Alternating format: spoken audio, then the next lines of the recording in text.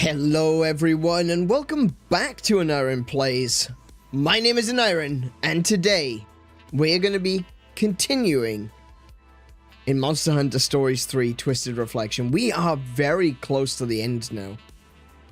I feel like there's only, like, the chapters in this game are kind of short. They're not like super long, 3-hour long chapters or anything. The chapters are quite short and, you know, evenly paced, and we are so close to the end. I believe that there's only like 3 chapters or 4 chapters left, and we might get through that in one session. Like, that is a distinct possibility. Whether or not we'll be able to finish the final bosses up in the air right now. We may still have 2 episodes left of Monster Hunter Stories 3, but we could potentially finish tonight, and that's kind of crazy. Like, we might be finishing Pragmata, and well, might be finishing Pragmata tomorrow. Yeah. But before we jump on into Monster Hunter Stories, let me just turn my volume down a little bit, so there we go. Before we jump on into Monster Hunter Stories 3, I of course want to welcome each and every one of you. Thank you for joining me tonight. To everyone in the chat, thank you for being here, and to everyone in the VOD crew, thank you for coming back and watching these VODs at some point in the distant future. Let me know, when are you watching this? Are you watching this in 2030? 2028? Let me know if it's tomorrow.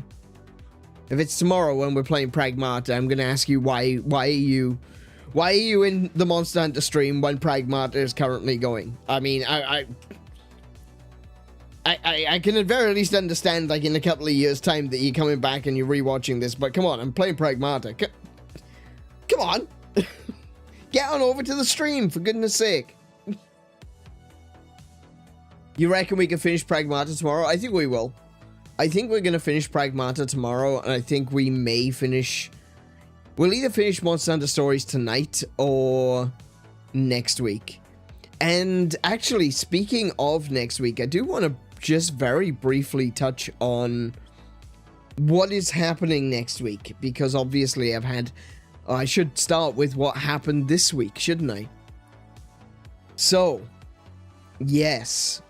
This week has been... I'm going to use the word fun, but I want you to all understand that I'm using that word ironically. See, okay, basically what happened was on Wednesday night... Was it Wednesday? Yes, it was. I think it was. And this is gonna sound crazy, but let me tell you something. I'm watching you from Sunday. That's okay then. Brilliant. AOJ, welcome to the stream. How you doing today? Alright, so basically just a very quick overview of what happened. Tuesday night. It was Tuesday night, yeah. Because I didn't stream on Wednesday either. On Tuesday night, I had a biscuit. Yeah. I actually had 2 biscuits. I was like, oh, do you know what? I'm having a cup of tea. I'm gonna have a couple of biscuits. I figured it's not gonna be too bad. I was wrong. I have gone from being gluten and wheat intolerant to being incredibly gluten and wheat intolerant over the past few months. I'm a little bit concerned that I've become full-blown celiac, which would be very unfortunate. But I was having a lot of issues on Tuesday night. Firstly, I couldn't sleep. I was awake all night. I had taken more sleeping medication than I should have, and that upset my stomach as well, actually. And I had taken I had these 2 biscuits. I've eaten these biscuits my entire life, you know? Even while I've been slightly wheat intolerant, I have had no problems eating a biscuit, you know? But I was so sick the next day. I hadn't slept all night. I had an upset stomach just in general, but I was so sick the next day. And it felt... I'd never experienced... I don't want to say, like, I've never experienced anything like this. It wasn't like it was it was particularly awful. But it was a new sensation, you know? It wasn't good, but it was a new sensation. It was a different kind of sickness in my stomach that I've not really felt before. And, yeah, I basically had to say I can't stream on Wednesday. I figured it would just be a morning thing, that I would just miss the morning stream. But then, when the afternoon came along, I was still so sick that I had to cancel that stream as well. And I figured it would be fine. It's fine, because, at the end of the day, I had Thursday off anyway. So that gave me 2 days to recover. That was fine. I was mostly okay yesterday, but I'm still having issues sleeping, and I don't want to take too much of my sleep medication again. Because that didn't work. It just didn't work. I'm going through a cycle. I used to call them cycles, where I would be, I'd go through a cycle of insomnia. So sometimes I'd be like really, really bad insomnia. Sometimes it would be just kind of, I didn't sleep very well. And occasionally, it's hormonal based. And occasionally I would get to a point where I wouldn't sleep for like a week. And that was unfortunately not uncommon for me to not sleep for like a whole week. Thankfully, it's only been a couple of days. Well, Tuesday night, Wednesday night, and last night. Last night I didn't sleep very well, hence why I didn't stream this morning. But I am feeling really exhausted right now, and hopefully, along with the medication, I'll actually sleep tonight. But yeah, that's what's happened this week. Because of that, some things have been pushed forward to next week.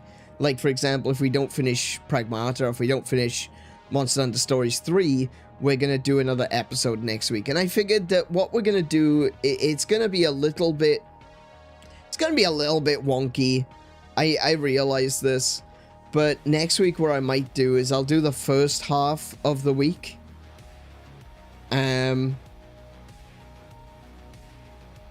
So if I have to do another Monster Hunter stream, which is more likely than a Pragmata stream, though Munta does want me to do some of the challenges in Pragmata, so we might do some Pragmata challenge missions as well. What I'll do is I might continue this on for another week. Originally I said I was just gonna do the first half of the week, but what I think I'll do is I'll continue streaming for another week, then I'll take a week off, so that we know for certain that things are concluded, we've gotten to the end of the games that we're playing, and then I can take time off without having a gap in the schedule, you know? No one's waiting for the final episode of Monster Hunter or Pragmata because I've taken a week off. So I think that would make more sense. Next week is probably going to be Monster Hunter Stories, maybe some Pragmata challenge missions, and also we're going to play Caverns of Mars. I've been promising that for a while, so we'll do that at some point next week. I haven't played it in ages. I really need to get a little bit of practice in before I play it. But we might do Caverns of Mars, we might do something else, we might lean in on the retro, seeing as I was saying that I will be doing more retro stuff in the future. Maybe we'll play some, I don't know, Pac-Man, Donkey Kong, You know, some arcade classic. I'm not sure. I haven't really decided what I'm going to do yet. But, I want to try to make out, you know, fill out the entire week before taking that break, rather than doing just the beginning and then taking a week and a half off, you know? But that is it. That is the plan so far, or what little plan there is. More like the idea of what might happen next week. So I hope that makes sense to everyone. I'm really sorry that I couldn't stream earlier today. Actually, speaking of that, I did notice when I eventually got up that there wasn't that the post that I had thought that I had made hadn't gone through. So what happened is around, I got to bed at around 5 a.m.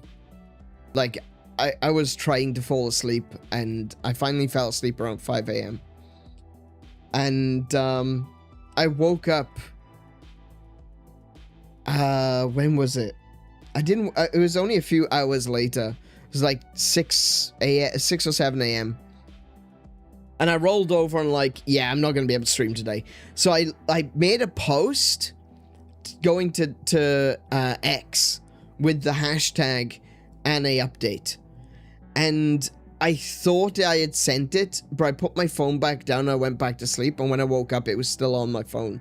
So apparently I didn't hit send.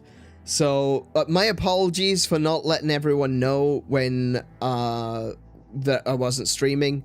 I did, of course, as you would have seen, private the stream, so you would have seen that it wasn't going to happen, but unfortunately I did forget to hit go on the post, unfortunately, so yeah, my apologies on that one. But, you know, it's the things we do when we're in a sleepless stupor, unfortunately.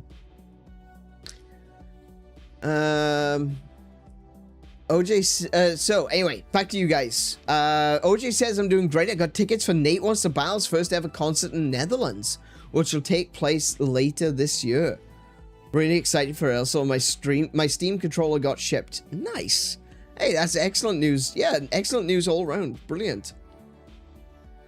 Man, I used to love 𝗦𝘄𝗶𝘁𝗰𝗵. I used to listen to all of his Five Nights at Freddy's songs. I really do like the Five Nights at Freddy's songs. I wasn't really big on all of the, you know, the fan fiction and everything that came out. Five Nights at Freddy's for me was as a game that I watched other people play rather than playing myself. But I really, really enjoyed 𝗦𝘄𝗶𝘁𝗰𝗵's music. I especially love the I can't remember what the song is called, but it's the song for Springtrap. I love Springtrap as a concept. I love Springtrap because Springtrap harkens back to like the classic horror villains, your Jason Voorhees, your Michael Myers, your Freddy Kruegers. Springtrap is that solo villain that is going to hunt you down, and I loved that. I thought that was so cool. I didn't really, like, I've never found Five Nights at Freddy's to be scary.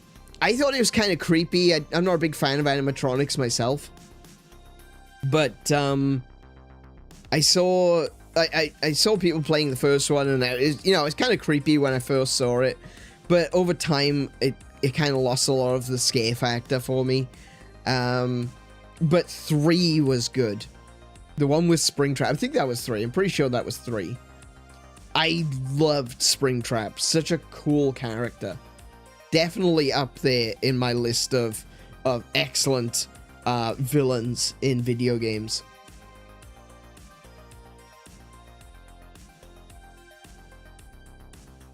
But yeah. I loved his Five Nights music. I also really liked there's a song he did. He did an album, like a concept album based on Ocarina of Time, and I love the song King. King is so good. That really evokes the sense of of hubris and pride and ego that just exudes from Ganondorf. And I love that last bit. I get chills every time when he's singing, you know, from Ganondorf's perspective, he's singing, "I will be your king." And then in the background, as like backing track, you hear a higher pitched voice, which I'm assuming is supposed to be Link, shouting, "You will never be my king." And I just get chills on that every single time, because I imagine myself there in that moment, facing off against Ganondorf. Ganondorf giving me all of that, you know, giving me all that lip, giving me all that shit, telling me what he's gonna do with the world, and just Link screaming out in righteous fury, "You will never be my king." And I love it. It is perfect. You are lucky, sir. I hope he does some of those songs, because that would be awesome. I would love to go see Nate Wants to Battle. I genuinely think he's a good musician. Like, it's one of those things, you know, where a lot of musicians that make their start on YouTube often get degraded as being, oh, well, you're not a real musician, you know, you're a YouTube musician. And it's good to see when people can make it into the mainstream, whether it be because they're doing stuff with video games or they're doing stuff with movies. But it's just so good to see YouTubers actually making a splash in the real world, you know? Like Markiplier with his movie, and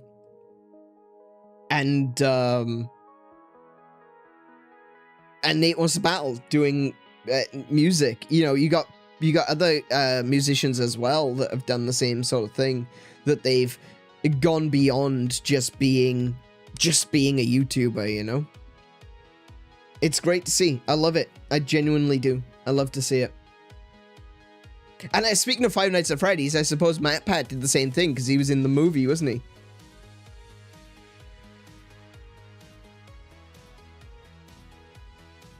Roll says, I plan on seeing Mortal Kombat 2 as soon as my friend is available to. I'll hold off until I hear from him. I am looking forward to seeing Mortal Kombat. That is probably going to be the second movie this year that I see in the cinema, because it looks like it's going to be pretty good. I might rewatch the first one. I know you don't really need to worry too much about the first one, but it will set up a couple of little story pointers. The first one's not a great film.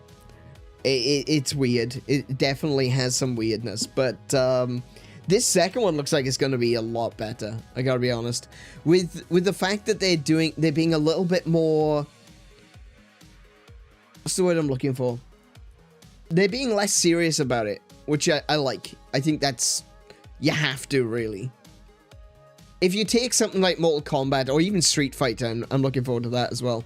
If you take that too seriously, it doesn't play out right, you know, on the screen. Kiko says, I'm expecting to crash into bed as soon as the stream is over tonight. I've been up since really early.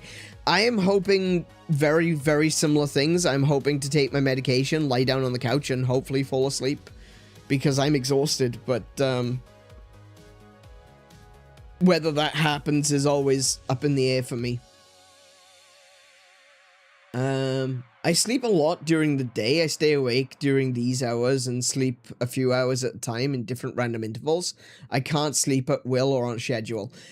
It's kind of...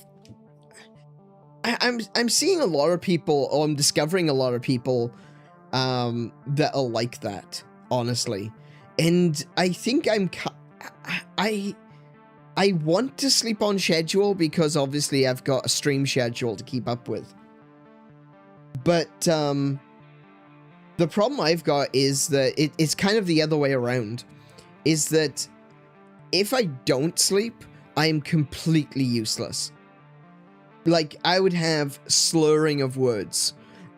You wouldn't be able to understand a word I was saying. And yeah, it's you know, I know a few people that can just like fall asleep on it, you know, put their head down and immediately they're asleep. And I'm definitely not like that.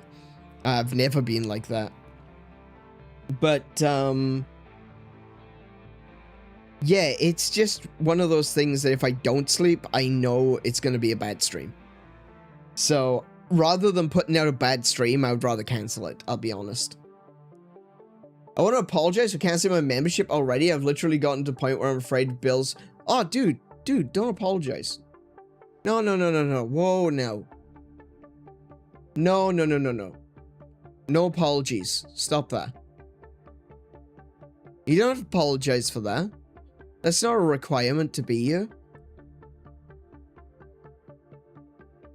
Dude, if you... I would never want to take money out of your pocket if you are worried about bills. That's never a concern. If people want to contribute to the stream, they are welcome to do so, and I greatly appreciate it, but that will never be a requirement. That's one of the things that I've been saying as well when it comes to monetization and memberships, is that one of the options for memberships is members only streams.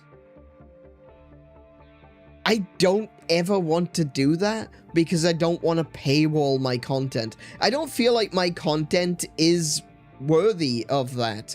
And I know that's kind of up for you guys to decide, but I would feel bad about paywalling videos or streams on this channel. So yeah, seriously, don't feel like you need to apologize at all.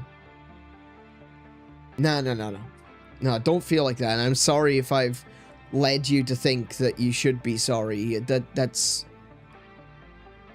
definitely not what I started the memberships up for. I don't want you to think like that.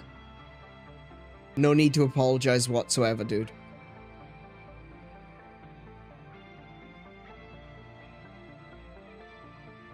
I'm willing to pay a lot more upfront than I am to have a constant bill accrues up on me. No, that's fine. I mean, OJ was saying the same thing. OJ mentioned that they wouldn't be interested in doing memberships because they just don't like subscriptions. And that's perfectly fine. Yeah.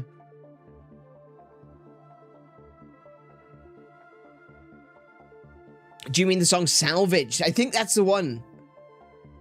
I think it's Salvaged. Yeah, it was Salvaged. That's the one. I love that one. That one's great. Salvaged is a great song.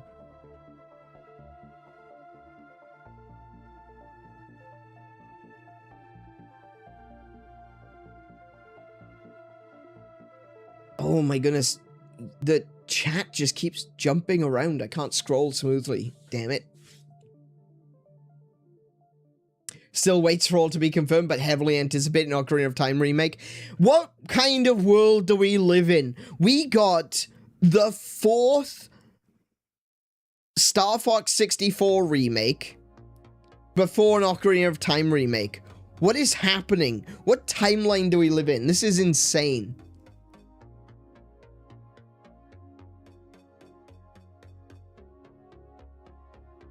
The problem with YouTube, SoundCloud, or anything else is that mediocre content greatly outnumbers genuine special talent, and people have a bad taste in their mouth. I think that's true, yeah.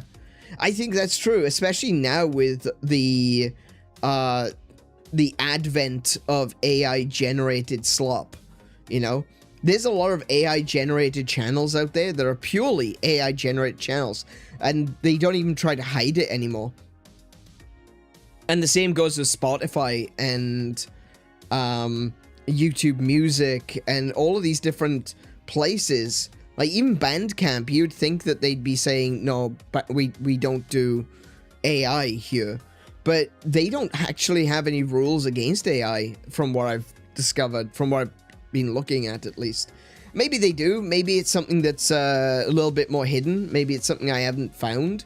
But from what I've seen, they don't have rules for against AI music. And like, don't get me wrong, I've seen AI music. I've played around with the AI music tools. It's not something that I would ever use or publish or anything like that.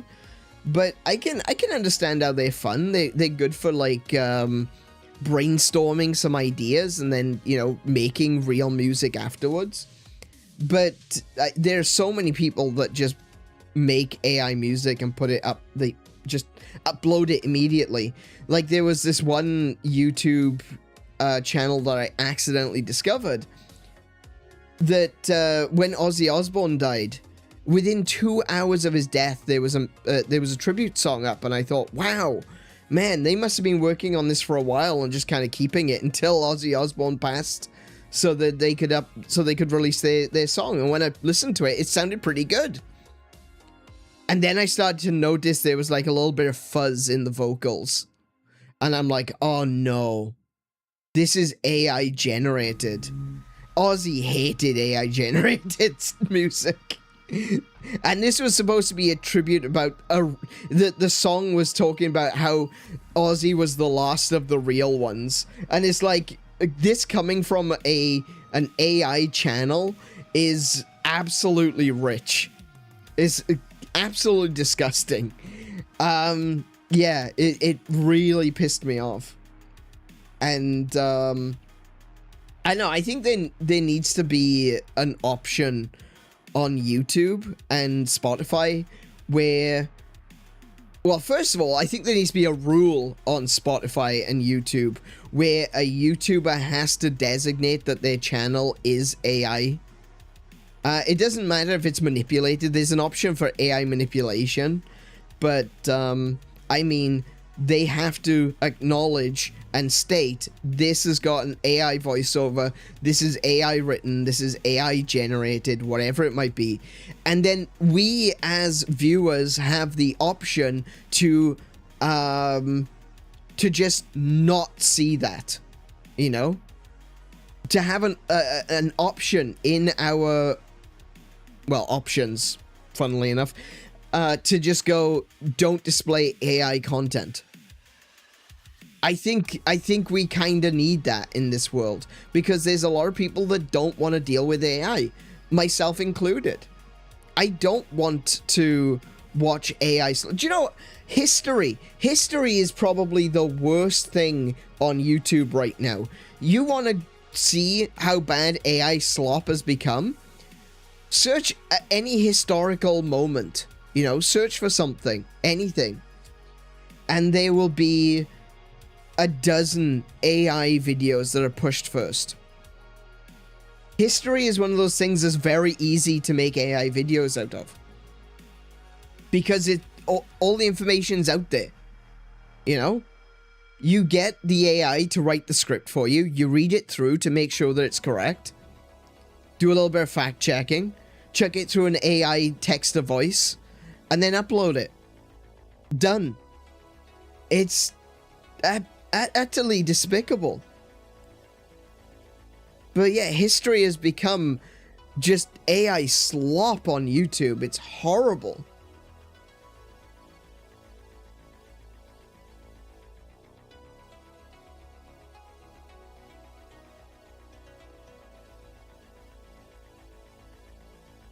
Ah, well, I don't know. I don't think YouTube is going to do anything about it, because at the end of the day, it doesn't matter to them whether it's AI or real. It still makes some money. It still gets hundreds of views, still gets thousands of views, millions of views. I used to like watching, you know what? I used to like watching the History Channel. I did. I used to love watching the History Channel. Until they stopped being about actual history and they started pushing the Ancient Aliens bullshit. Like, I like Ancient Aliens, don't get me wrong. It's hilarious. It's the best comedy on television. But History Channel used to be about history. And now it's all about stupid conspiracies. And again, I like conspiracies. I like stupid conspiracies. Don't get me wrong. I do.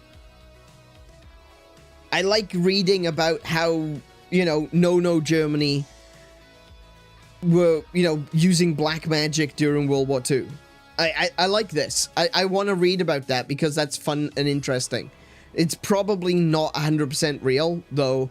Unfortunately, it is a little bit more real than we probably want to admit. But yeah, no Germany using black magic. I want to read about that. I want to watch a video about that. Do I want that to be the only thing that's on the channel from morning till night? Obviously not. I want real history as well. And I was watching a video because I loved Prince of Persia, Lost Crown, when we were playing it. And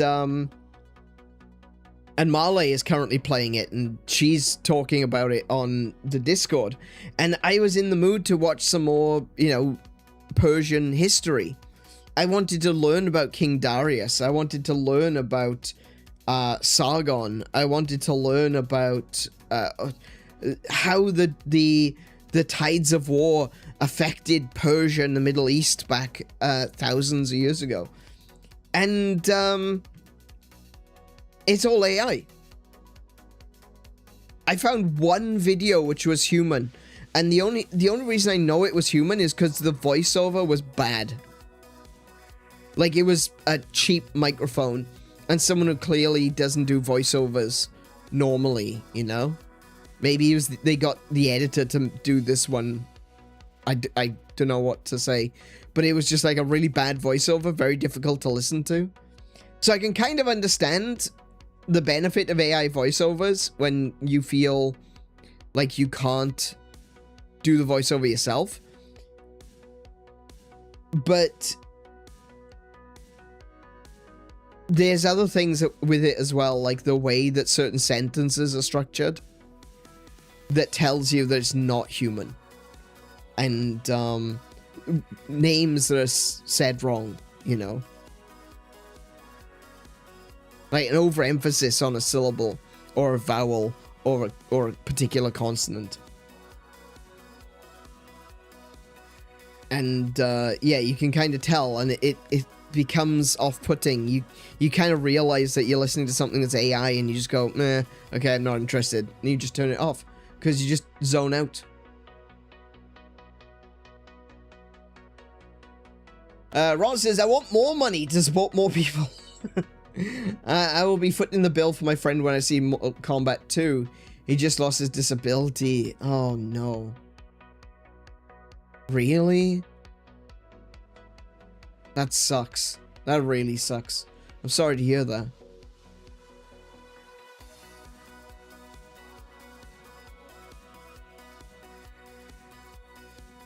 Coolest thing for me with the Star Fox remake. Oh, we'll talk about Star Fox remake in a moment. Is the game will now be dubbed and in Dutch. And I always love when that happens. It's really rare, and the voice acting sounds good in the trailer. It does. Yeah, the voice acting in the trailer sounds great. Except for Peppy. I have some issue with some of the ways that Peppy was talking, but we'll talk about that later.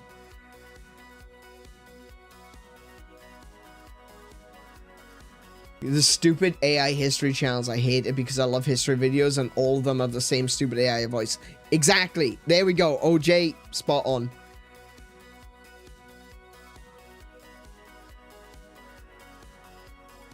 By the way, the stock portfolio that is making my mom the most money is heavily dependent on AI business. It was me who suggested investing in it when my dad was still alive, and they were his investments. Oh, wow. Okay. Oh yeah, look, I think that investing in AI, I gotta be honest, that's obviously a dead cert, especially like 10 years ago, 5 years ago even. I think right now though it's a little bit more of a rocky situation because AI. So there's a lot of AI companies that are starting to lose money because it's become an oversaturated market. I'm very big into history, literally majored in history. I wanted to be a history teacher. Oh, wow. Do you know what? If I was going to do teaching, it would be history. But I would have to do a teaching course as well. And I'd also have to spend every day with kids. And I would, you know, I don't have any kids of my own. I'm not looking after someone else's.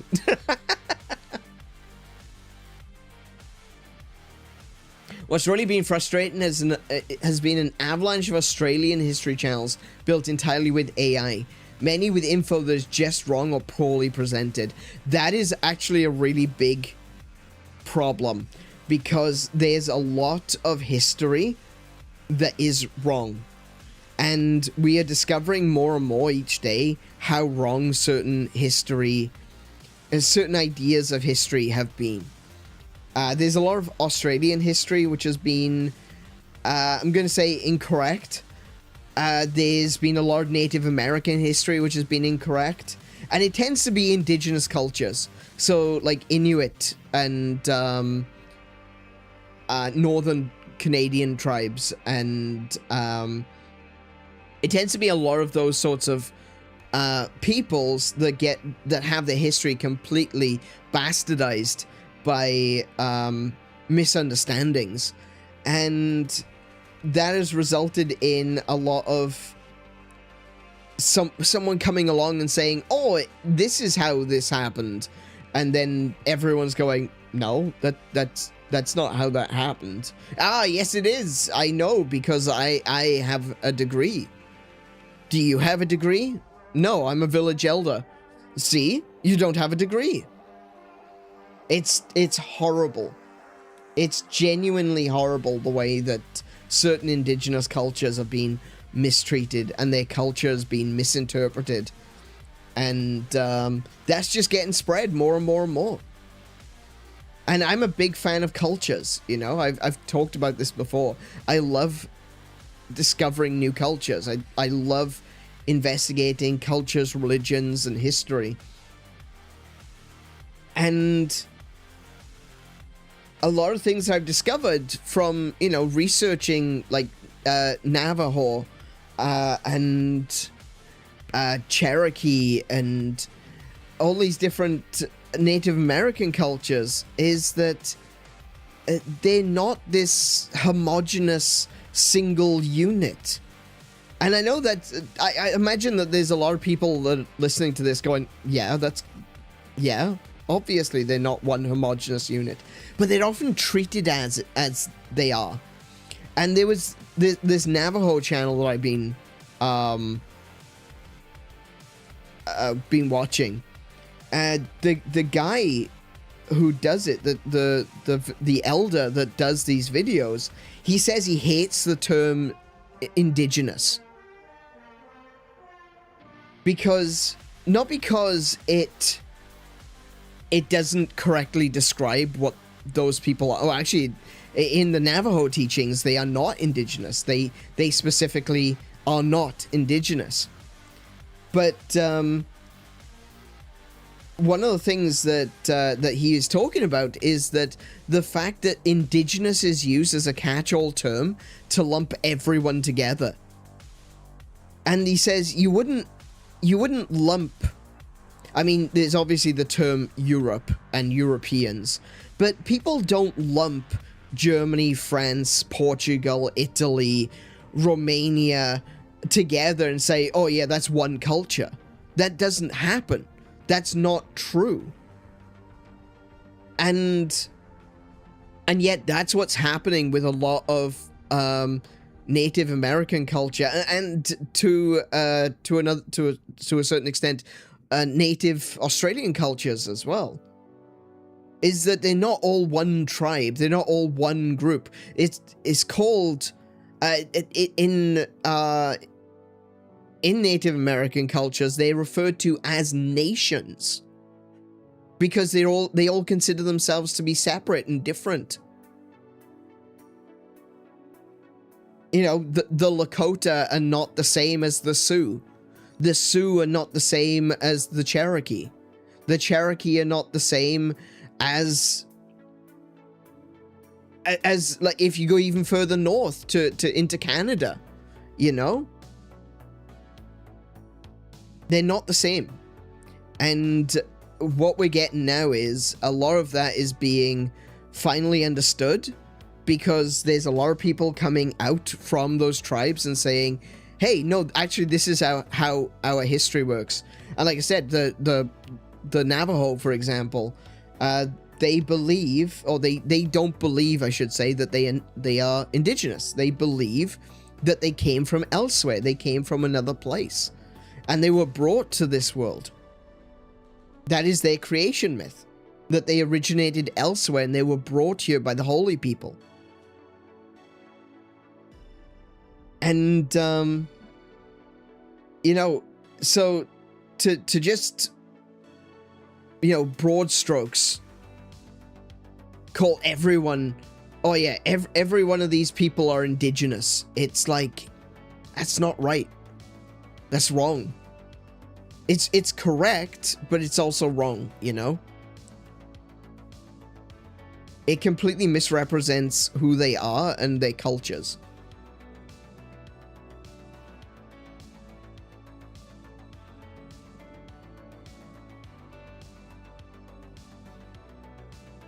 Naren and Kiko sound professional, crisp, and damn near scripted when they're responding to me live in real time. Oh, I'm glad that you think so. I do put a lot of effort into trying to think quickly. It's not always my strong suit.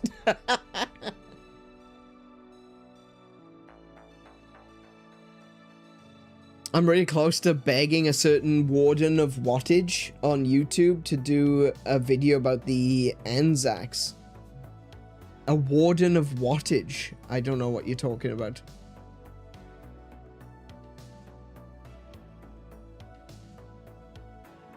I don't know what you mean by that.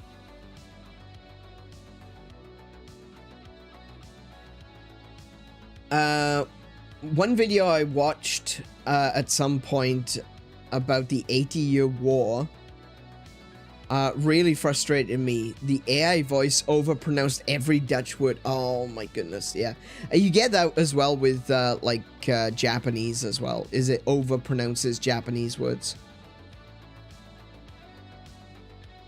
It's the city I live, which was important to the war. I was on the map constantly, but never actually mentioned at any point. It's infuriating. Yeah. There's a lot of that with Welsh history as well. It's like this is something that you'll learn, is that if it's a good thing, they're British. If it's a bad thing, they're Welsh. You know? You see this a lot with like the British soccer team or the British rugby team, because there's a British team as well as individual nation teams. So what you'll notice is because the commentators are usually English, what you'll get is if a Welshman, a Scotsman, or an Irishman does something good, they're British. If a Englishman does something good, they're English. If an Englishman does something bad, they're British. But if a Welshman, a Scotsman, or an Irishman does something bad, they're Welsh, Scots, or Irish. Basically, it's like they want to downplay the regional players. And they always push England forward. Which is, yeah, that's infuriating. The number of times that I have seen a history video that talks about a Welsh town and says in southern England just drives me up the wall. Or in Western UK. That's another thing that's just so infuriating. It's like, oh yeah, this thing, it happened in the west of the UK. No, it happened in Wales. It happened in Cymru. Say it. Say it with me now. It happened in Cymru. You know, it's just so annoying when they'll talk about England and, oh, well, England, this town in England, this village in England, the King of England, the Queen of England, this Duke in England. And then it's like, oh, yeah, and there's this kind of like this village thing in like, I don't know, Western UK. Okay. Okay.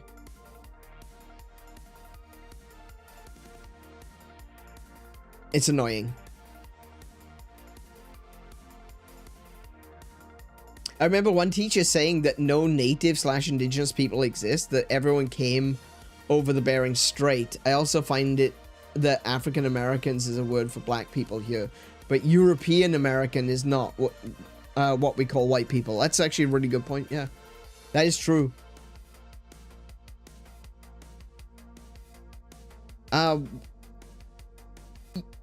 The comment about the Bering Strait isn't necessarily 100% accurate, though, because it does seem that certain South American cultures would have gotten across the sea.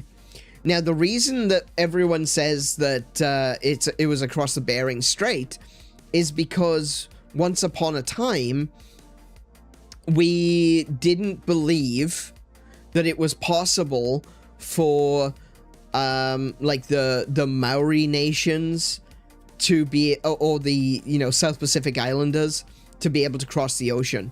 But it turns out that they did. It turns out that they absolutely did. So when you look at like South American cultures, you look at people like the Olmec, for example, they definitely have South Pacific Islander genetics. So while there was definitely a lot of people that came across the Bering Strait, that is 100% true, there's also a lot of people that crossed the ocean. Something which we didn't believe even like 20 years ago was even possible. But it is. It absolutely was. They absolutely did. I mean, you just have to see that there's, you know, there used to be a population. I mean, there kind of still is to a certain extent, but there used to be a population on Easter Island. There is a population. It's, obviously, it's, I believe it's in decline right now. To a great extent. But Easter Island used to be a heavily populated place. And that is like right out in the middle of nowhere. Like, literally the furthest place from land that you can get. And yet there were people there, which indicates that people had to have gotten there eventually. And there's this ridiculous theory for Australia as well. An absolutely, utterly ridiculous theory that the only reason that there were any native people on Australia in the first place is because they were shipwrecked. Like, that is genuinely a theory that they push in certain places. That the only reason that there was anyone on Australia ever is because they were accidentally shipwrecked there. For a population, to be able to generate a growing population, to be able to basically populate the entirety of this enormous island, you need more than just a couple of people shipwrecked every few years, which is one of the theories.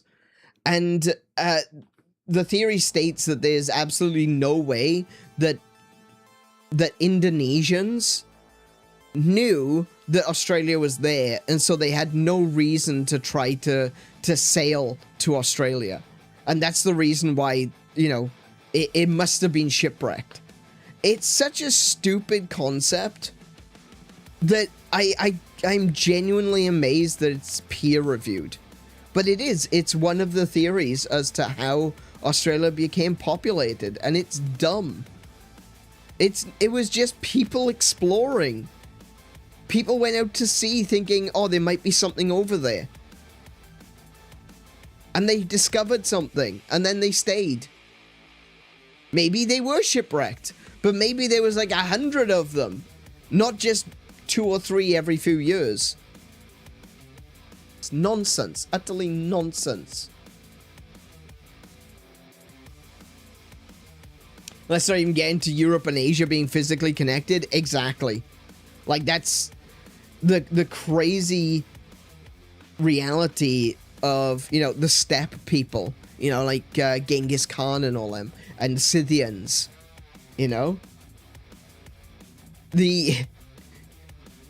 even Persia to a certain extent, you know, is connected to the steppe. Even, you know, your Greek, or what's it called, what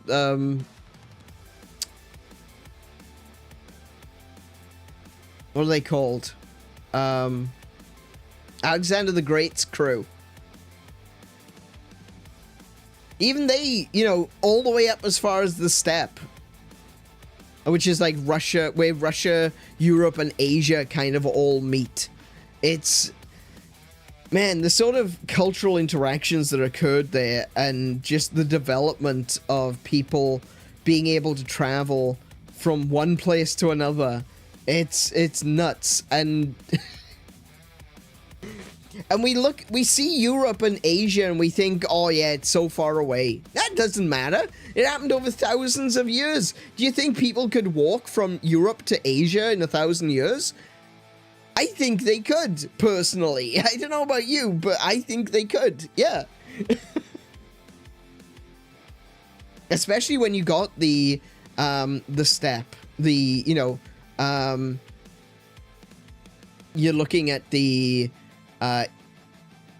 Western Asia, Southern Russia, Eastern Europe, and you've got this beautiful, fertile land that no one ever talks about.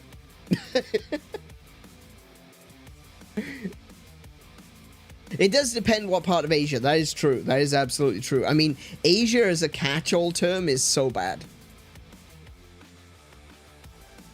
Because, like, when you, generally speaking, when you talk about Europe, at very least, and I am kind of going against what I was saying earlier by saying this, at very least with Europe, there's only like 2 or 3 base cultures. So you've got like the Germanic peoples, and you've got the Scandinavian, and then you've got the Celts or the Gauls. You could argue that you've also got like the southern Mediterranean, so you've got like the Romans, essentially, right? You got 3 or 4 cultures,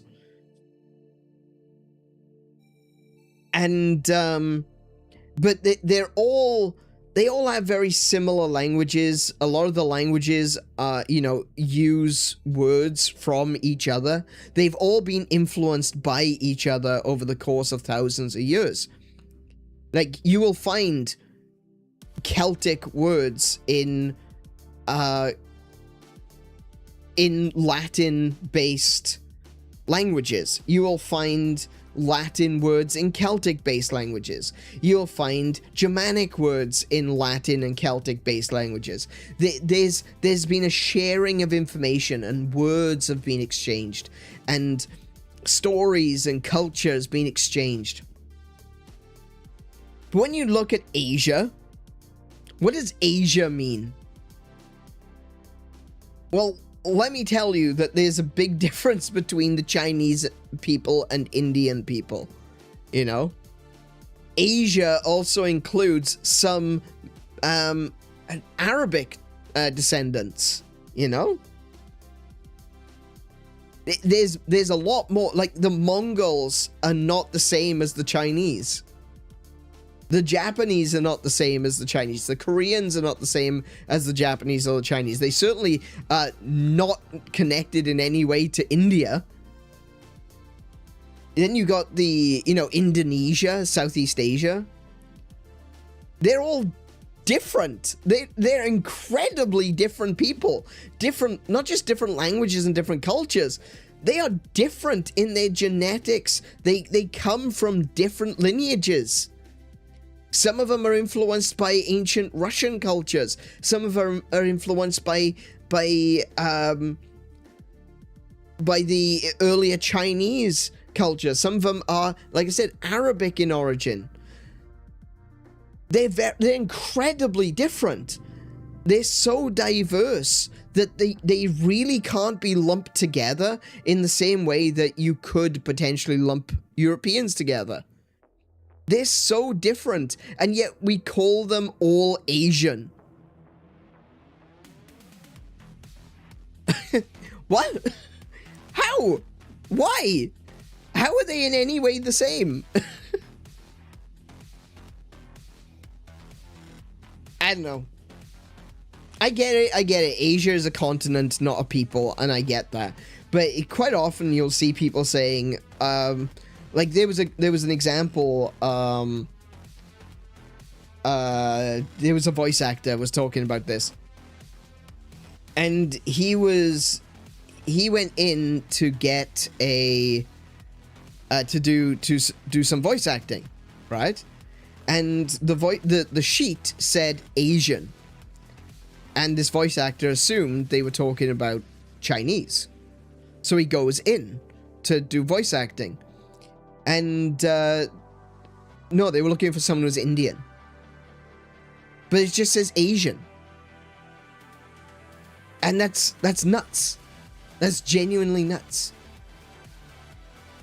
I remember the time when the term Oriental was a thing. Yeah, Oriental has kind of become like a pseudo slur, which is kind of stupid. Like the word Orient literally, well, the word Orient comes from East. Like that's the word for East, Orient. Or Oriensis, if I remember correctly. If I remember my Latin good.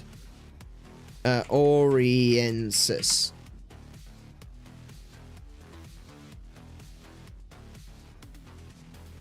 The word Oriensis refers to the bright morning star that was in the east. There we go. And the Orient, it became the place that... so maybe that wasn't Latin, actually. Isaurian? What? Hang on.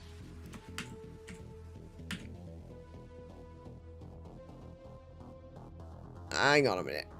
Maybe it's not Latin. Orient. The Orient is a term referring to East in relation to Europe, traditionally comprising of anything belonging to the Eastern world. It is an antonym of Occident. Yes, right, okay. Or Occident. Occident. Yeah, Occident. Which refers to the Western world. There we go.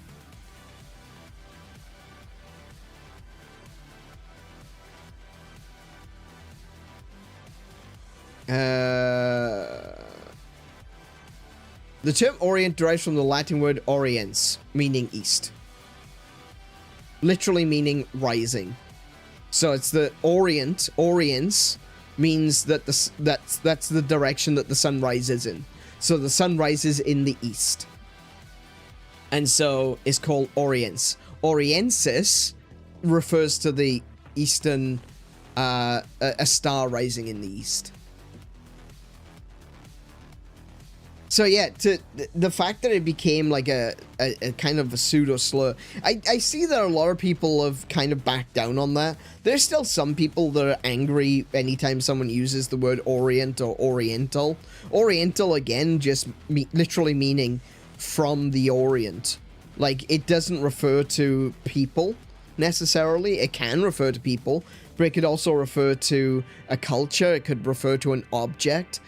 It could even refer to, in our completely mixed up and bastardized version of English, means something that's pointing eastward. You know? Oh, you know, you could look at it and say, you know how you would say, like, the cardinal directions. Right? So you'd say the cardinal direction. Cardinal direction is north, south, east, west. Right? You could say in an oriental direction, which literally means go east, you know? So the fact that that word has kind of become, it's kind of silly, honestly. I can understand that some people have used the word oriental to mean a very particular slur. Like, no, people have used it in a nasty way. But that, you know, you could say the same thing for pretty much anything. Like, if you turn around and you say, you know, use the word apple as a pejorative for long enough, people will start telling you that you can't use the word apple to refer to apples. You're giving power to the people who are doing evil. In my opinion, in my personal opinion, I feel like that is giving power to people who are doing evil rather than just getting on with our day and ignoring them.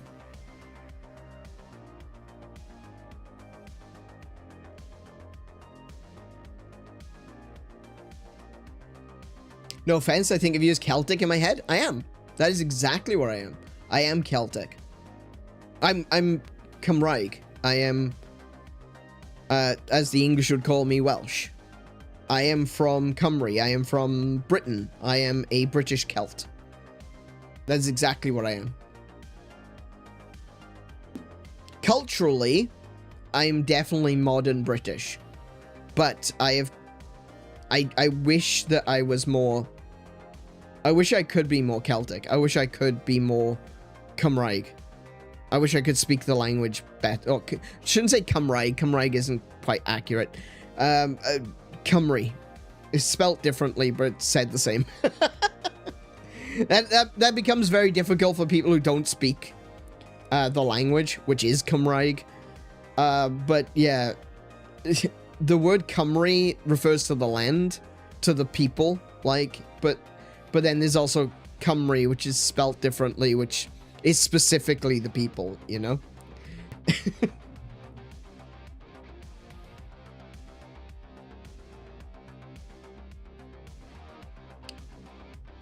The you-know-what comes from black?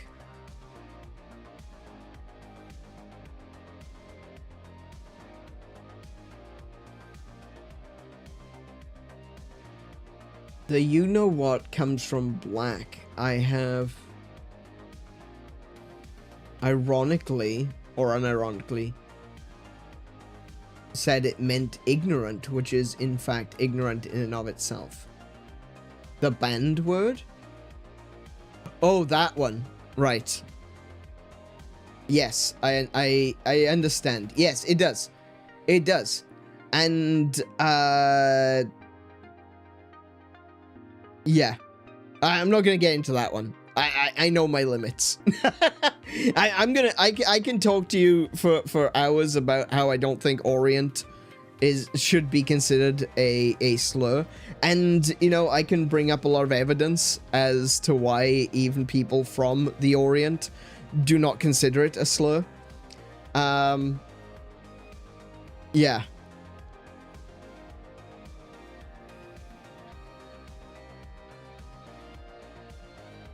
But yeah. No, we're gonna step away from that particular word, yes. Because I am out of my depth. Though I have been called one. So I don't know what that means.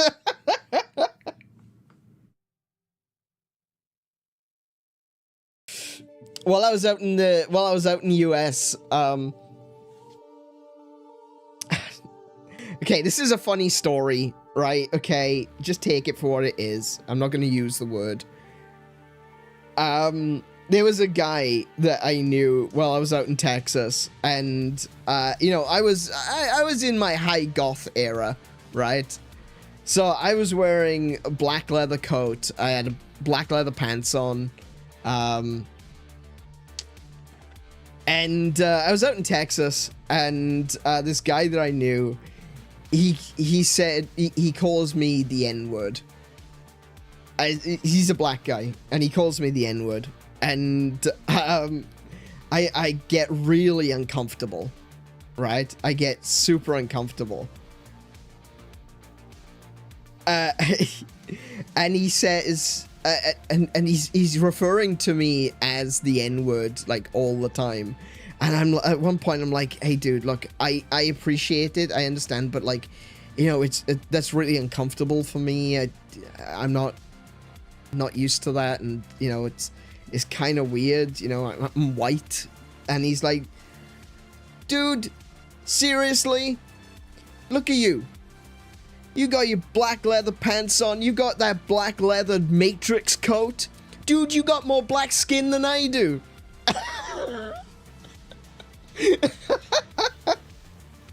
And we burst out laughing. Oh my goodness. All tension disappeared. All tension disappeared. Completely. It was hilarious.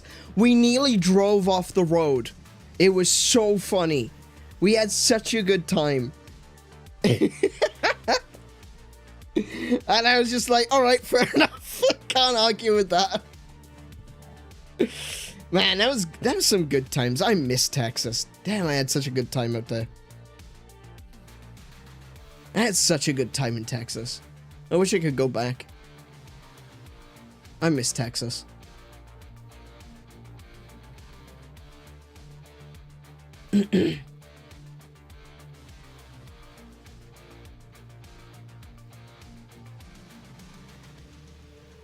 We use it like dude or bro. Oh, yeah, yeah. No, I completely understand. Yeah.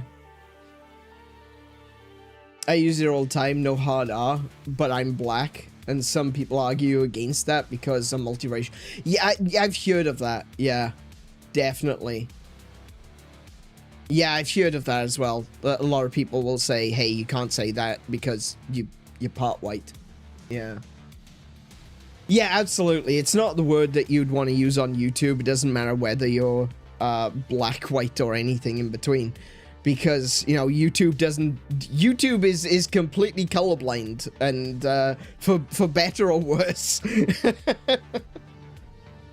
Well, the number of black people that have had their accounts suspended for saying the N-word. I don't like that. I don't like that. I mean, yeah. Yeah. I'm not keen on Texas winters. It's kind of one of the things I would love to go back for, honestly. As someone whose mom, only half brother, and my entire mom's side of the family is black, I self-identify as black, and I feel it's a weird colorism when darker people question my blackness. And that's something which, again, I don't feel like I'm allowed to comment on. I don't think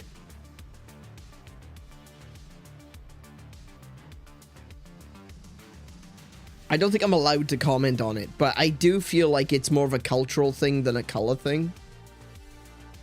Than a skin tone thing. And,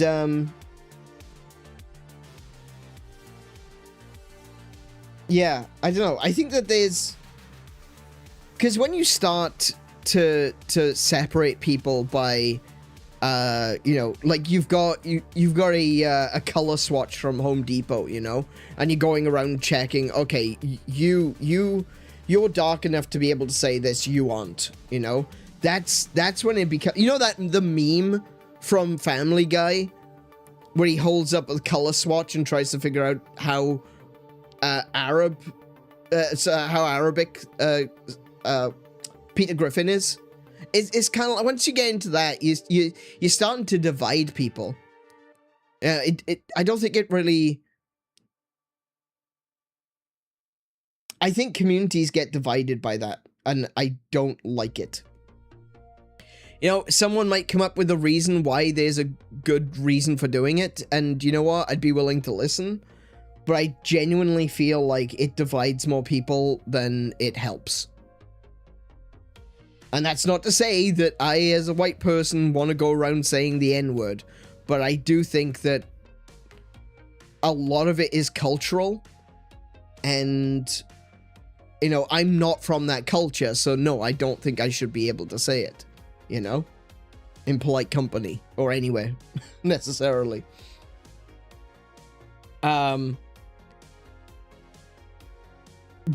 yeah, once it gets to the point where you're doing the nitty-gritty, oh, wait a minute, you're two gradations of color below where you should be to be allowed to say it, I think that's where we start getting into, you know, division.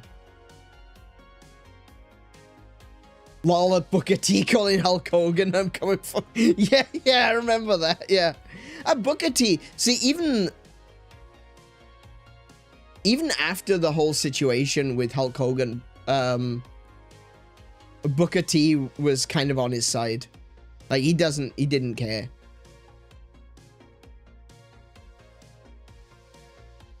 I don't know, maybe that's a cultural thing. Maybe that's something within the wrestling world, you know, where it's different. I don't know. I can't speak. I'm not a part of that necessarily. I watch wrestling, but I'm not a part of that world, you know? It's a subculture. It's something else. It's something that I'm not a part of.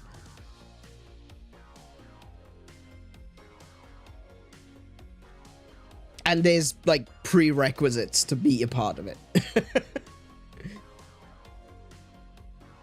I'm also resented by some for speaking proper and having more educated manner of speaking. Oh, good grief. Yeah, I can't stand that. Yeah.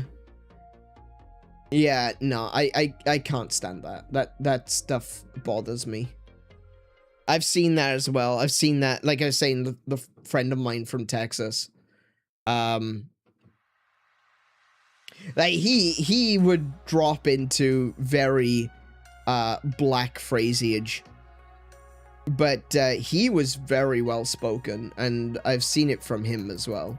I've seen it with him, I should say. He was if I remember correctly, I don't want to misspeak on this, but he was also treated poorly for going to the white boy church, which I thought was disgusting.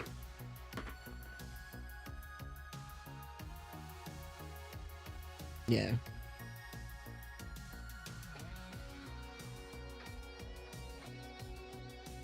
Yeah, I agree. I don't think...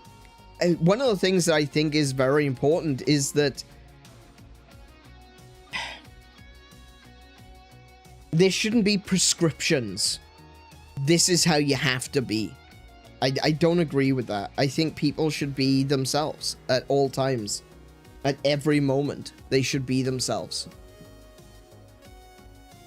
Unless the self that you are is actively harming other people, then you should always be yourself.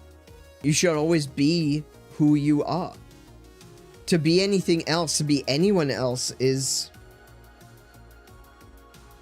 well, you're lying, aren't you? To try and fake being something that you're not is just a lie. It's a lie to everyone around you, but it's also a lie to yourself. And it's sad that so many people feel like they have to live that way. I genuinely, rather than, I don't think of it as being, you know, bad in the sense of like, oh, you're a bad person. I think of it as bad as it's sad that you feel like you have to live like that. It's sad that you always have to put on a front.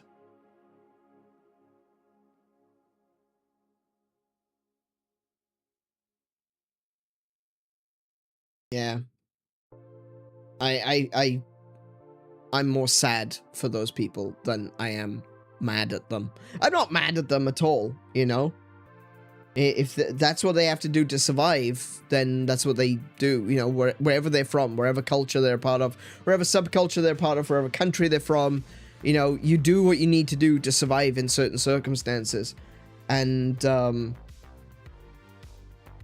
if you feel like you need to front, then I feel sorry that you're in that situation. Be yourself. In all things, be yourself.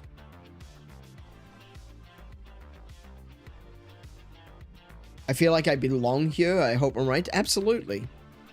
Yeah, we welcome everyone. And I don't mean that in a... Of course you're welcome here, because everyone's welcome here, you see? You're nobody. You're nobody, and no, you'll never be a somebody. No. It's... you are, of course, you're welcome here. It's, I want this place to... I want this to be a place where it's open for everyone, and you know, if you want to be a part of these conversations, if you want to have some deep and meaningfuls like this, I'm here for it, you know? Sometimes we have to say, now hold on a second, let's take a step back from that. But, no,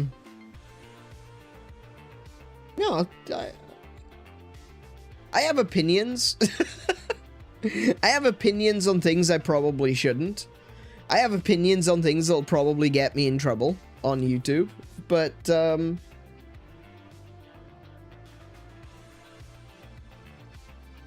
I'm here for the discussion. I'm here for the genuine discussion. That's the thing. That's the important thing. It's the genuine discussion.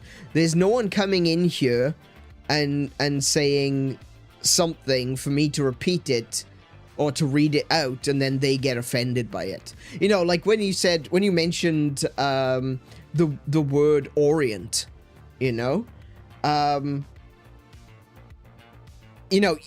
you could have been someone that was like, oh, do you remember when the word orient was a problem? And then I read that out and say, oh, well, the word orient comes from, you know, literally meaning the east, where the sun rises. That's oriensis. And them immediately turning around and saying, oh, you said orient, you're racist, you are, oh, how evil this YouTuber is, you know? There are people that will try to do that. There are people that are going to try to catch you out. And yeah, it's, we had someone coming in here whose name was, I'm sorry, I can't remember what their name was. Their name was something Oriental. You know, and if I'm going to talk to them, I'm going to use their name. You know? If people turn around and said, oh, you can't say that, well, it's their bloody name. What am I supposed to call them? I am dreading the day someone comes in with the N-word as their username. I don't know what I'm going to do. You know? It's like, if I was to ever put up like a book reading and someone says, oh, you should read Huckleberry Finn. I don't know what to do, you know? It's one of those situations. You get to that point and you're like, well, his name's Jim.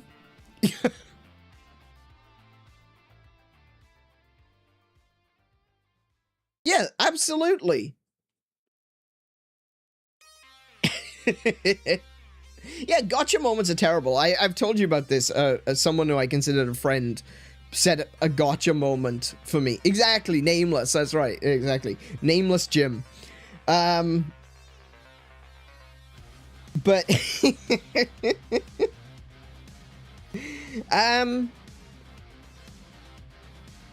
a friend of mine got me with a gotcha like that.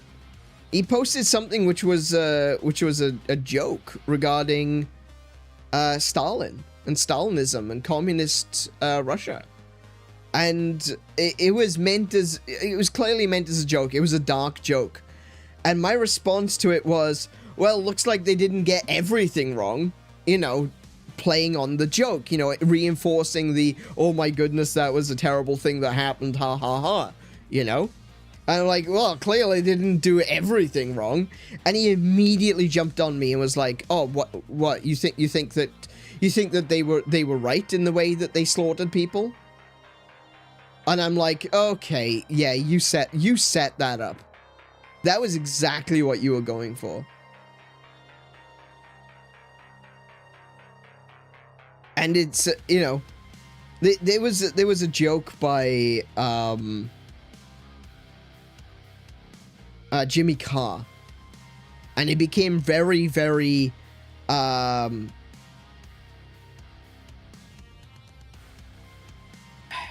it got repeated a lot, right? Because it was taking them, it was making fun of something which is a very touchy subject for the people involved, right? I am going to repeat this joke, but I want you to understand that it is not me making the joke. I am repeating the joke that was made by Jimmy Carr. And it was made as a part of a stand-up routine that was talking about dark humor. In fact, if I remember correctly, it was called His Dark Material, playing off of the name of the book, right? And the joke was this.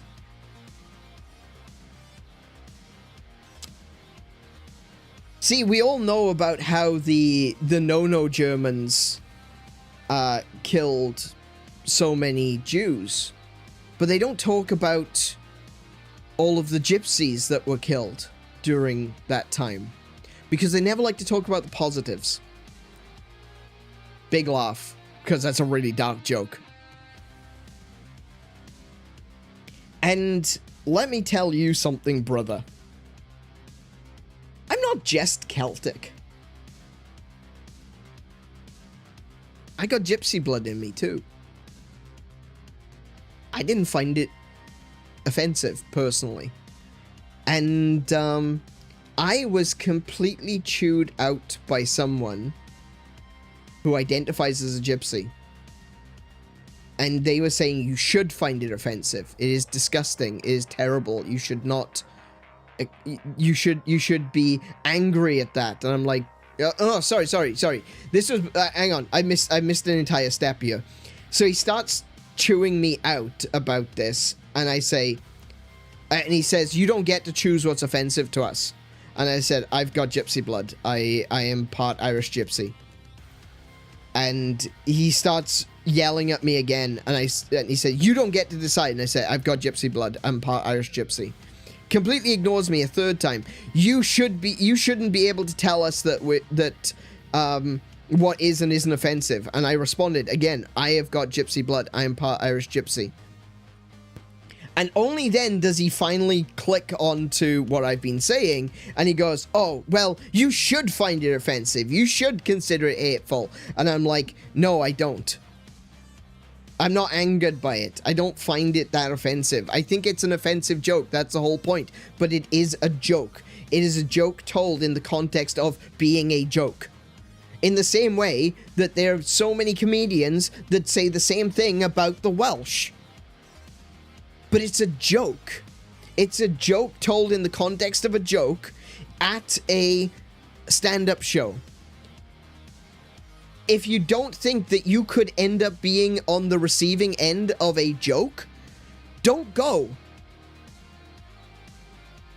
It's that simple. Context is important. Is it a dark joke? Yes. Is it offensive? Absolutely. Was it a joke? Still, yes. And I think a lot of people are very willing to remove the context and say, no, context doesn't matter. And then they will not listen to you when you say, I am a part of the group that was being joked about.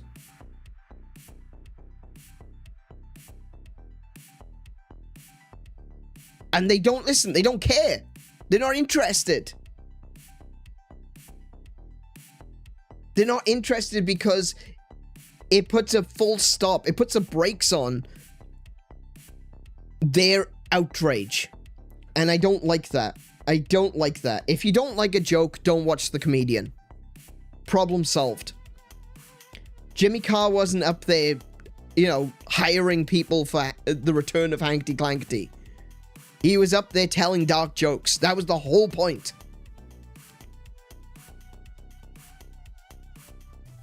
I have Jewish blood in me, surprise. That is also controversial to even say to some people.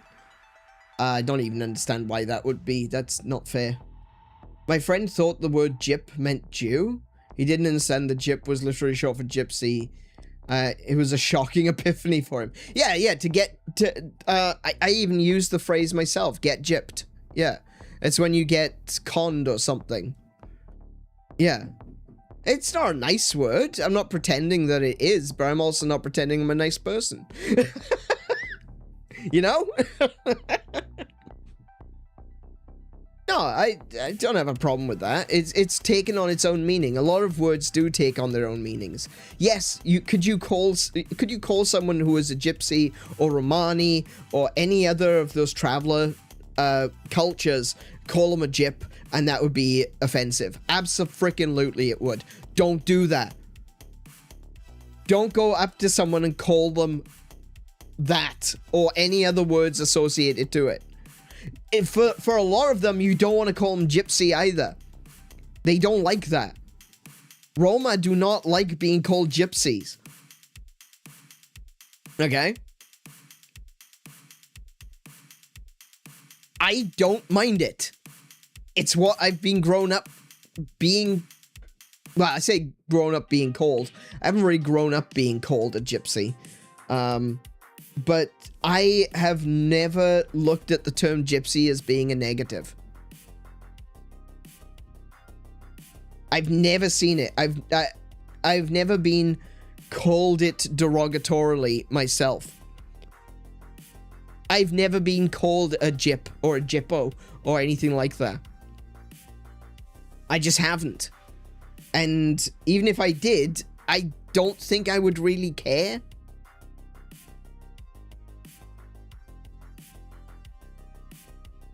But yeah, there are some people you just don't be offensive. Don't go out of your way to try to hurt others. It's a very simple rule. Don't try to hurt other people. There you go. All the problems in the world disappear because you're not trying to hurt someone. And the same goes for the opposite.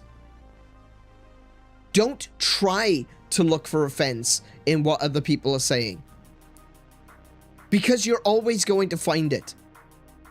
If you are trying to be offended at every little thing, you will be offended at every little thing. You will see microaggressions in the world everywhere.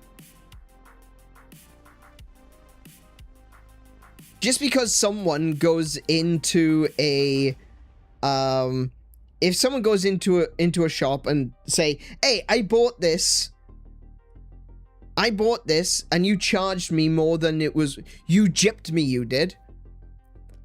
I can almost guarantee you they are not thinking that that person behind the counter is a gypsy. Because certain words mean different things. They evolve. They go from meaning one thing to meaning something else. Is it a nice word? No. Would you necessarily say it to someone who is a gypsy? No. Probably a bad idea. Doubly so to say it to someone who you know is Roma.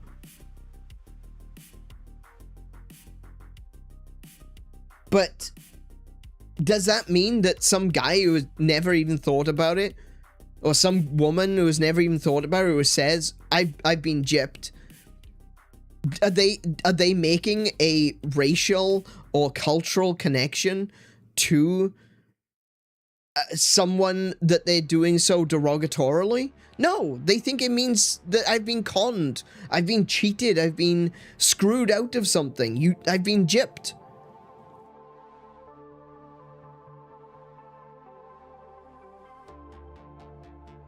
I think that a lot of people are looking for offense, and they're gonna find it. Of course you are. Every single time.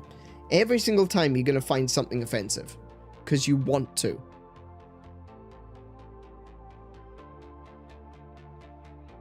You're reminding me of the Inuit versus Eskimo thing. Yeah, there's a lot more to that, which, despite the fact that I know the factual basis behind it, because I met someone who said, I am not Inuit, I am an Eskimo. I would love to go into the details of that one, but there is so much cultural baggage on that one, I just don't want to get into it. That's almost as bad as the N-word stuff, honestly. To a certain extent. Obviously, you know, the N-word was used derogatorily for hundreds of years. The Eskimo versus Inuit argument is just... yeah, I don't want to get into that one. I know where I stand on that argument because I've spoken to people who say I am an Eskimo. So, yeah. Indian versus Native American, even though America comes from Amerigo Vespucci.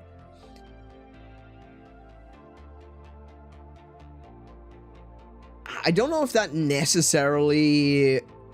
I mean... It's also called the West Indies as well, remember? Like, that was one of the things that it used to be called, was the West Indies.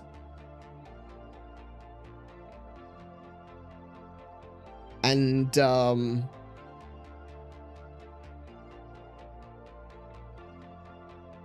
I mean, I've seen a lot of Native Americans that say, I want to be called Native American.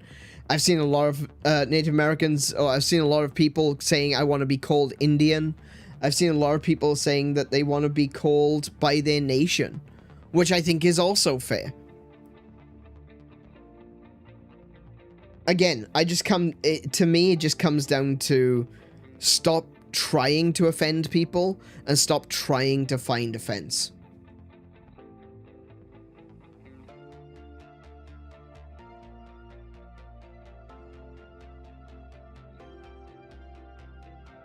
I remember a high school creative writing teacher explained to me the way language changes. The inanimate means non-moving. A car moves. That it's now... Sorry, I can't read. A car moves. That it now more so means non-living. So, in terms of animate, yeah. Animate... Okay, animate has got a very interesting... origin, because it comes from animus. Let me just quickly do, because I want to be correct on this.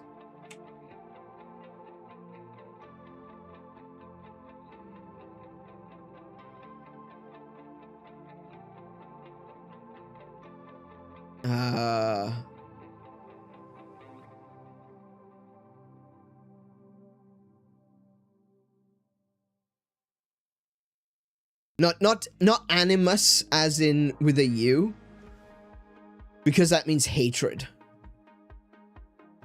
But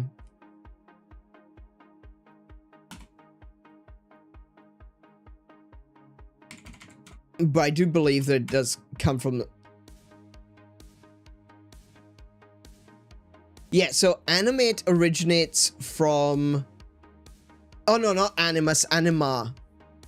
Anima, which means life.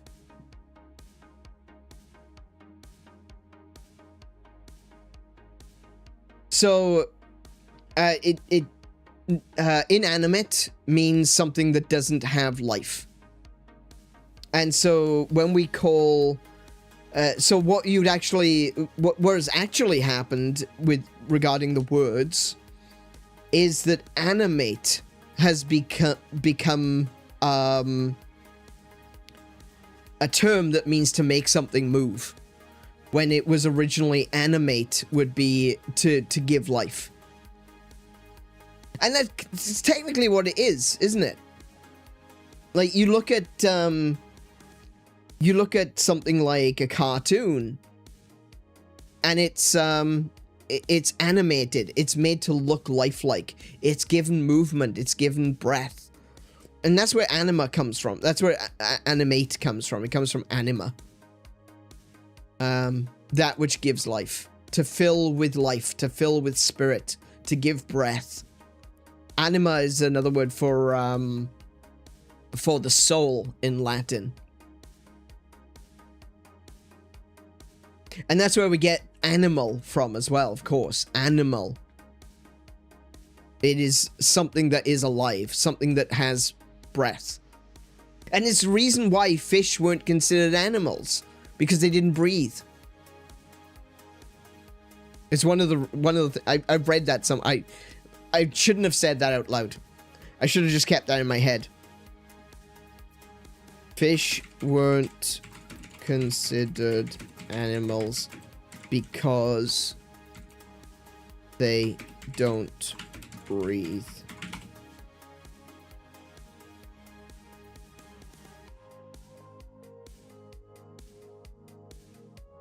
Yes. Yes, there we go. Reasons why historically or colloquially fish were excluded from the animal category. Because they didn't breathe.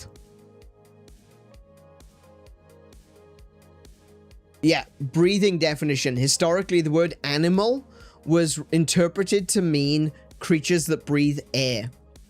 Because fish use gills instead of lungs to respire, they were mistakenly viewed as being a different type of being.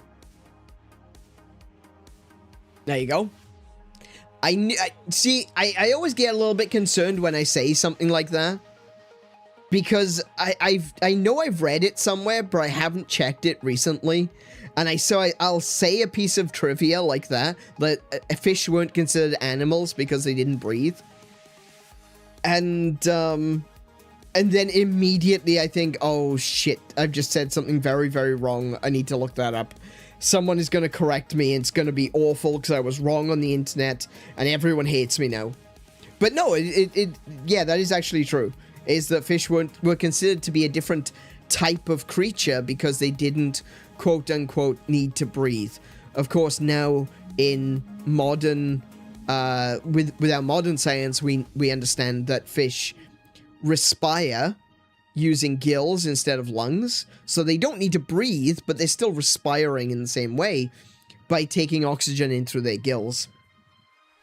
But yeah, it is gonna eternally be one of those things for me where I'm gonna say something that's a stupid piece of historical trivia, and I'm gonna have to look it up.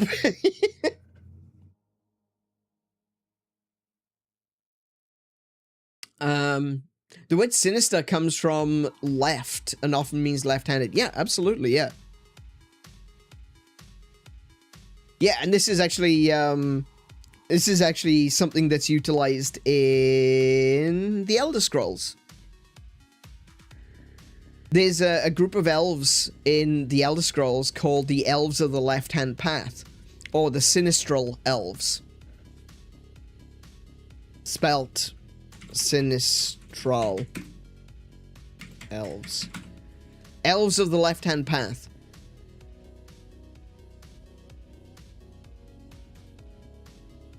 That's in Elder Scrolls. I'm pretty sure it's Elder Scrolls. See, I'm gonna look it up now. Scrolls. Sinistral Elves. The Left-Hand Elves, yes. The Sinistral 𝗲. Also known as the 𝗬𝗓𝗄𝗏.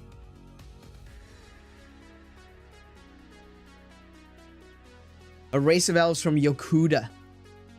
They were enemies of the Yokudans and fought a long, bitter conflict with them for thousands of years, with the Orichalchic Tower being supposedly involved in their wargame. It was said that the Left-Hand Empire was 4 times the size of the Third Empire under Tiber Septim, which itself accounted for the entirety of Tamriel. There you go. Sinistral Elves. The Elves of the Left-Hand Path.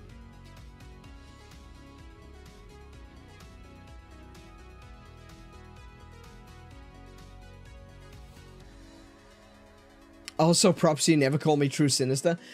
I've never seen... I've only seen that on X. So, yeah.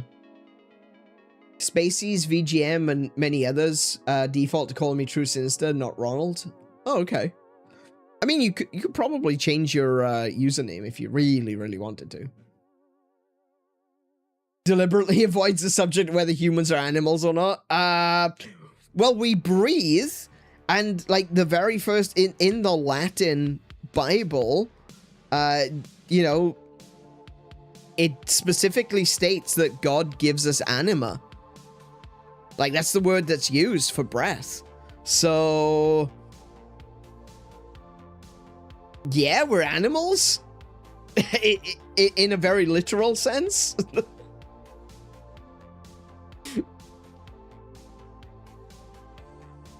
I feel like if someone said True Sinister to you, they'd be like, who the fuck is that? Very unique guy. Yes, indeed. Very unique guy. Oh, dear. I don't know. Not sure I would necessarily call you unique. I mean, everyone's unique, you know? If everyone's unique, then no one's unique, you know? Everyone is their own little snowflake. Just don't melt that easily. Hopefully. I still remember the old meme though from what's it called? It's Edward Elric from Full Metal Alchemist. And it is, you are not a special snowflake. You're the same rotting flesh as everyone else. Yeah, I like that one. I like that. That one's a good one. That one's accurate.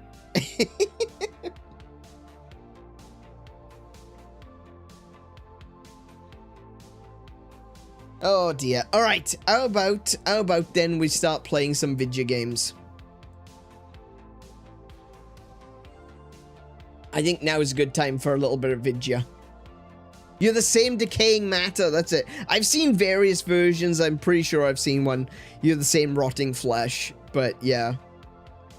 Yeah.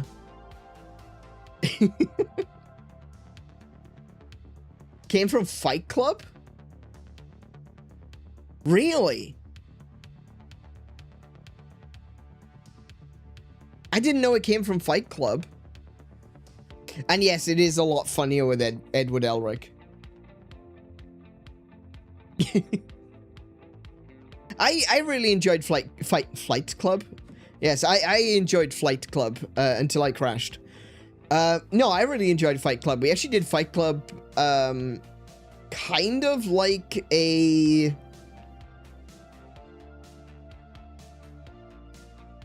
I did it in an English lesson, I remember that. It was either that we watched it in school, and I absolutely should not have been watching it at that age, or we did it as like a study. I don't remember exactly, but I remember watching it for the first time in school.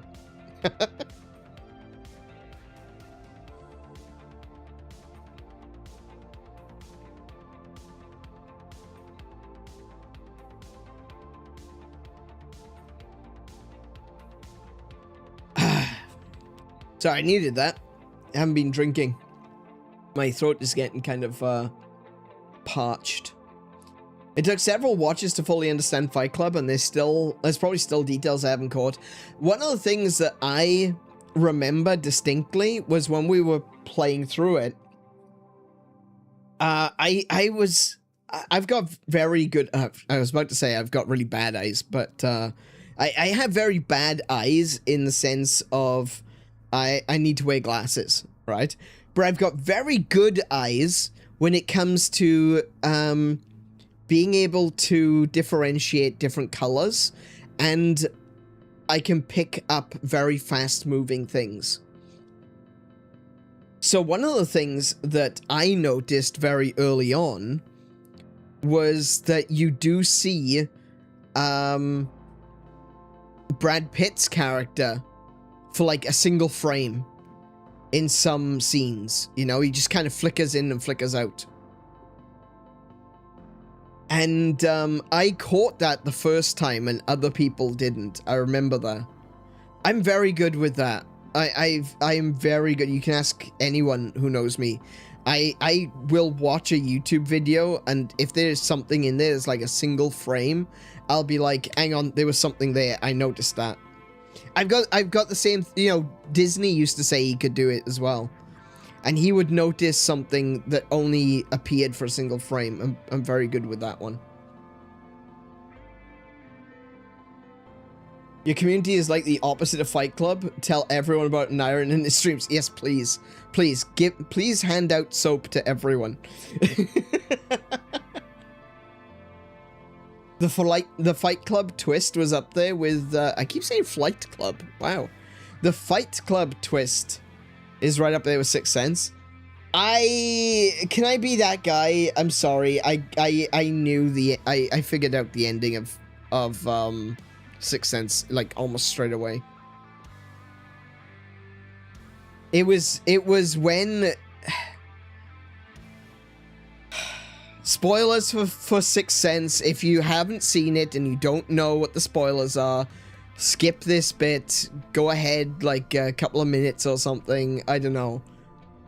I figured it out immediately.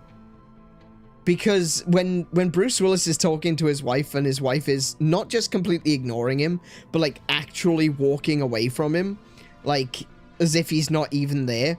And then he walks up to the door where all of his stuff is in the basement. And he walks up to the door and she's put a table in front of the door. I went, oh, he's dead. That's why he's talking to this boy and he doesn't realize it. The boy can see him because he's already dead. I figured it straight away. I'm sorry.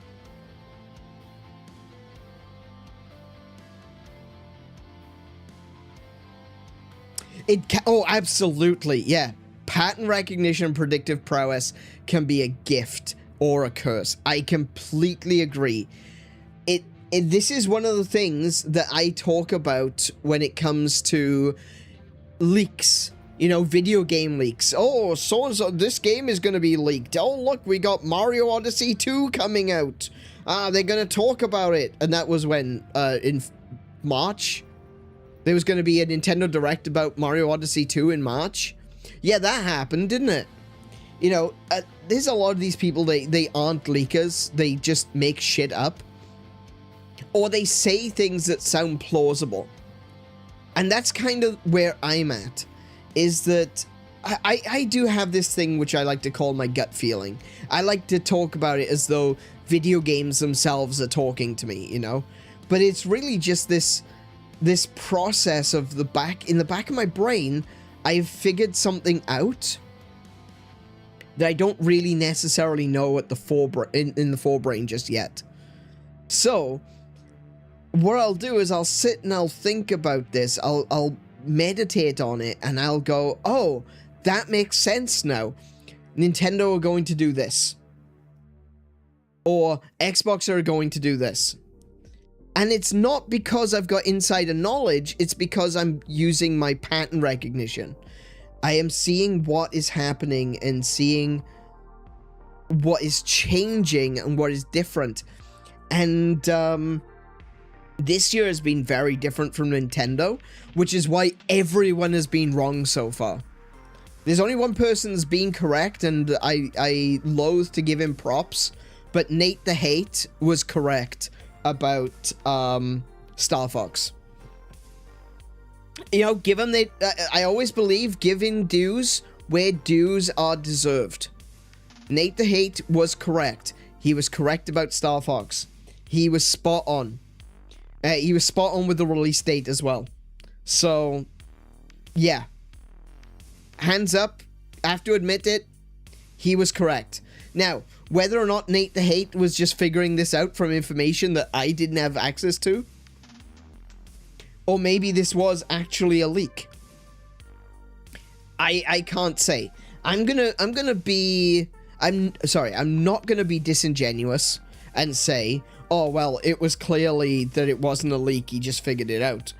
Because that's what I want it to be. That's what I want the answer to be. No, I think this was actually a legitimate leak. So, yeah. Nate the Hate was correct. Nate the Hate was right. And I give him props on that one. He was correct. So far, however, we haven't seen Mario Odyssey 2. And I'm pretty sure there was supposed to have been like 3 different Zelda Directs by now. I'm not saying that Nate the Hate predicted these. Absolutely not saying that. I'm just saying that other people have so-called predicted Mario Odyssey 2 and like 3 or 4 different Zelda games. None of which have been revealed. Even I was wrong about that one. But I think, from my part, the thing that I got wrong was timing. I do still think that those Zelda games that I've talked about are still coming. But I was basing my timing on Nintendo Direct schedules. This year has gone completely off the wall with Nintendo Direct schedules. There should have been one in March. There wasn't. There should be one next month. I don't know if there will be, but there probably will be. And, you know, I think that's happened with a lot of people. A lot of people have said, oh, there's going to be a Nintendo Direct in March. Definitely. And they call it a leak, but it's not a leak. They're just basing it on history. And I've said the same thing, but I've been very clear about it. I said I'm basing it on history. Historically speaking, there should have been a Nintendo Direct in March and there should be one in June. That hasn't happened. And as of right now, I don't know where Nintendo stands with the future of Nintendo Directs. It could just turn into a once a year thing or maybe twice a year thing. Maybe they'll do it in June and November. I don't know. But at this point in time, it seems... to me, it seems likely that they'll do it June and November. But it used to be 4 times a year. Or sometimes more. Because then you got the individual directs like Tomodachi Life and, you know, Kirby and Smash Bros. And stuff like that. Speaking of Smash Bros, I think that we will get some information about another Smash Bros in the future. And it's, I think a lot of people are not going to like it.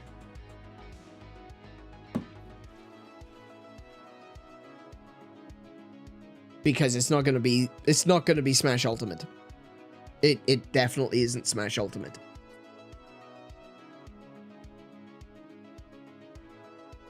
My former favorite streamer damn near predicted Star Fox 64 remake and said it was said it the day or two before the direct. Nice. He was also smart enough to have seen Avatar 1 and predicted much of what 2 and 3 would. Oh, yeah. The Avatar movies. I haven't bothered seeing 2 and 3, I gotta be honest. There was no warning or advance notice from Nintendo. No, there wasn't. There definitely wasn't any advance warning for the Star Fox Direct, but there were some people that were talking about Star Fox Direct coming. Like I said, Nate the Hate was a big part of that. He was the one saying that there would be a Direct coming, and it was going to be for Star Fox. But yeah. It's hard to have indirects when there are hardly any first-party major titles to announce. Yeah, no, I'm aware. Don't get me wrong. Look, the last thing I want is for Nintendo to come out and do a 40-minute video about games that are coming out in 2 years' time. I would be I would be more mad at that than the fact that there hasn't been one. But it does concern me that there haven't been any major first-party Nintendo titles on the Switch 2. That is very concerning. The closest thing that we've gotten to a Nintendo, like, big Nintendo game on Switch 2 has been Donkey Kong and Kirby. I'm sorry, when Donkey Kong and Kirby are your A-liners, that's scary. That is a scary time. Where's Zelda? Where's Mario? Where's Xenoblade? Where is... mind go blank. We know that there's a Fire Emblem coming. When is that coming? We don't know. It's concerning that we haven't had any information. Now, I agree. Don't do a Nintendo Direct if they don't have games to show. But why don't they have games to show? What is happening?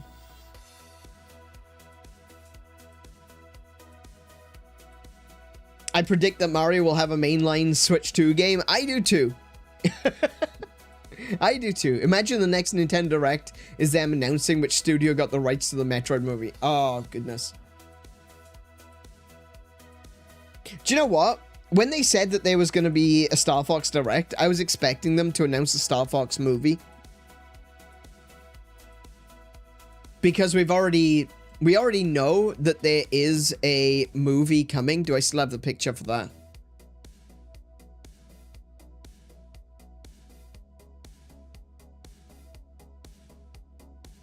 No, it doesn't look like I do.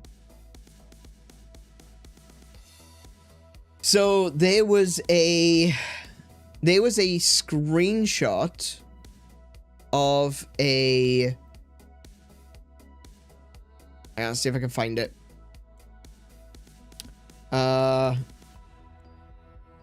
Illumination 2028 movie. So there's a Nintendo. Oh, hang on. I got it. I got the picture. I want to make sure I have this when I talk about it. Okay. Save image as Nintendo Illumination. There we go. Cool. All right. We'll pull this in like that. All right. So we got this. This is really interesting. So it says, oh, that's above my, hang on a second. That's too high. Needs to be below my pointer. Oh no, now it's below me. Oh. Hang on. Why is my pointer down that low? That's wrong. Pointer should be up here. There we go. Okay. Right. So what this shows is on the 12th of April, 2028, there's an untitled Illumination Nintendo event film for April 2028. So this, I figured this was going to be, the reason it was untitled is because it was going to be the Star Fox movie. And so when they said that they were going to be doing a Star Fox Direct, I was expecting a Star Fox movie. But it wasn't. It was the Star Fox 64 remake. So, yeah, I don't know. I'm actually a little confused now. I don't know what this is going to be. This could be Mario 3. I think 2028 is probably doable for Mario 3. Some people said it takes more than 2 years, but no, they got all the assets now. They don't really have to do too much with that. They just have to make the movies. There's going to be more assets that they have to make it a, you know, viable film. But, yeah. It does seem that, there may be another movie. It could be Mario. I thought it was going to be Star Fox, but I think it's going to be... I think it might be Mario at this point. Hey, JC, welcome to the stream. How you doing today? Y'all talk about the Switch 2 going up in price yet? No, I haven't yet. I said it was going to happen, though. I knew it was going to happen. They all had to. They all have. Xbox has gone up in price. PlayStation gone up in price twice. It was only a matter of time before the Switch 2 went up.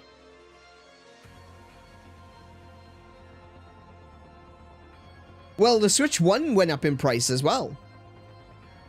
That was the thing that a lot of people were mad at, but actually that was a really good move, in my opinion.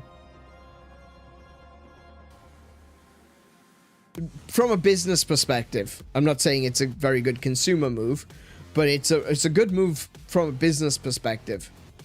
So because they raised the price on the Switch 1s, it encouraged more people to buy a Switch 2 instead. But then anyone who did buy a Switch 1 paid the extra amount for the parts. So I think that made sense. I think that actually made sense. That they held off on putting up the price for the Switch 2 as long as they could and raised the price of the Switch 1 instead. I'm not really mad at Nintendo because it's just sadly the situation with the world that we're in. Technology is going through the roof thanks to AI bullshit. And sadly that means that, you know, that includes games consoles. That includes the Switch. If anyone's mad, like, I don't know. I think if anyone is mad at the Nintendo Switch being, the price going up, and they weren't mad at the PlayStation prices going up, I mean, that just says everything, really. I mean, you gotta remember that Sony were the ones that were bragging that they that they had stockpiled loads of parts. And that's the thing. That's the thing that they did. You know, they came out and they were bragging at, oh, our amazing foresight into the games industry. We stockpiled loads of parts, so our prices don't have to go up. They raised the prices twice because they didn't stockpile enough. And because they stockpiled, they probably had loads of parts that were just sitting there, weren't doing anything, weren't getting used. So they had to do something.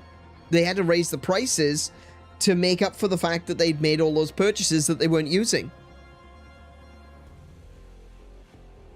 Very short-sighted.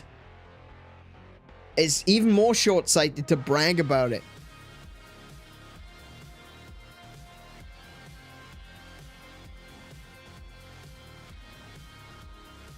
I was telling my friend that nobody can afford anything because the prices are rising, but people need to raise prices to make enough to be able to afford things. It's a vicious cycle. It is. It absolutely is. And, you know, while we, you know, a big part of it is, of course, a big part of us not being able to afford anything is because of, in the technology space at very least, is because of these companies buying up and creating a huge demand. But the fact that people are not able to afford things, well, that's a little bit older than that. You know, just generally speaking, the prices are going up. And it really took a huge jump in cost with the COOF. Like, there was so much that affected pricing during that time. It's, yeah. That really screwed. That's, the COOF is gonna screw us for years to come. I dare say that we're gonna be an entire decade out, and we will still be feeling the effects of the COOF. That destroyed so many lives. And we're only now recovering.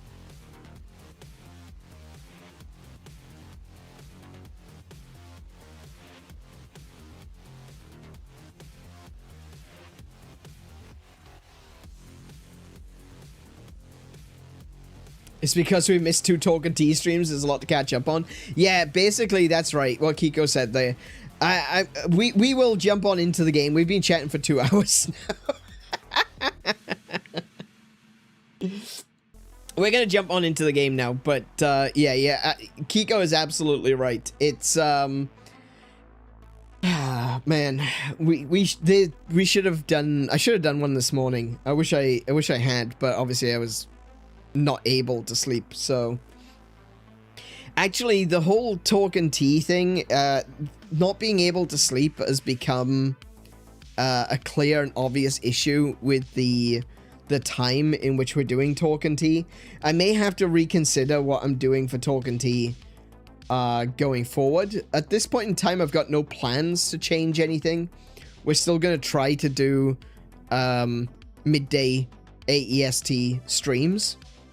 But of course, you know, if it doesn't happen, I'll try to be more on the ball of letting you guys know ahead of time that I've not slept. And, yeah. I'll just try to be a bit more clear. I know I dropped the ball this morning, in my tired state. I didn't let everyone know that there wouldn't be one. But now that we're here, you know, I'm gonna try to do better in the future, make sure that everyone is kept apprised of when things are gonna happen. But with that, let us jump on in to the video game. Otherwise this is gonna be another 3 streams before we actually finish it. Alrighty, so in the last episode,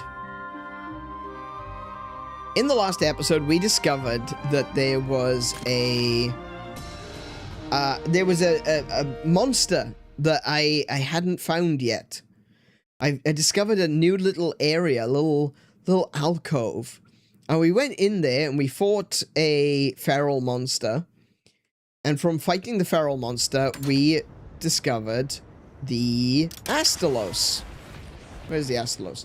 And then I went through the entire process of leveling up the Rathalos. So now we've got a Bolt Reaver Rathalos. Gorgeous monster here. And then, at the end of the last stream, I found a Tigrex. Tigrex is one of my favorite monsters of all time. Right? And I have done the same kind of leveling as I did to get this Rathalos up to its deviant form, to its the Bolt Reaver form, and I now have a Grimclaw Tigrex, and I am so happy. Look at him! Look at him!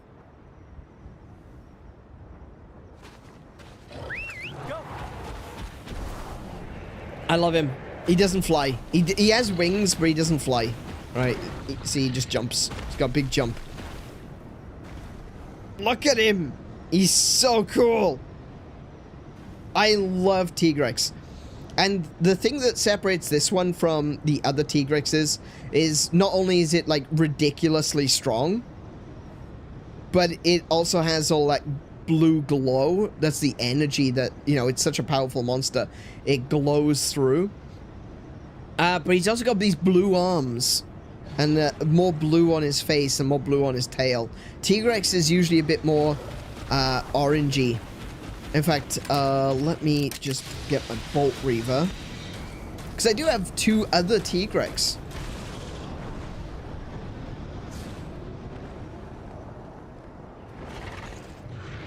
Don't turn around when I'm doing that.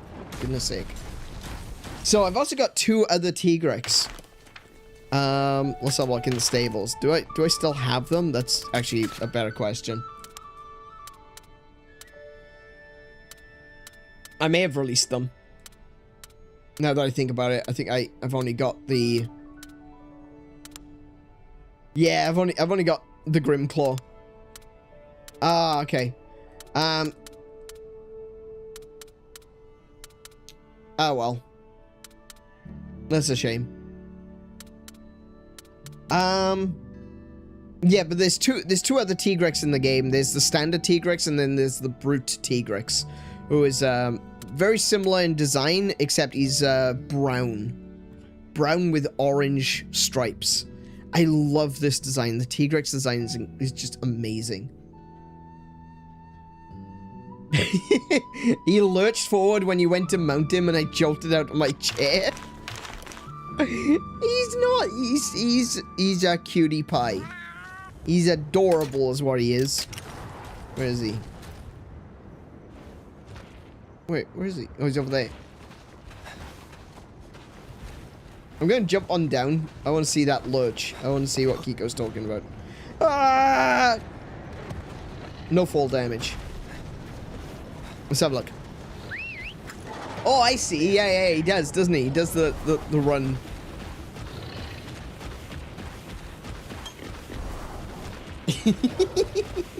I love the way they run.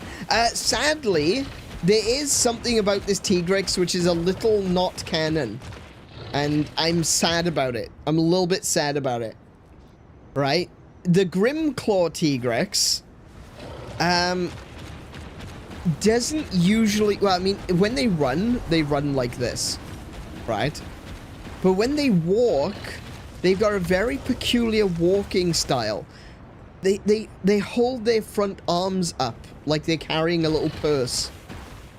And unfortunately, they don't have that in this game. They just move like this. And I thought there was gonna be, you know, if you walk very slowly. Oh, he looks like he's prowling now. Look at that. Look at that. Ah! I thought that if you got him to walk slowly, perhaps he would hold up his hands, but he doesn't, sadly. Now, we got a super rare den here, so we may as well look for something. We got Baroth here.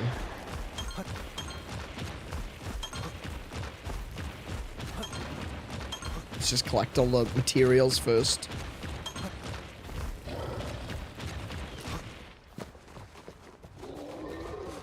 Alrighty, what can we get? You cannot pick up eggs, any more eggs. Either discard egg. Oh. Oh. Oh, yeah, right. Okay. I have a lot of eggs to hatch.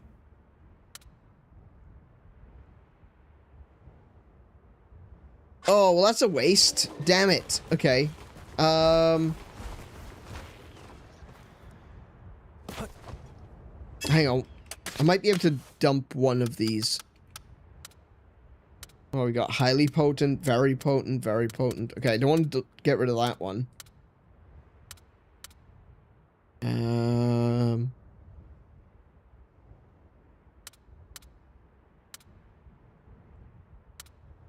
Could get rid of one of the 𝗦𝘄𝗶𝘁𝗰𝗵s. There we go. See what we can find. Oh, quickly with the highly potent 𝗬𝗁𝗀𝗁. Oh, that's the only egg. Okay, never mind. There was just one egg. Okay, we got a highly potent 𝗬𝗁𝗀𝗁. There we go. Will the den disappear? Yeah, if you go into a den and then you leave without collecting anything, the den will disappear. But that's fine. We got the 𝗬𝗁𝗀𝗁 egg. We're gonna go,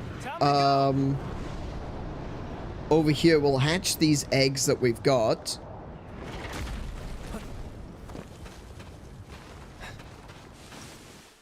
Because we got some new ones. We got a couple of new ones. So I'm very... I know what they're gonna be, but yeah. Check out these babies. Right? we got these two. These two are gonna be brand new. I know what they are. I'm very curious what they're gonna look like though. There's the 𝗦𝘄𝗶𝘁𝗰𝗵. What do we get? We got ice attack boost L. That's not a bad gene. That's pretty good. 𝗬𝗁𝗀𝗁, who is the cutest little puppy. He's a very cute little puppy. Ooh, hang on. We got an XL for this one. Head-to-head master. Nice. An elemental assault L. Cool. Okay. 𝗦𝘄𝗶𝘁𝗰𝗵. His eyes, the eyes of the 𝗦𝘄𝗶𝘁𝗁 are a little bit odd for me. They look good. The bright blue eyes look amazing on the full-size 𝗦𝘄𝗶𝘁. But for the baby, it's like it really offsets against the rest of the colors. See, look, he looks fine when the eyes are not quite as prominent. We got two L's. We got Salt in the Wound L and Inflict Rate Up L. Those are two fantastic abilities. Here we go! Baby Arkveld! Look at him! He still looks like an old man. Even though he's a baby, he looks like an old man.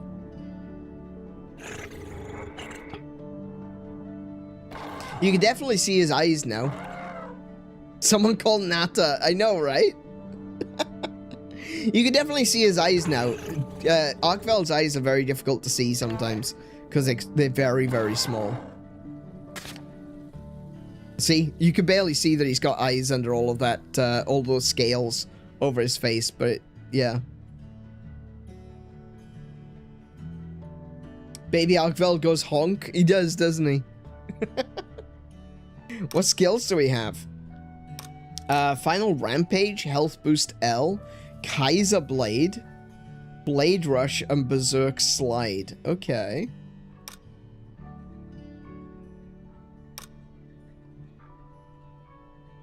Skill Tendency Support. Oh, okay. Alright. Interesting. I thought he would have been more of an attacker because he's extremely dangerous. He's got resistance to every element except dragon.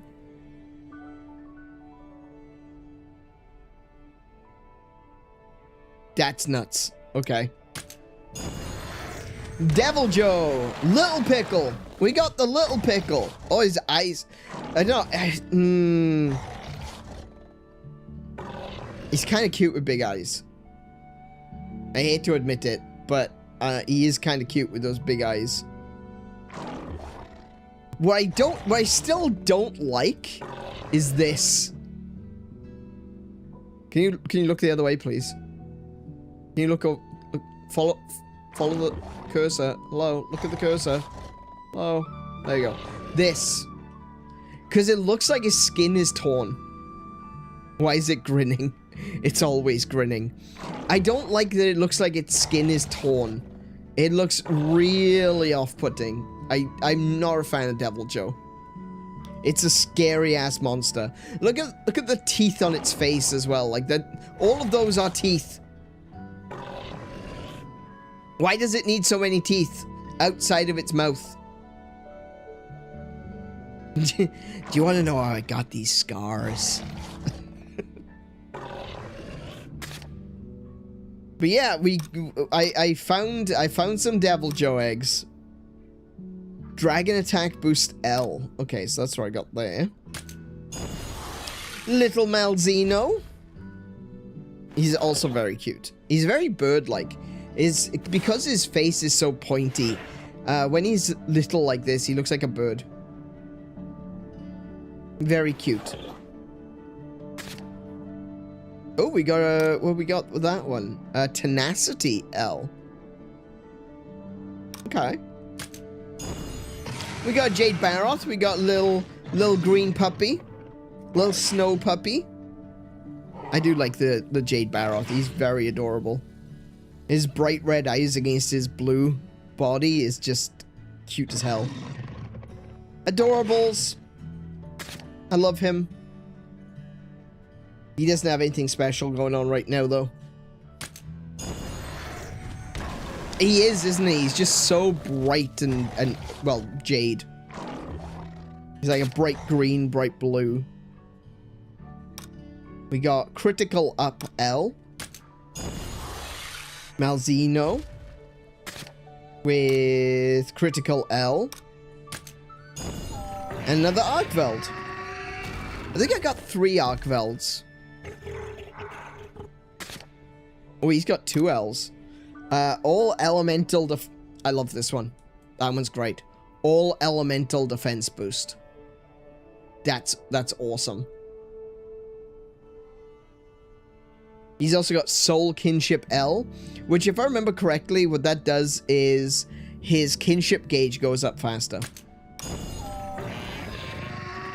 He does go honk. You're right. Kiko is right. He does go honk.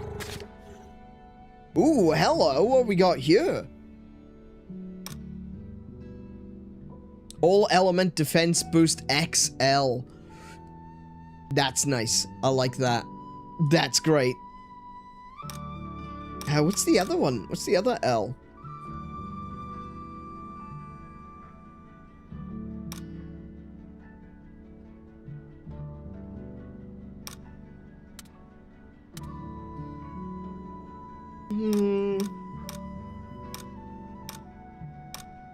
I know, because we got an X and an L.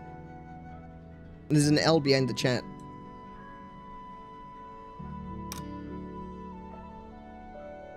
It could be an all-element defense boost L and an all-element defense boost XL. And then it wouldn't show up, I don't think. Okay. And then we got the Garen Golem that we just picked. Oh! Hold on. He's a dragon-type Garen Golem.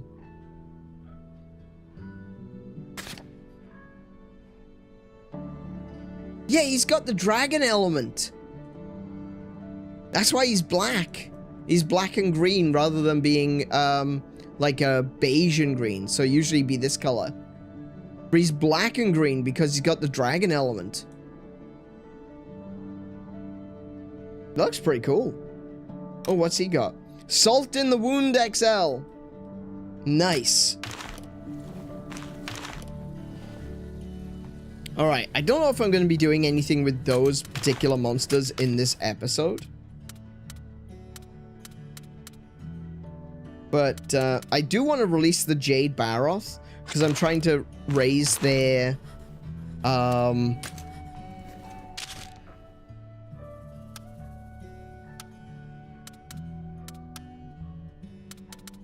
trying to raise their population here.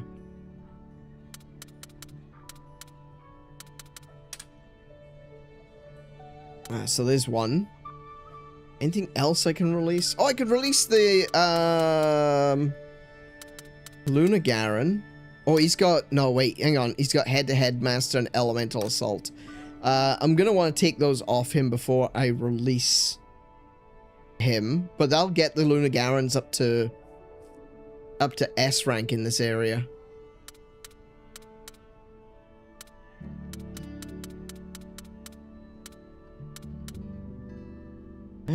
Anything else? Nothing else in this area. Oh, Legiana. I don't have any other Legiana. Okay, we'll just release the 𝗬𝗂𝗁. Off he goes. Into the cave.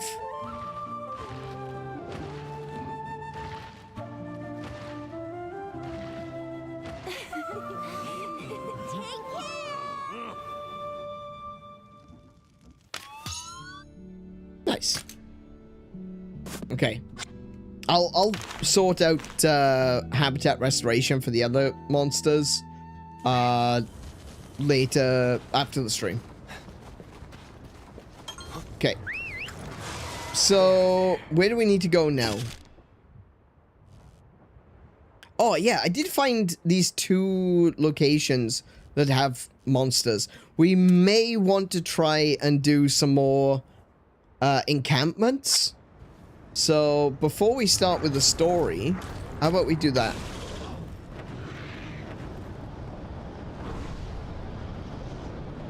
I'm going the wrong direction.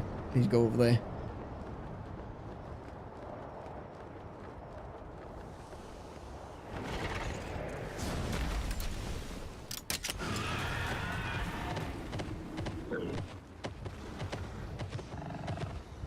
Hopefully I'm strong enough to fight these, Oh, wait, whoa, wait, what? It's just been sitting there? Dragon defense boost S. Ooh.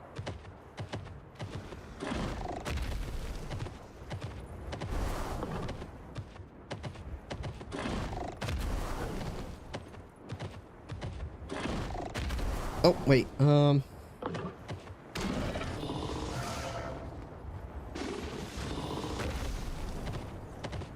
okay. So to get to this first one, I have to go... I need a flying monster. I need to go that way.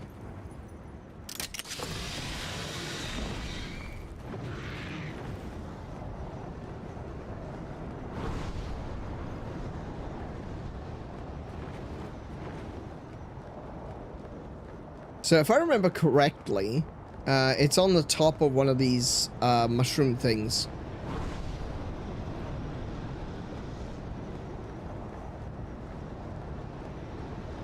Ah, yep, there he is. Ooh, it's a Gravios? Ooh, okay. Careful.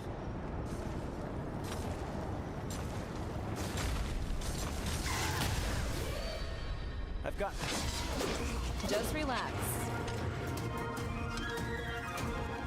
Oh, wait, hang on a sec. I've made a mistake. I have made a big mistake. I have come into this fight. I am wearing the wrong armor. I should not have done that, and I can't run away. Okay. So, whoops. Let's just start by smacking it on the head. Nailed it. Let's do this. Okay, so in its standard form, it's going to use powered... Oh, wait, hold on a second. When it's not enraged, it doesn't produce the crystal surrounding itself, so it's not going to use a feral backlash. So instead, I want to go for... Oh, I want swords.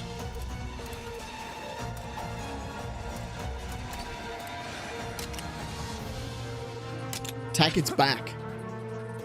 Amazing.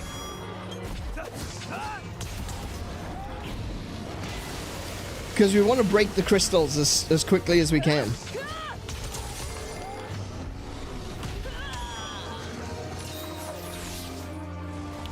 Mr. Doctor No Sleep.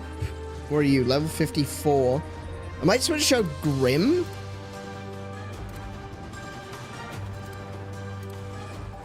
And see if I can get Grim to use... if I can get him to hit with this attack. Because the attack that I've got here is... Wait, hold on a second. Oh, that's the stomach? That's the back. Oh, no, I've been aiming at the wrong thing. I'm an idiot. Okay. Counting on you. Let's get Tigrex out here. And I want to go with a flash coating.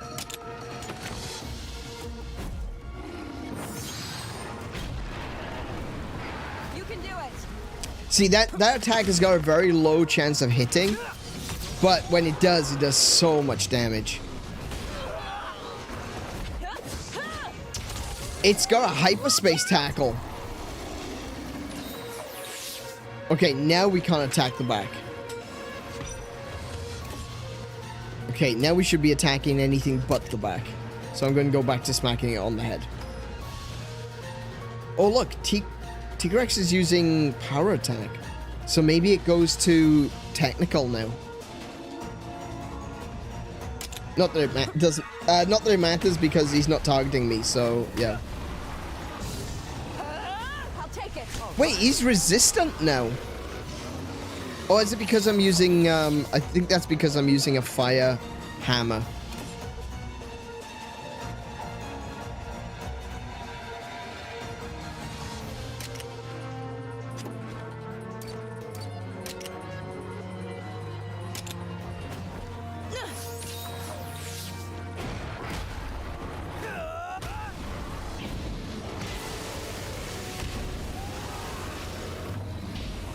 Uh-oh.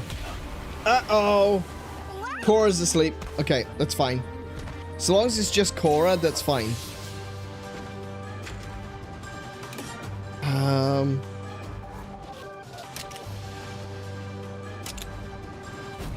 Oh, it's gonna use hyperspace tackle again.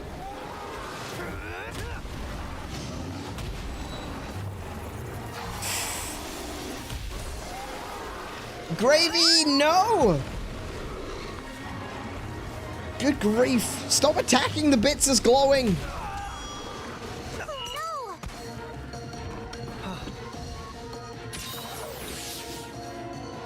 Okay. Okay, so I'm gonna go with not a herb potion.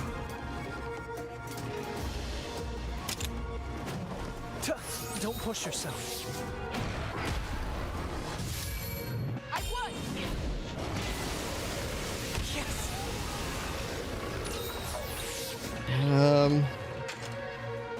His Wyvern Soul gauge is extremely low.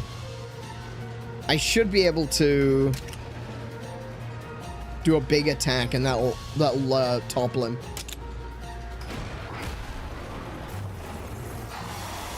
Ah, Tiggy White! This'll do it. There you go. Oh, he's staggered. He's not toppled. He's staggered.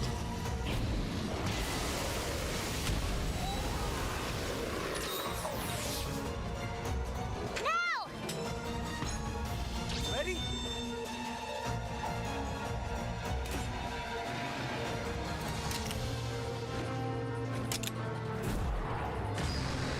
Let's go. Thanks.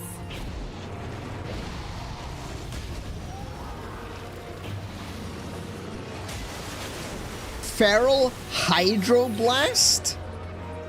Calm down. Hydroblast? From a Gravios? Oh, it's blue. Oh, it's very difficult. I thought it was a black Gravios. It's not. It's a blue Gravios. It's a water type Gravios. Oh, okay. I wasn't expecting that.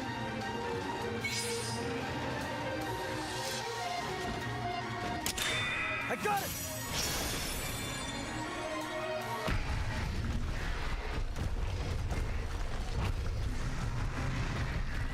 Get him, get him, get him, get him, get him, get him, get him!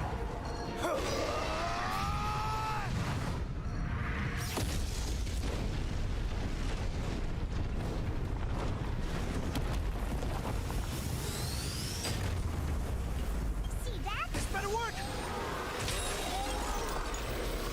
And there we go. Crystal's broken.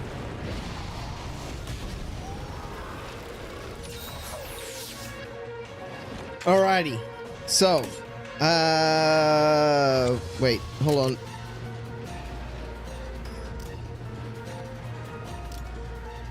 If I want to inflict Wyvern Soul damage, my best bet will be aiming for the head and aim for the stomach. So, let's go with stomach for now.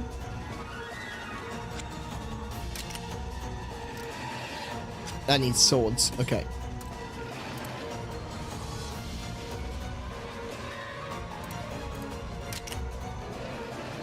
Let's see. Yeah, that'll end it. That'll do it. That'll be the one. Good going. Now's your chance. And synchro. Perfect.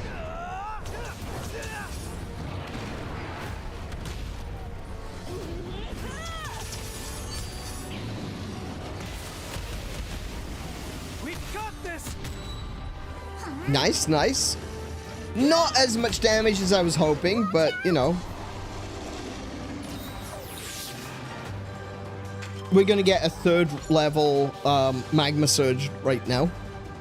So, I don't need to worry about the fact that it's targeting me. So, instead, I'll go into Lunge Stance.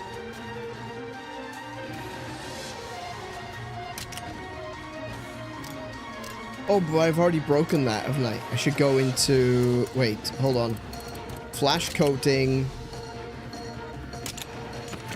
Attack the back. I've got this.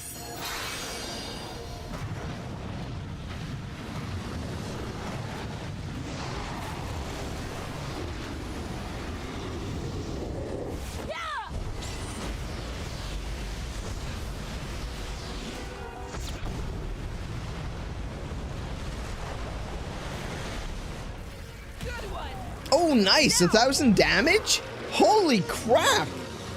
Whoa! She put the hurt down.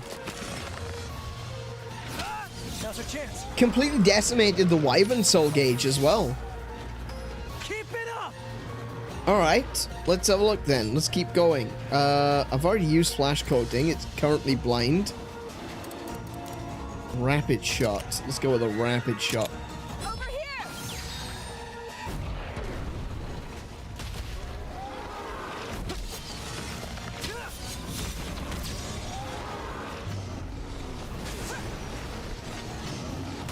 I think Gravy was the only one that got hit by that.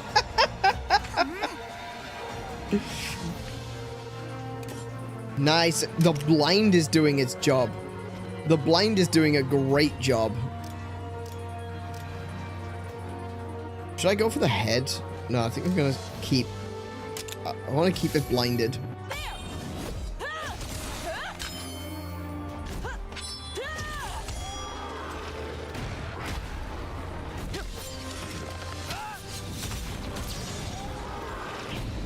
It's so close. We nearly got it. There it is. Nice. Feral Gravios has been defeated. That wasn't too bad. That was actually quite easy. On to the next. We are now coming back into earlier, parts of the game with very, very up-to-date monsters and stats and skills. I did some work off stream, building up my weapons and armor. Honestly, that was not a very well put together fight from my end, but at very least we got through it, no problem. What level am I? We're mostly around level 59. So Mr. Dr. No Sleep and Grim are both in the low 50s, whereas everyone else is 59.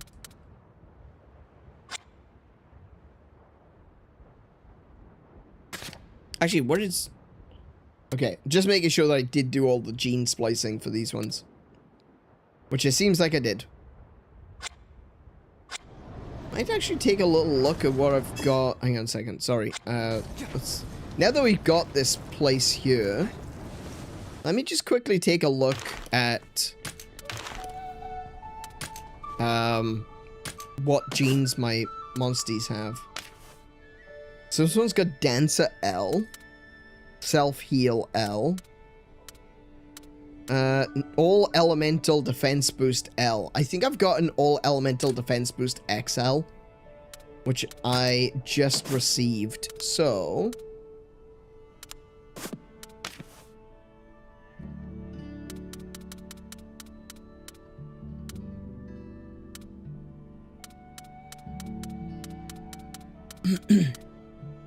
All Elemental Defense Boost XL. There it is. Yeah, we'll have that. Right channel, because results... Oh, Arkveld... okay, Arkveld has got... Okay. So, basically, what this is All Elemental Defense Boost XL, and this is All Elemental Defense Boost L. So I can't trade those two because it'll have two L's. And it can't have two L's. So what I'm going to have to do is... I tell you what I'm going to do. If I trade out... Hang on.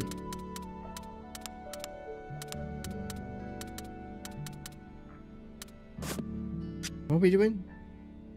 Oh, yeah, that's right. Okay, I want to put this onto one of the... monsties. All Elemental Defense Boost L. Okay, he's got that one.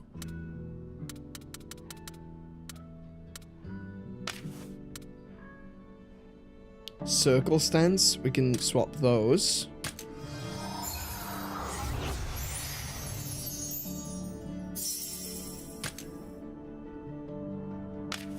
Then we go circle stance.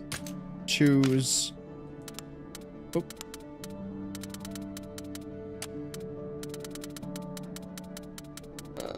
Where is it? All Elemental Defense Boost XL. There we go. Done.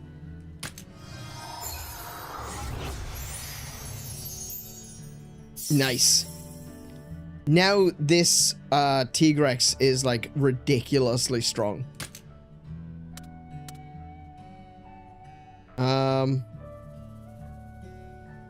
See if there's anything else I can swap. Self-heal? Do we have a self-heal XL? Please have a self-heal XL.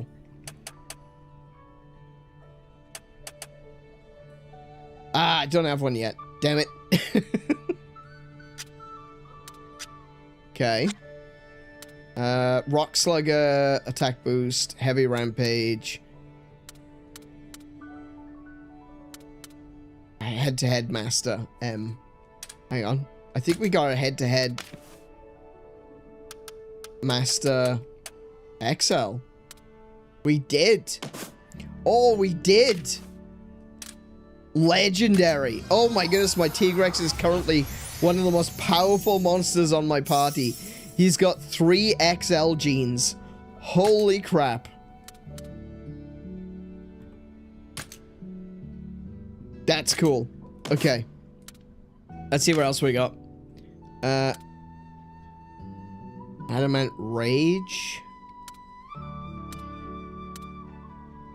Do I have an improved self-heal? Please tell me I've got something better than small. Oh wait, I've got the wrong... There we go.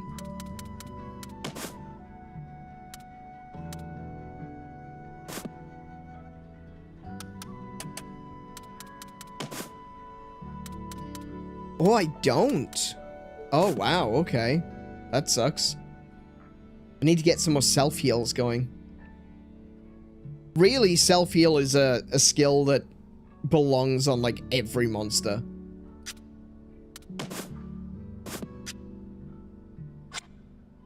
Let's see. Plasma Blast, Thunder Attack Boost, M.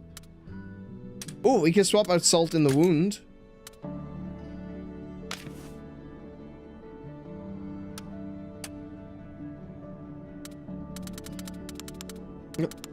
Salt in the Wound.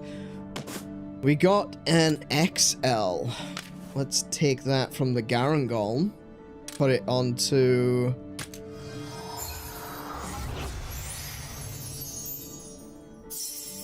the Bolt Reaver.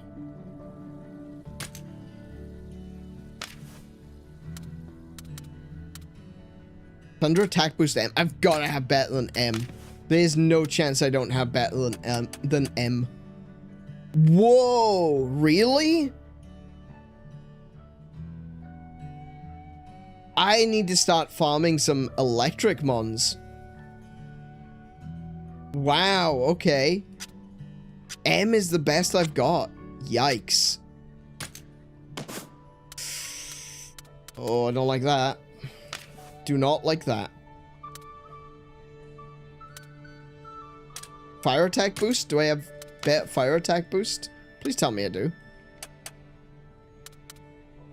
I've got an L. Oh, I've got an L, Yep.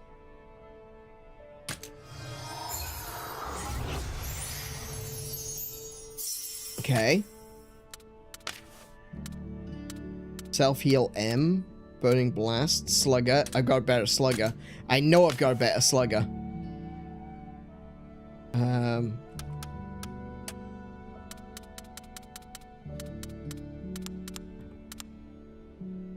Oh wait, it's fire, isn't it? There we go. Slugger.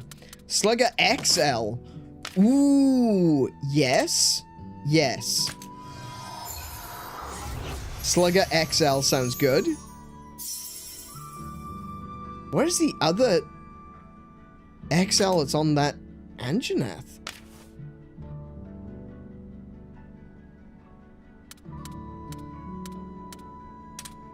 We'll just quickly take a look at that oh wait. That Anjanath. Where is it? This one. Instigator XL. Oh, right, okay. Yeah, not too worried about that one. Oops, too far. Okay, Sweet Dreams. We got, probably have a better Synchronize. Synchronize L. Yes. Nice.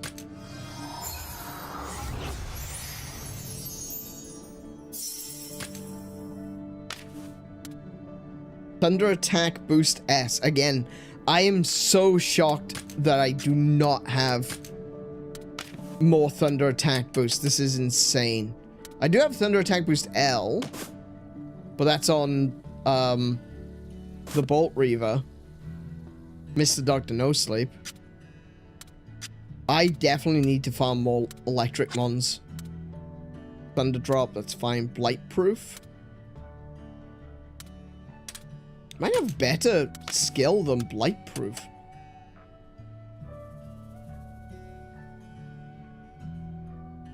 Or not. Or not, it turns out. Oh, wait. I can check a self-heal on.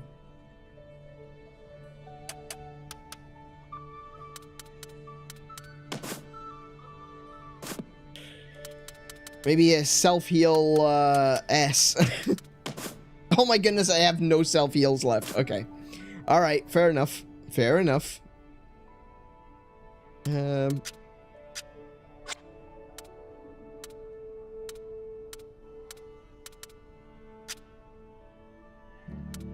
And we'll check out OJ as well, see what we can do there. Inflict rate up M. I think I got a new inflict rate up, so that will be a good one to get. Oh, there we go. Inflict rate up L. Nice.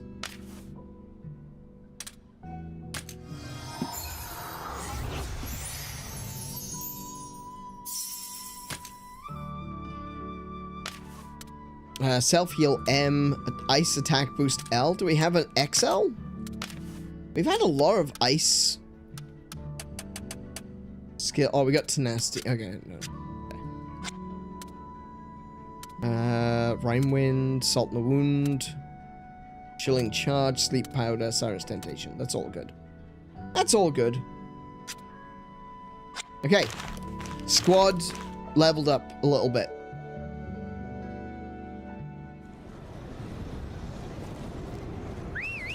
Go. Right, so where do we want to go? We want to get this one. Now, I know what this one is. This one is going to be a Glavenus. Now, I would assume that it's going to be a fire Glavenus, but I do not know. I don't know if it's going to be a fire Glavenus because they give them an element. They give them a special element.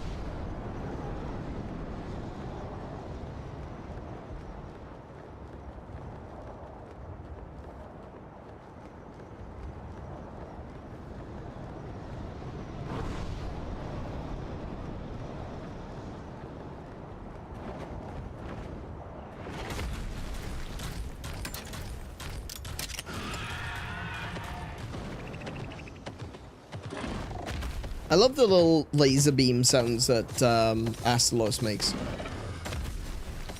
When he comes in and when he leaves and when he starts to fly, he makes this little chittering laser beam noise.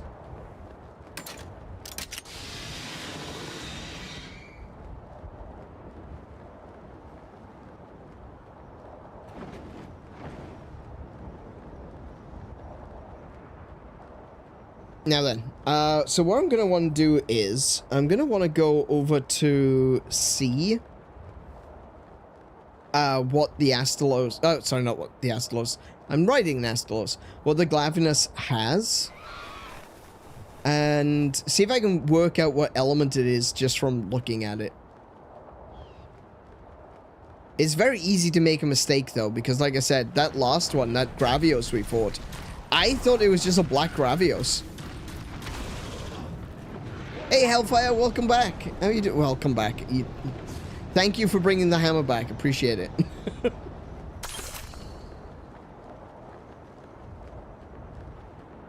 Yeah, it sounds like a hawk. That's right. He does sound like a hawk. Even though he's a neon bug dragon.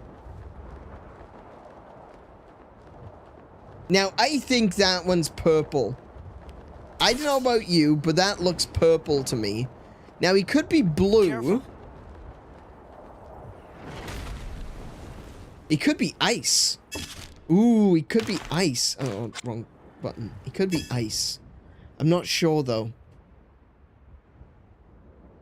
Let's have a look at my equipment. If he's ice, I've got the right set to have. I just need different armor. I'm gonna go out on a limb and suggest that it might be ice. Yeah.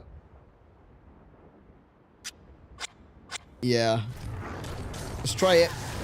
Oh, too short. Wait, he didn't attack me. Do I get... No, I don't get preemptive strike. I think he's ice. That looks ice to me. Because he's got that, like, that greenish blue. He's got that teal. I think he's ice. Oh yeah, we've got Magnamarlos now. I just need to level one up so that we can name him after you. His Glavenus though. Let's see. So there's Blightstone on his head, but not on his tail. Okay. Yo, off my first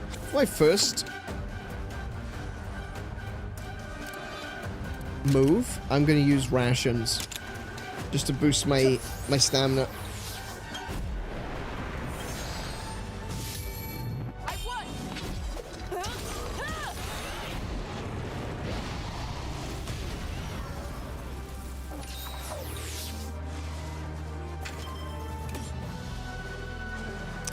Spirit Reckoning on the tail.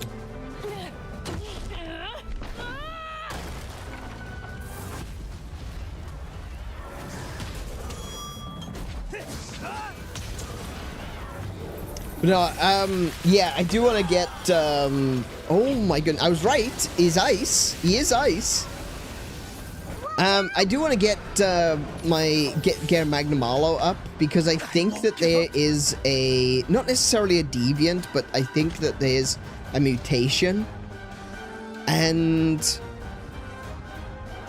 I'm not entirely sure where it's going to be. I think it's it could be like a scorned, I'm not sure. I'll have to look into it. But I think we can get like a really hyper-powered 𝗬𝗁𝗵𝗁.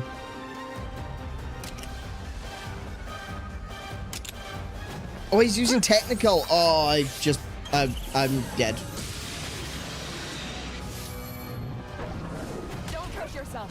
No. That was bad. That was bad choice.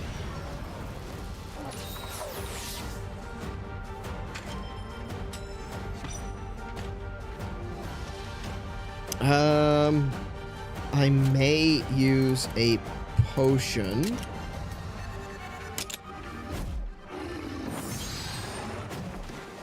Are you okay?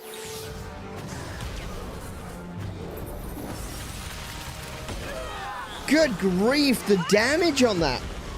Hang on, I'm gonna have to switch out, I definitely have to switch out, Dr. No Sleep, because I'm going to die. Maybe switch in for...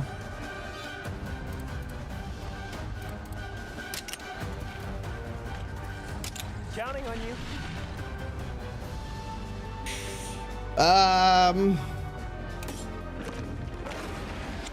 Kind of feel like I need to heal myself here.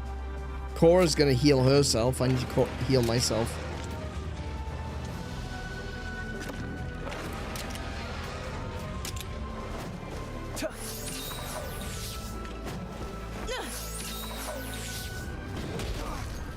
That's fine. That's good. That's okay. Thank you.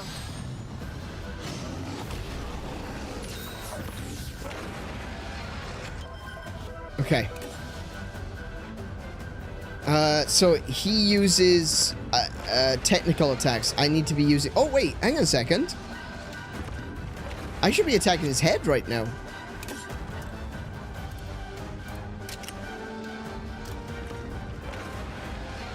Yeah, I need to be attacking the head.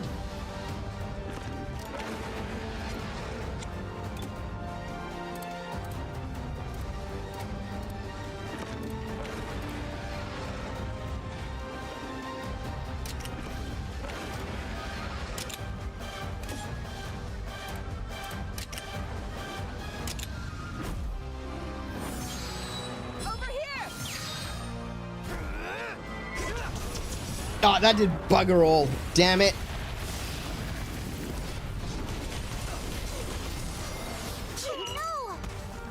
Oh my goodness, that was some damage. All right.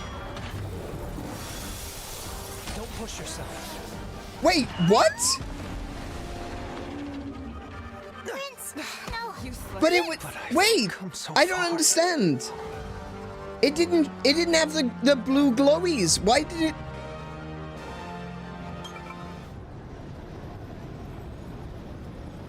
I don't understand what happened there.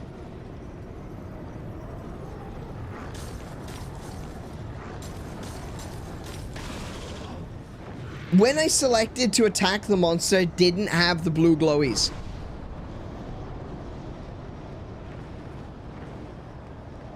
It just basically turned the blue glowies on as Timkin attacked and then did a backlash. Since when could it do that?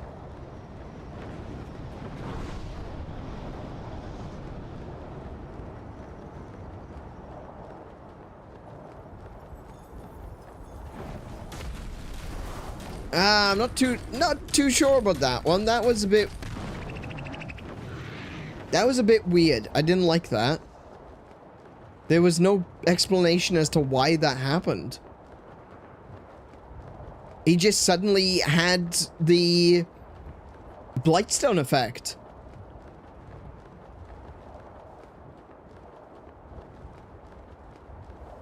I mean, I wouldn't have had the monsters... I wouldn't have directed the monster to attack the head if it was, if it had the Blightstone effect. I'm not sure about that.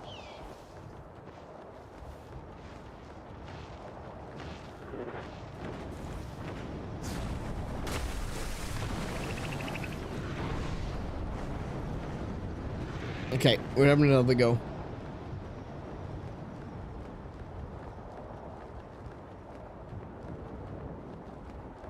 I am thoroughly confused by that one.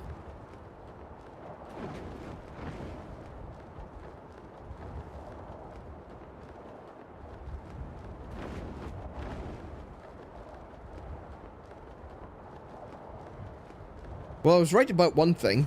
It is ice. So let me just double check my items. I don't think fire is doing enough damage to it. So maybe I'll go with something which is just higher damage, but maybe doesn't rely on an element.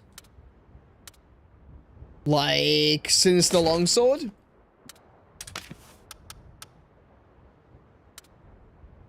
And Sinister Hammer? I don't have the Sinister Bow, unfortunately, but I do have a Diablos Bow. So have a look what skills I got. Spirit Reckoning, Retaliation Stance, Spirit Release Slash, and Unsheathing Strike and Counter Boost. Spinning Meteor, Backlash Blitz, Windmill Bash, Soul Break.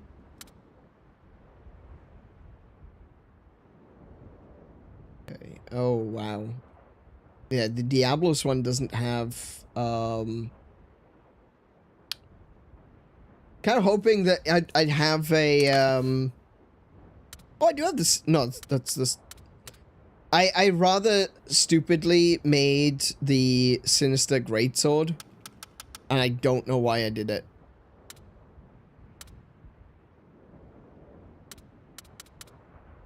The Diablos bow does not have, like, flash coating or poison coating. It's got exhaust, attack down, and evasion down. Which isn't terrible, but it also doesn't have any slots. I would really like to blind this thing.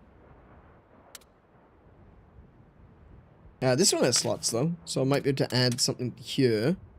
Spinning Meteor, Backlash Blitz, Windmill Bash, Soul Break. I can add Perfect Strike.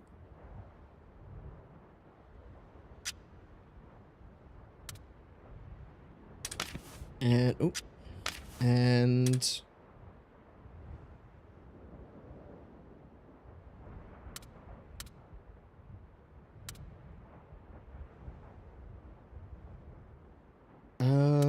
Spirit Blade deals damage to one enemy.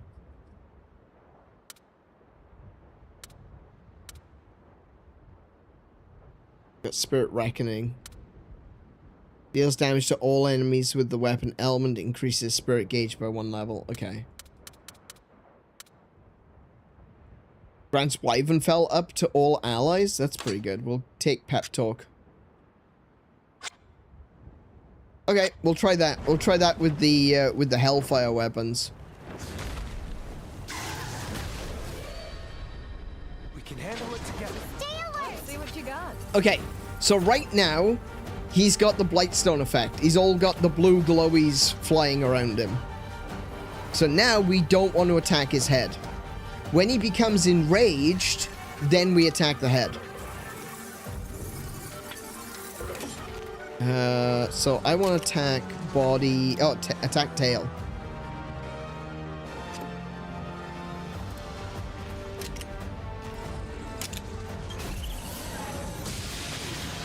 Nice one. Starting off by getting all that power up.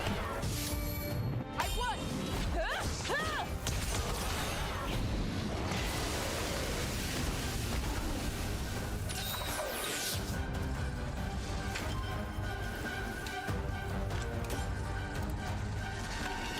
Deals damage to one enemy with the weapon element, then assumes the retaliation stance, which launches counterattacks after enemies attack. Requires spirit gauge 1 or higher. Okay, we'll do that one. Actually, wait. We'll pep talk. Over here. No! Don't! Oh, wait, yeah, okay. Let's go. Let's go. Okay, she's got taunt, which is fine. I do need to get Mr. Dr. No Sleep out immediately. I should not have had Mr. Dr. No Sleep. Hang on. Swap for...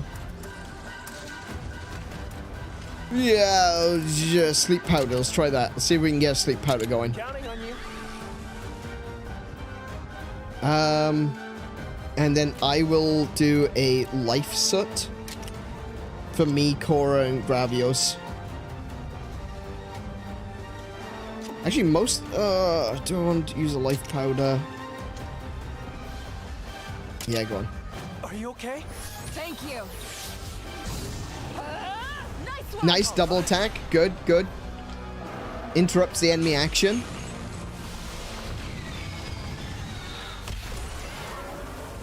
Now. Oh, it's asleep. Fantastic. All right.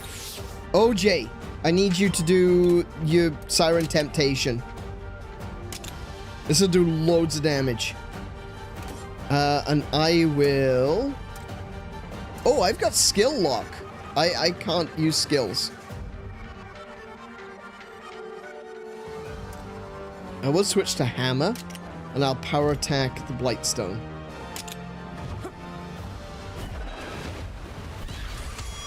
$1,000 damage, sick. Well done, OJ.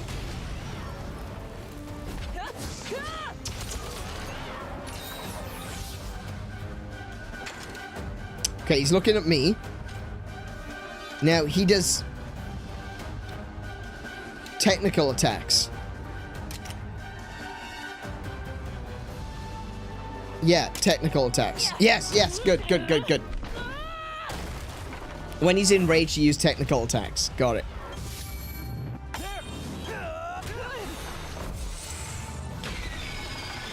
Nice one, yeah, Rhyme Wind. Excellent.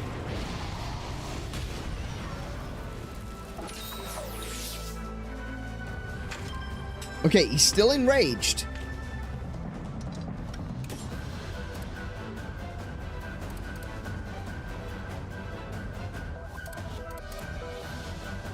I don't know what he's looking at. I think he's going to hit every single one of us. I think he's going to do a big attack. I could use Backlash Blitz. Let's do it. I'll be able to tank the hit and then do a counterattack. Yep, yep. Okay, that might not... Did I tank it? I did! Oh, wait, look! So when he uses that, when he uses the attack that does the tail grab, it immediately activates the Blightstone. So even though he hasn't actually calmed down yet, as soon as he uses the tail grab attack, his Blightstone comes back up. Okay. That is a very, very unique, ability for this monster.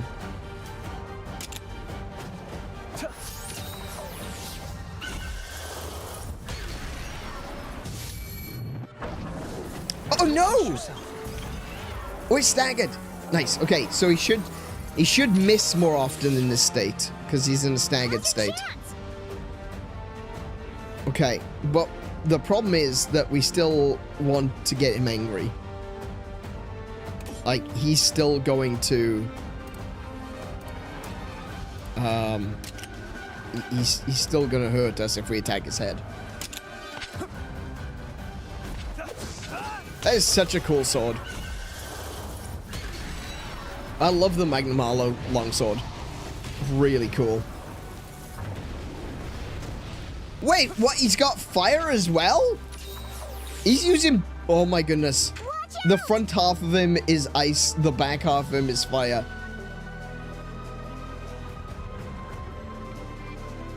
Okay.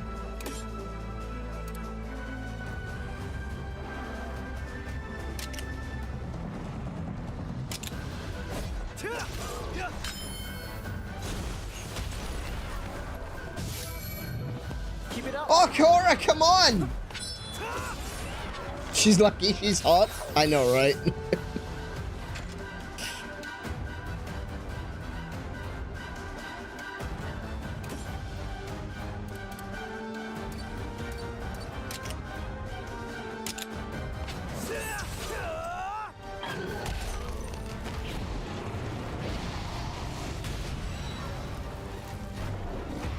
Oh, here he goes again.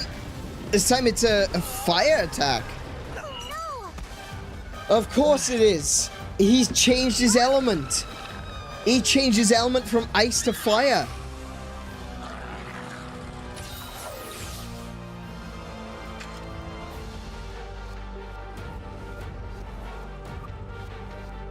Oh no. My armor is strong against ice, not strong against fire.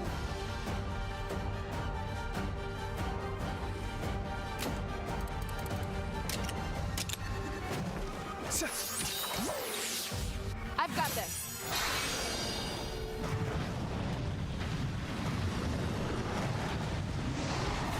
Okay. That's got me rethinking this entire fight.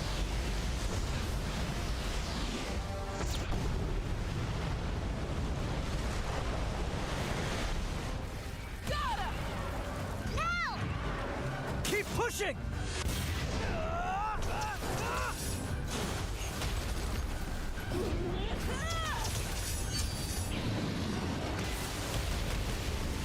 We showed them. Nice, nice, cool, lots of damage. Thank you. Okay, he's not in. Whoa, hold on. He's not enraged, but his Blightstone has gone away. Oh my goodness, I don't even know what caused him to be Blightstone. Okay, switch to.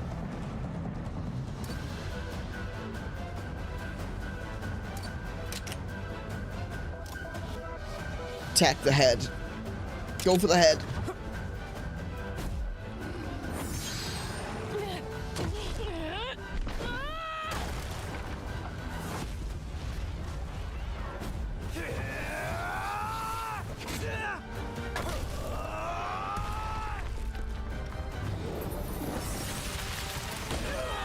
Now he's doing the ice stuff again. Nice, nice, nice. He's asleep. He's asleep. Good, good, good, good, good. Good, good, good. I like it when he's asleep. Oh, thank you, Cora. Oh my goodness, yes. Ready?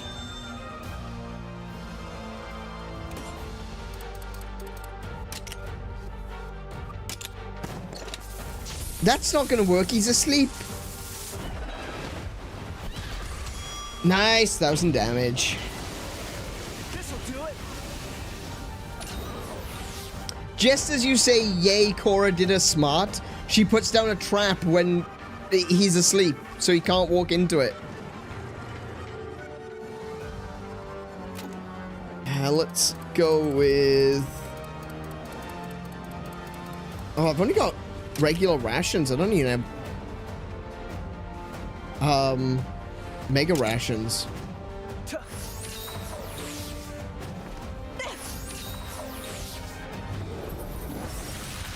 Damn. Oh, no, I'm good. I'm good. I'm good. Watch out!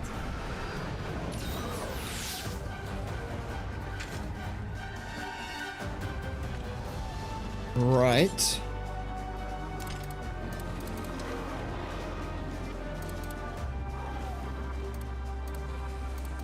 I'm gonna sleep powder. Again, if I can keep him asleep, that'll be good. One of the benefits of having OJ out is the fact that I can just keep them asleep. Now's our chance. Yes, nice.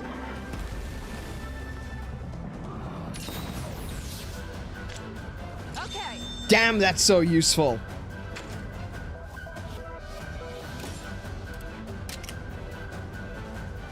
That'll be it. That's it. We've broken the crystals. Legendary. We don't have to worry about the feral backlash now.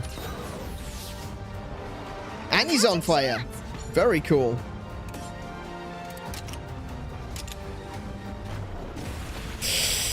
Ooh. Nope. Missed. Completely missed.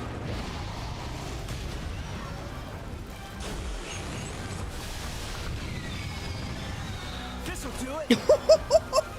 3 in a row. Alrighty. It's calmed down. It's not calmed down. It's asleep. There's a difference, Rudy. For goodness sake. Good going. Man, I'm loving dropping those 1,000 damage hits. That is so good. Keep it up. Just swapping back and forth between Sleep Powder and Siren's Temptation is doing loads of damage.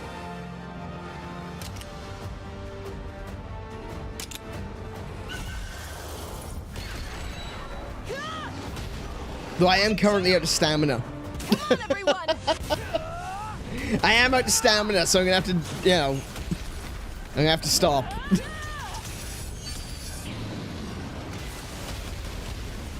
How about this? Okay, both myself and Cora have level 3 kinship. So I'm gonna let her use hers. And I'll do mine in the next turn.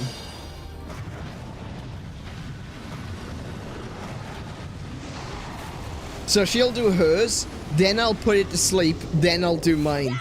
That's gonna do so much damage. I don't know if it'll necessarily do 1,000 damage though. Like, it should do more damage because the enemy's asleep, you get an automatic crit. Good one. But I don't know whether or not I would... if I would do more damage using Siren Temptation. Oh, he didn't go to sleep! Chance.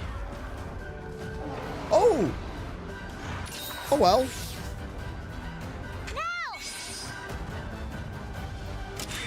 I got Okay.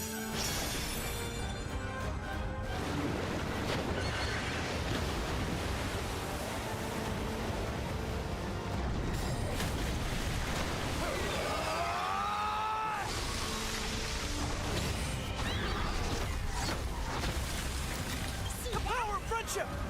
Get Fro-sploded. Yeah, that was the one. That was the one what done it. On to the next. Nice. Only a B? Really? Okay. Alright. Sure thing, game.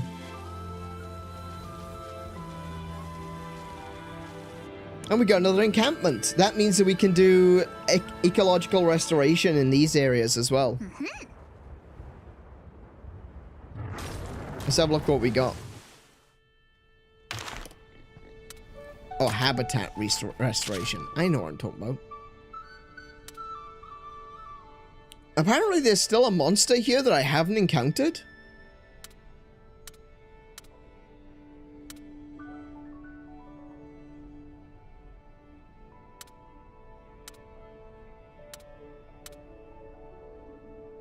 Interesting. I wonder what that is.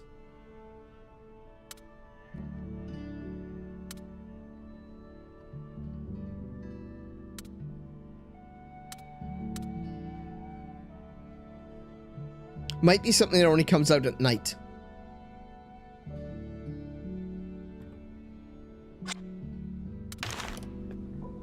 Interesting. Okay, now I'm curious. Now I'm really curious. What on earth have I not gotten? Switch to nighttime.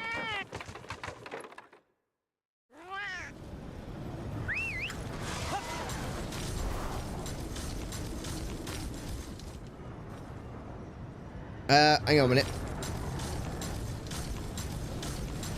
Let's have a look what's on the restoration chart. So...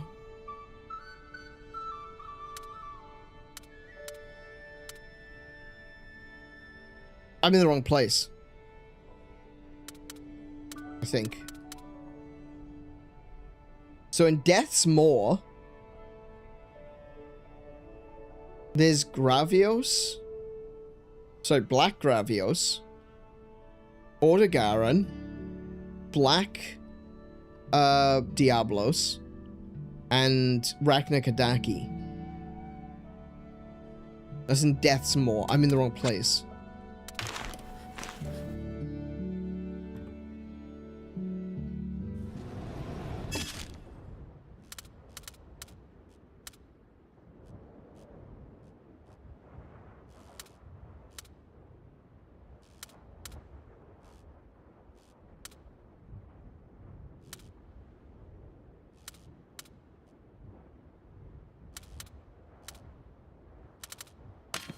Wait, what?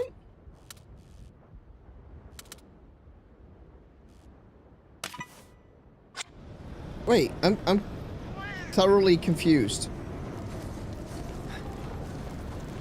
Where's this other location?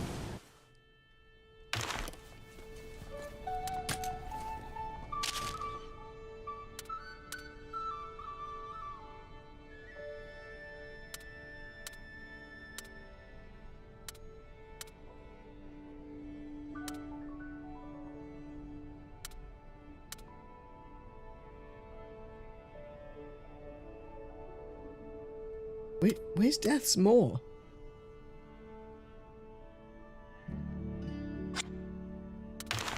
What?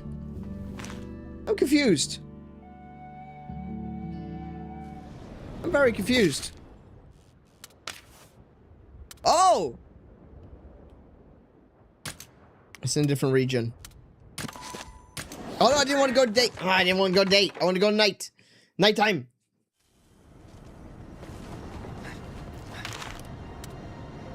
Oh well, actually, wait. May as well take a look around during the day.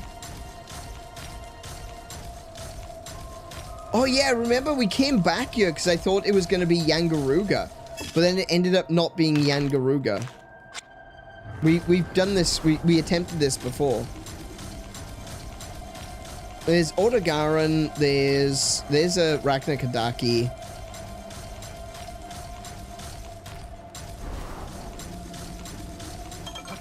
There's an Ordegaran. Oh, there's some... Hang on. There's a Ordegaran coming up right up behind me. Oh, that's a lot to gather, but there's also a monster.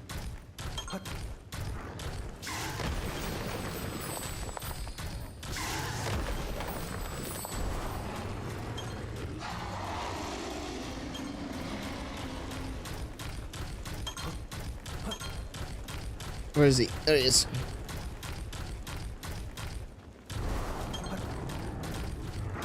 There he is. Come on, over here.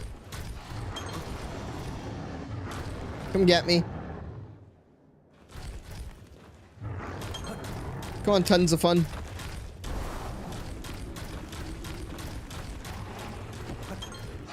Ooh, a mega paintball. Very nice. Come on, over here. Come and get me.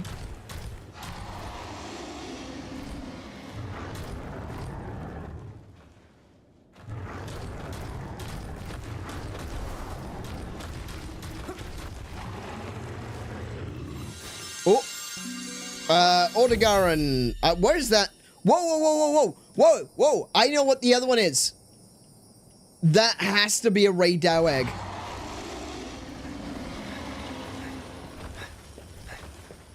Oh, he hasn't. No, he's not. He's not looking. He's not looking. Go for the Ray-Dow. Go for the Ray-Dow. Black Gravios. No. Oh, damn it. Okay, there's a Ray-Dow in here. That's where the other monster is. It's Ray-Dow. I need Ray-Dow parts for the electric weapons, but I really want a Ray-Dow. All right. It's a 𝗏𝗏𝗃𝗃 egg? It's a 𝗏𝗏𝗃 egg. No one's gonna get that. Yep.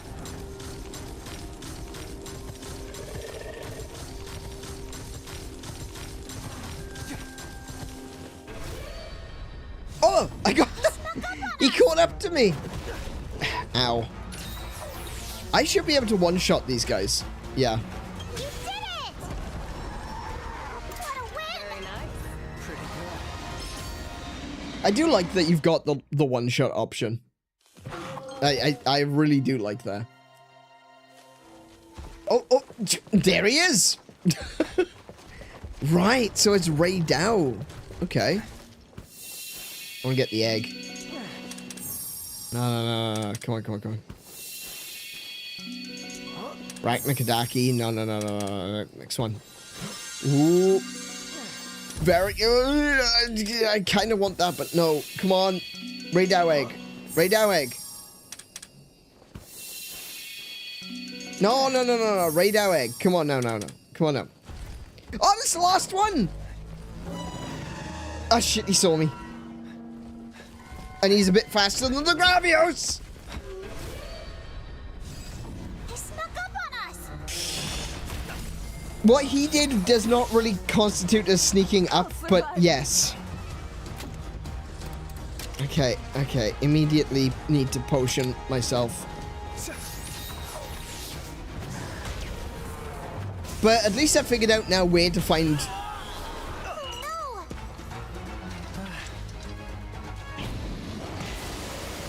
Now! Do you know what? It's only a Raknakadaki egg. It doesn't matter. It's alright. It's fine. It's fine. You know what? It's fine. It's fine. Radau sounds like screaming glass. It does a bit. Kind of sounds like bending iron as well. You know that sound effect they use in all TV shows and movies for when metal is bending and tearing? That metallic scream. Excuse me, Mr. Raknakadaki. Could you move, please? I want to get that. Oh, brilliant. Yeah, come get me. Whee!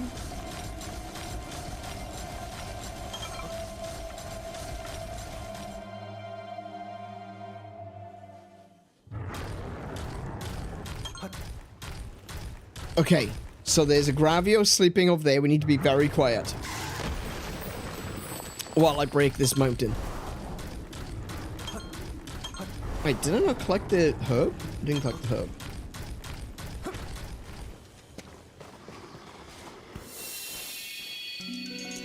Odegaran. No. Black Diablos. No. Come on, Ray Dow. No. Ray Dow. There we go. Ha. Fairly potent flying wyvern egg. Let's go.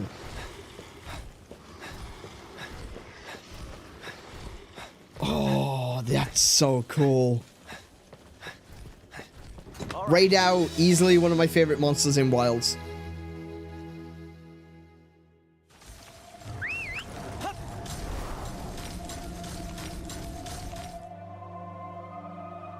I thought Arkveld was going to be one of my favorite monsters, but honestly, Ray Dow. Railgun dragon is awesome. Come on, over here. Come and get me. No, it's fine. We'll wait.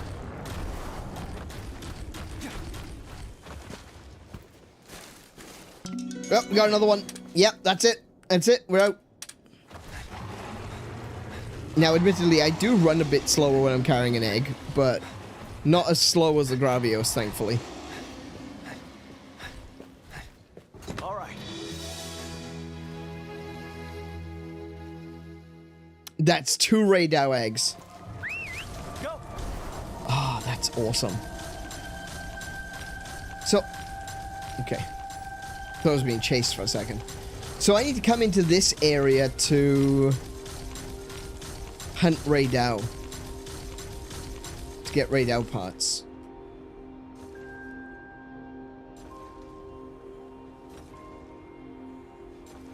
Wow. Can I jump off there? No, I can't.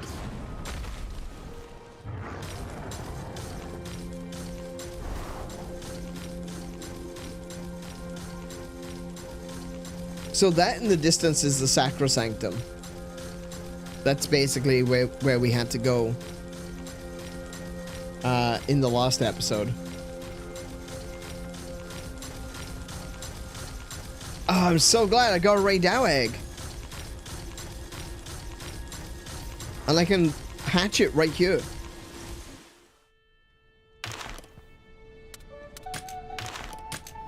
Look at that. So, 1 black Gravios. And here he comes. Oh my goodness. He still looks kind of creepy. His face is still kind of creepy, but those big red eyes. Oh, he is kind of cute though.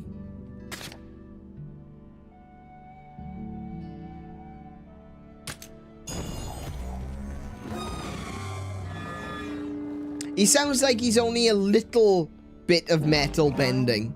He sounds more like, you know, like an old wrought iron gate. He just sounds like a wrought iron gate that's swinging closed. There we go. Hey, Ray Dow.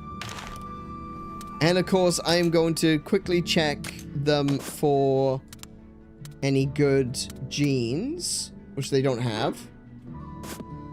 And I'm going to release them. Wait. What?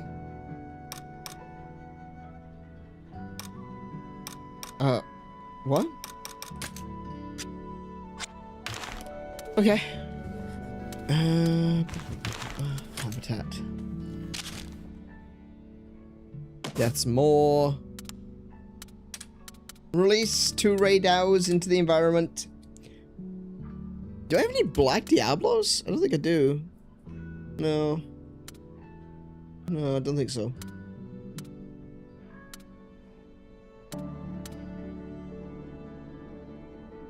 Actually, hang on.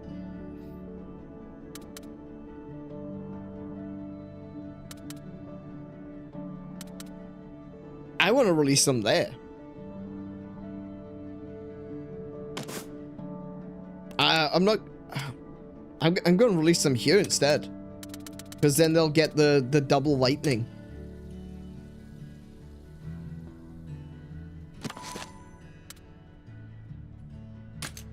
Yeah, they'll get double lightning.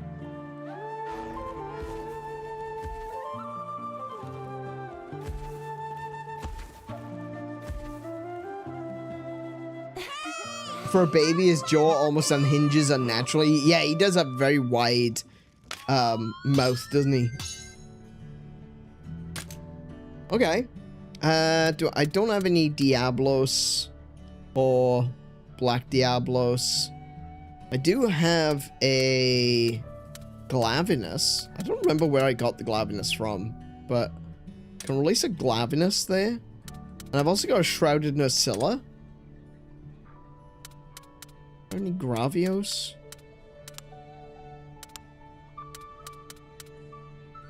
Oh.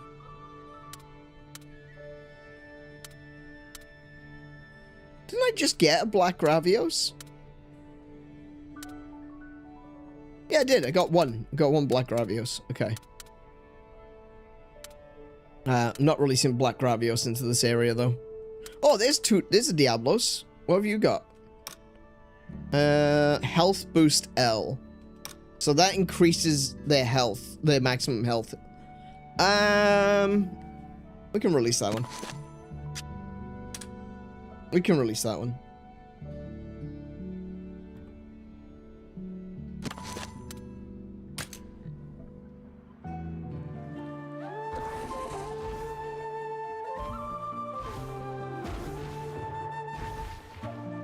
Wait, why doesn't it show the radar?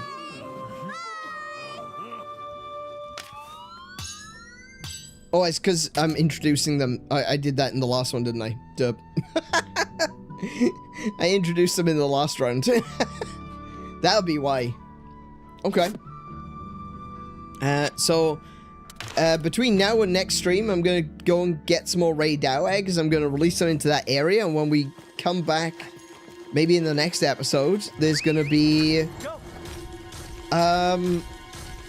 double lightning ray Dow. I may even have one. Okay, so where is the plot? Don't know where the plot is. I've completely lost the plot. What am I doing? There we go.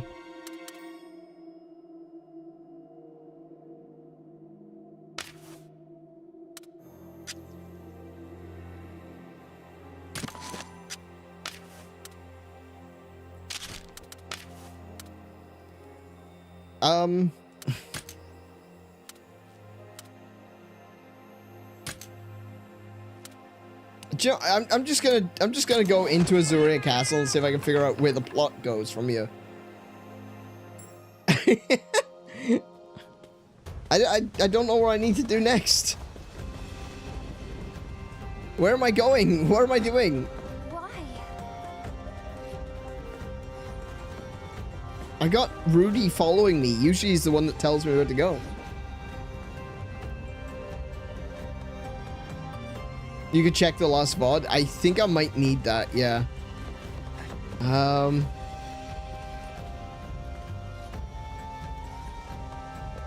Oh, we need to go back to the Sacrosanctum, I think. Yeah. There we go. Terra Nativitas. That one. We need to go there. Okay, I figured it out. I found out. I know where I am.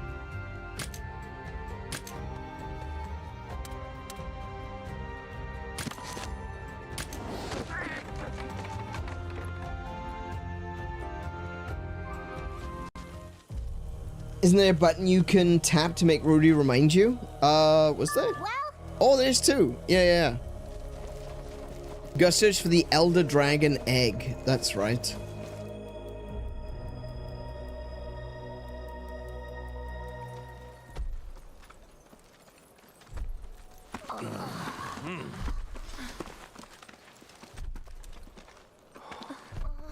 What is it?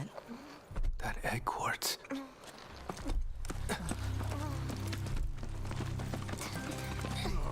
Oh yeah, we already saw this cutscene, didn't we? Somebody must have cracked it open. Who are you thinking? Dunno. Maybe some egg hunters found this place. nah, I'm not sure I see it. There aren't many folks who know how to Yeah, make yeah. it This is far, where you and find even the fewer egg piece of hunters. his mother's Besides, the armor. other egg quartz around here is undisturbed. This is the only one that's cracked.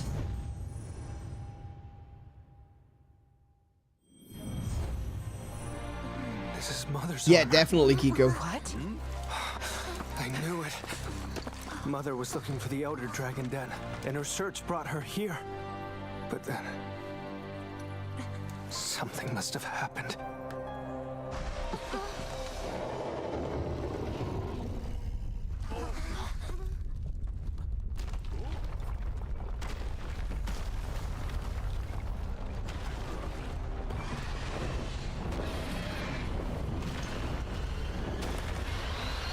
Oh, that's right. The blue Rathalos. We got our ass beat.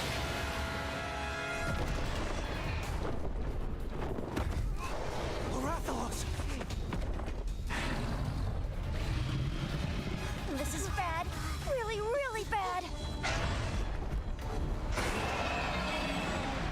All right. Watch your back. Be careful. We could take him this time. We got him this time. That armor. It looks like Rathalos, or maybe a subspecies. Time to go. I suspect our common knowledge doesn't apply here. We'll have to play this one by ear. It would've been funny if it came up with the one-hit kill. That would've been hilarious. It didn't, but just, yeah. Just saying. Would've been funny. I got Cora on my side this time, though, not Eleanor. So, my chances of winning are increased.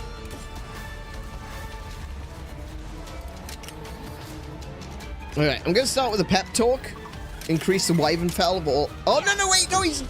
Oh, shit, he's targeting me. He's attacking me personally.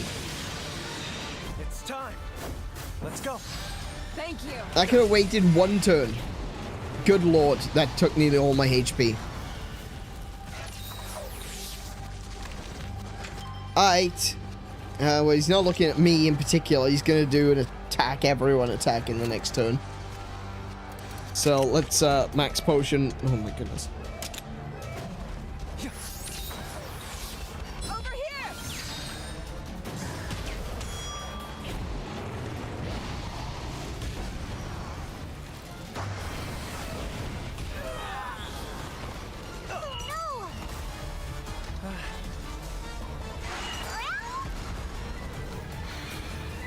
This isn't going well.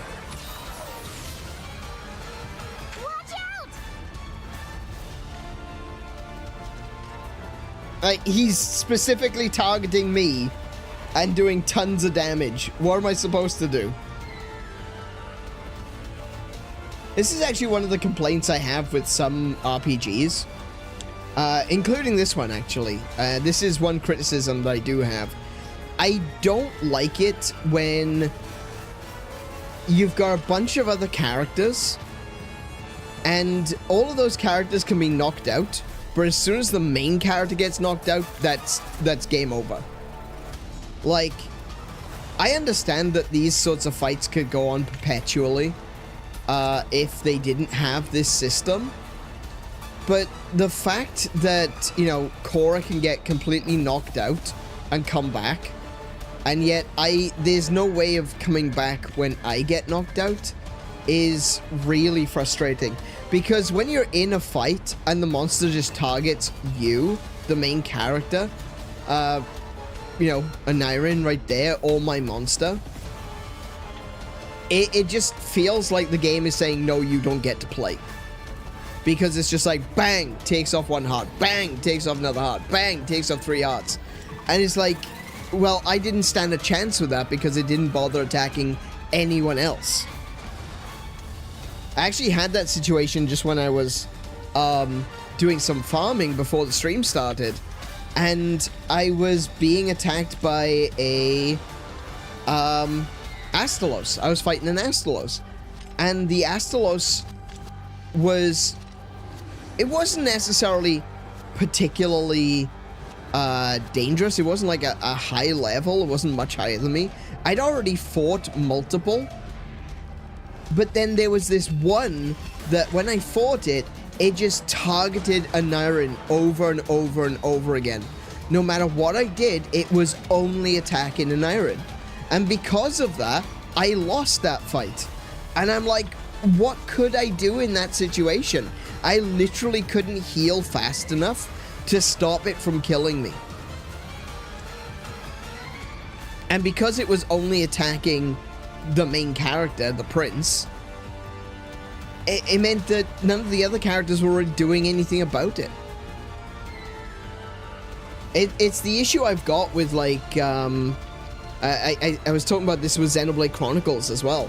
In Xenoblade Chronicles 2, well, Xenoblade Chronicles 1 as well, but in Xenoblade Chronicles 2, when we were playing it, it's a case of you've got these other characters and they can be knocked out, but once the main character gets knocked out, if they don't have enough charge in the character bar, not in the character bar, sorry, in the what do they call it? The team bar, I think. I don't remember what it's called. It's the bar that you need to get leveled up to be able to use a team attack, you know, to use a combo. And if you don't have enough charges in the bar, you will immediately lose the fight. It doesn't matter that the other two characters can also party gauge, thank you. Yeah, in the party gauge. So if you don't have enough charges in the party gauge, and you can have up to 3,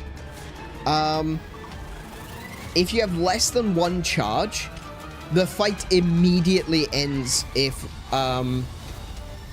Rex is downed. Immediately. Like, there's no time to like wait or maybe it'll get better. No. If you've got less than 1 charge in the party gauge and Rex goes down, that's an instant loss. why is that an instant loss? When the other two NPC characters can still fight. And they also can charge the party gauge. So that doesn't make any sense to me. That's stupid. And I think that's a problem this game has as well. Is that if the monster just randomly decides I'm only attacking the player, I'm not going to attack anything else, then you can be wiped out really, really quickly. I don't like that. It feels like a you don't get to play button. And it's frustrating. It's incredibly frustrating. Because I'm going to have to use a Vital Essence. I've literally only got one. But if he does that big attack again, and he hits me and No Sleep at the same time, then they'll take 2 hearts. I think that's ridiculous.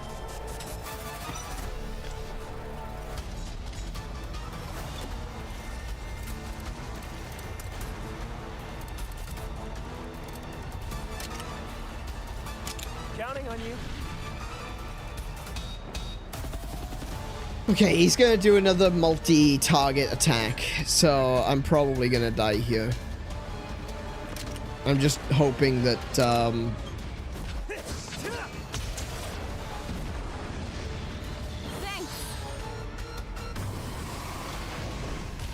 Nope, there he goes. I died again.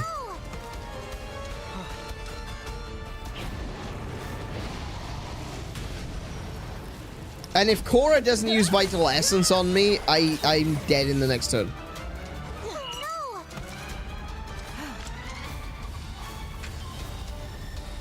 It's especially frustrating as a loss mechanic in games like this and Xenoblade Chronicles 2, because you have no control over the teammates. Exactly. Yeah, that is a huge part of it. The fact that you don't have control of the teammates, and there's no way to indicate to Cora right now, give me a Vital Essence. And not only that, but going into battles, you can only carry so many items as well in this one. So, like, if you need to use more than 5 Mega Potions, tough. You can't. You can only carry 5 Mega Potions. So if I'm using Mega Potions to try and keep Cora alive because she's refusing to heal herself, or because I'm being targeted over and over and over again, I keep having to use potions on myself, you know, it just feels so unbalanced.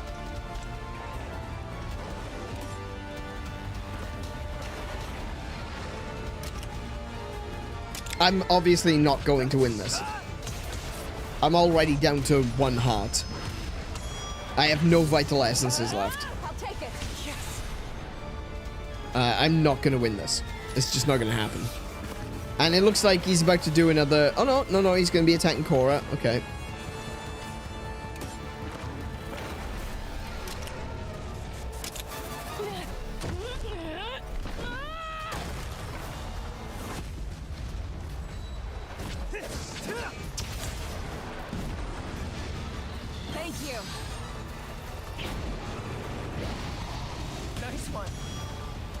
Look at how much damage I'm not doing. Okay. It's calmed down. You say it's calmed down, but I don't believe you.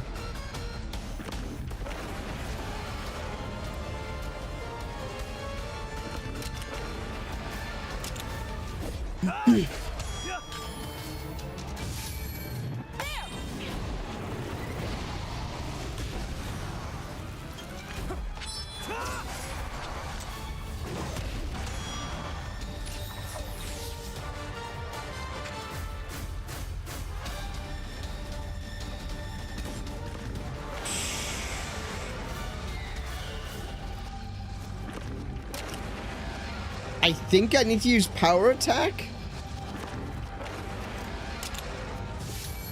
No. Keep it up. Damn it.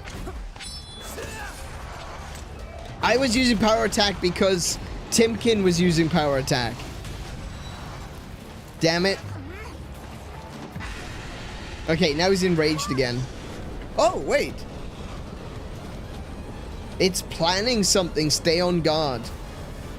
So this is its battle-bound skills that are about to take effect. Okay. I've only got 1 mega potion left. What the hell?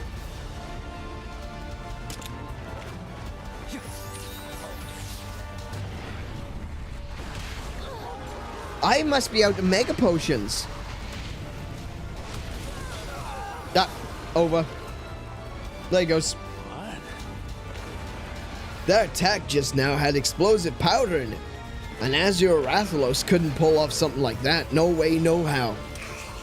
Just as I thought, this Rathalos... No! And I'm dead. Prince!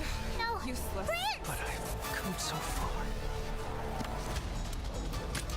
Okay. I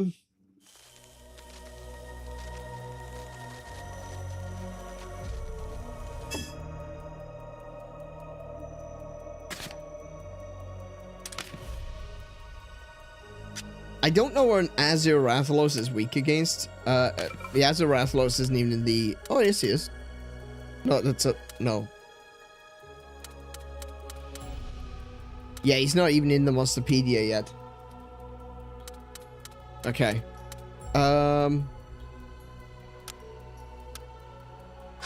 Alright. Let's see. Combine. I've only got 8 potions? Are you for real? Why do I not have any herbs? I collect herbs everywhere I go. Why do I not have any herbs? And 104 blue mushrooms. What is going on?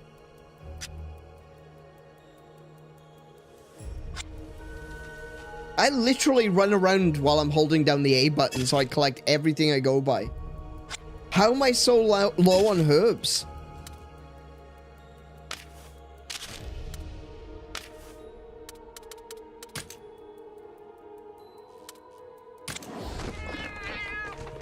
No, teammates don't use resources.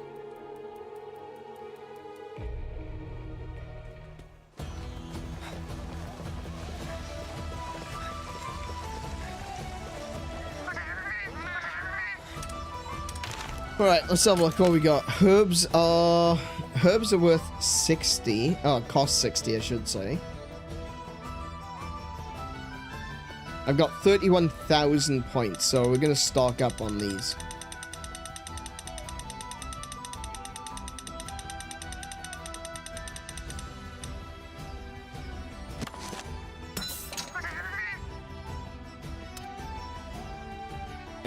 Actually, do you know what? At 8...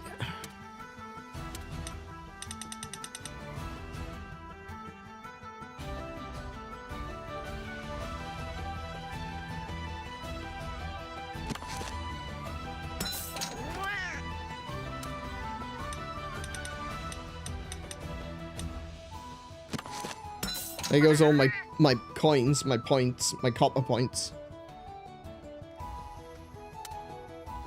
We're gonna get a couple of vital essences.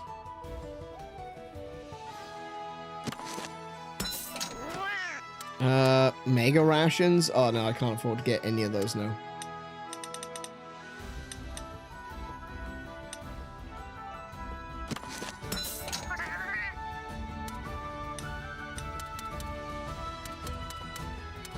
Maybe I could...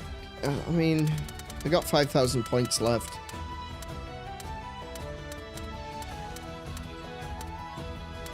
Flame Guard powder. Fire defense up to all allies. Ooh. Those are cool. And get 2 armor skins.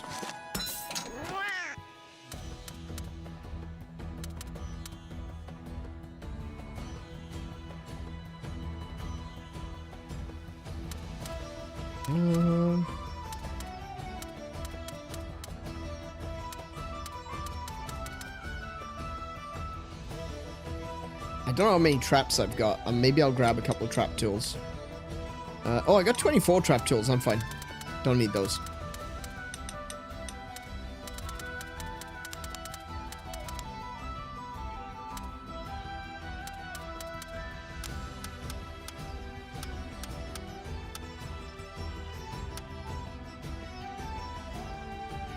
Okay.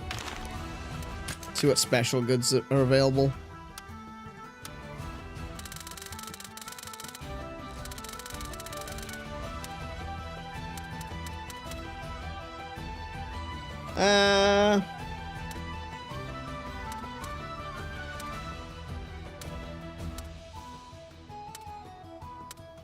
Deals damage to all enemies with the weapon element, inflicting heavy damage to the Wyvern soul gauge. Chance to inflict stun. That's a nice one. I might grab a sweet spot. Deals damage to all enemies with the weapon element, inflicting heavy damage to Wyvern soul gauge. Chance to inflict stun again. That's to all enemies instead of just the one. Debuff Chaser, that's a good one.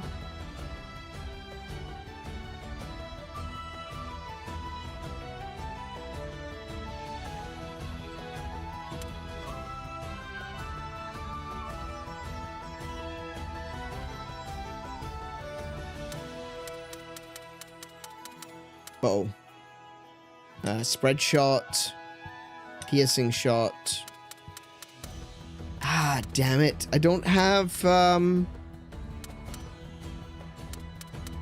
have coatings. That sucks. And these are all armor. Yeah, these are all armor. Do I have fire defense boost? That's just an S, but we'll take those. Oh, hello. Hang on.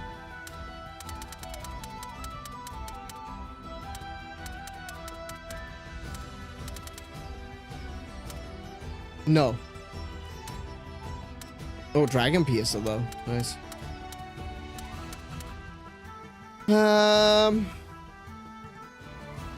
Dragon Piercer is nice. It's good skill. No coatings.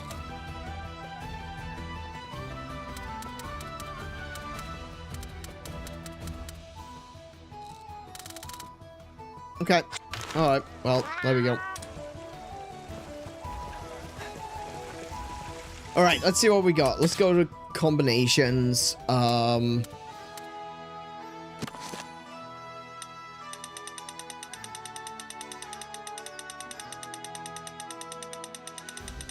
Wait, whoa, went too far. Hold on, there we go. So I can make 45 potions. We're gonna make it up to 50. Okay. The mega potions require 2 potions and 2 honey. So we're gonna make that up to 20. Confirm. Okay, so we got 34 potions, 20 mega potions, life soot. Can we make life powder? Or we can. God bugs and wyvern barbs. Oh, we can crank those up.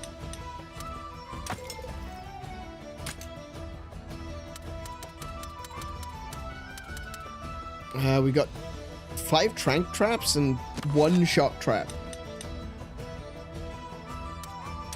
Okay. We got good on flash bombs. We're good on sonic bombs. We got demon drugs, armor skins, sleep knives. I think we're good. I think that's everything. It's potions. Potions are the ones that, like, I don't know why I don't have any herbs. I genuinely don't understand that.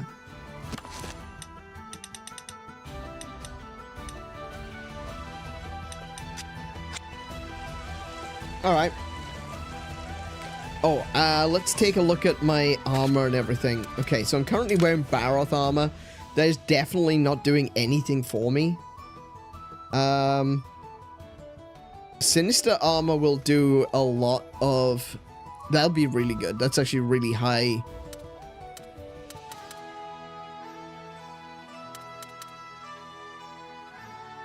It's only... It doesn't have any slot... Oh, it has 1 slot open. Yeah, we'll go with that one.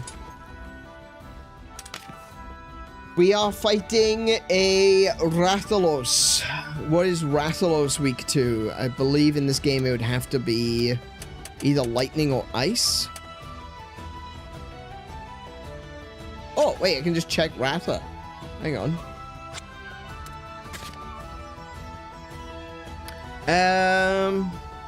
Weak to dragon.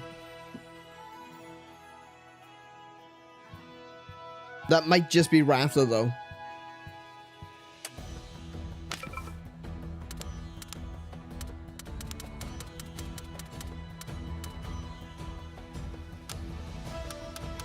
Damn it.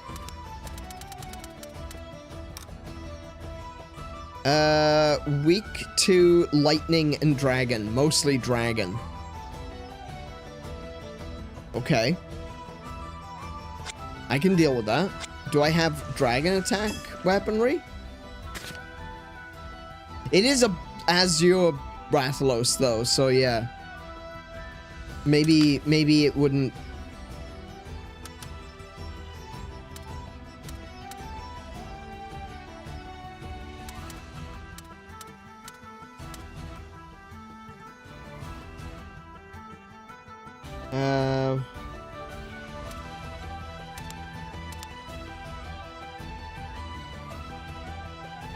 Like, right now, the Sinister Longsword is just the best sword I've got.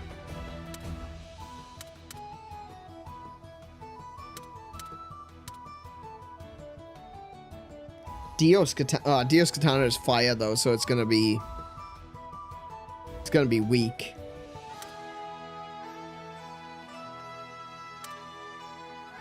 There's 2 points lower. But I think it'll do more damage because obviously it's going to be weak to that one. So we'll go with that.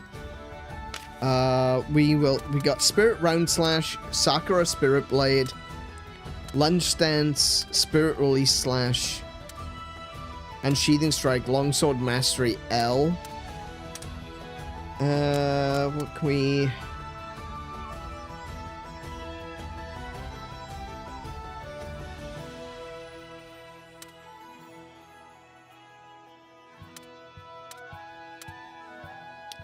We can check Spirit Reckoning on there. Oh, wait. Hang on. Let's see what you've got. Special goods. Oh, at the top. Spirit Blade, Spirit Reckoning. Oh, that's it. Okay. Spirit Round Slash, Spirit Helm Breaker. Consumes all spirit gauge to deal damage relative to the charge level to all enemies with the weapon element. Requires spirit gauge level 1 or higher. That's pretty cool. We got Retaliation Stance as well.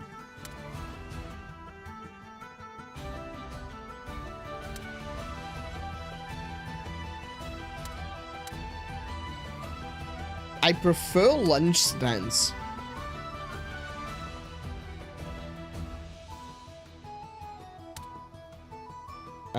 Maybe I'll go with Sakura Spirit Blade for a big one. Oh, Spirit Helm Breaker is actually... Consumes all spirit gauge to deal damage relative to the charge. Yeah, we'll go with that one. We'll go for a big one. So I can have a big one. Okay. So, Spirit Helm Breaker. There we go. Hammer. Ooh, okay. I may have to stick with this hammer. That one's got a lot of Wyvernfell, though. 45 Wyvernfell? That's pretty cool. Diablo's hammer is pretty cool.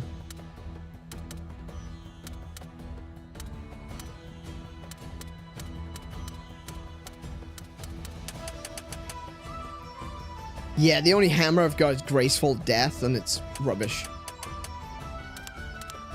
So, maybe Diablo's hammer. It's a little bit weaker in its actual damage dealing, but it's got more Wyvernfell. It also has defense plus 15. Doesn't have any slots, though. I'll probably stick with the one I've got. Sinister Hammer will be fine. What have I got on there? Perfect Strike. Spinning Meteor, Backlash Blitz, Windmill Bash.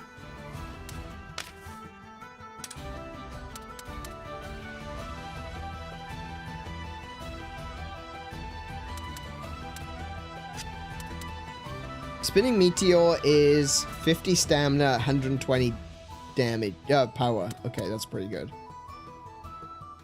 Perfect Strike is 100 power, but it hits all enemies. Don't need something that hits all enemies.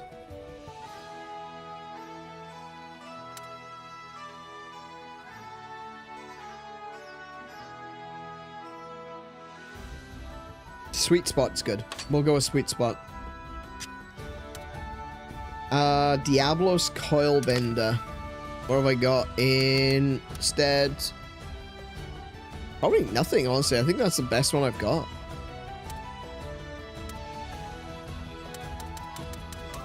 Yeah, look. Yep, okay. The only dragon one I've got is like 52 damage. That's not good. Alright, so we'll use the Diablos. But I don't have a slot. That's gonna be a problem. Okay. Alright, that's fine. No, it's not gonna be a problem. Alright. Let's give that a shot then. With the new setup. Did I change the armor? Wait, did I change the armor? Sinister armor. Fire protection. Okay, good. Alright, so I need to find a save point. And then we can go and attack that blue Rathalos again.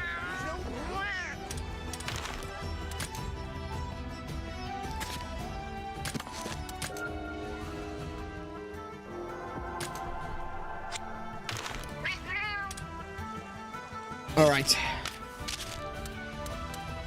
Right.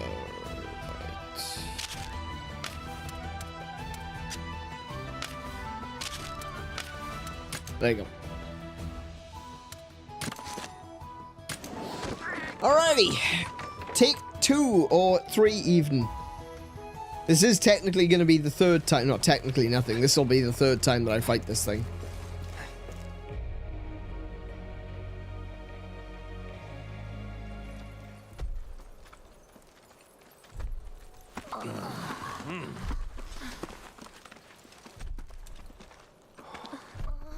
What is it?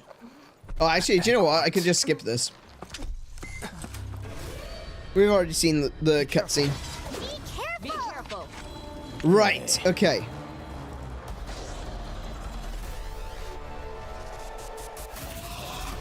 Time to go. Alright, attacking Cora for the first attack, that's fine.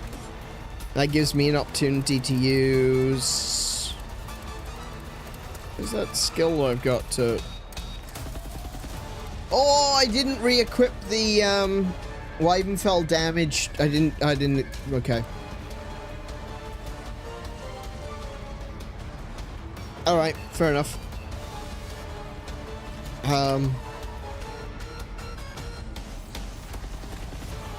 Sure.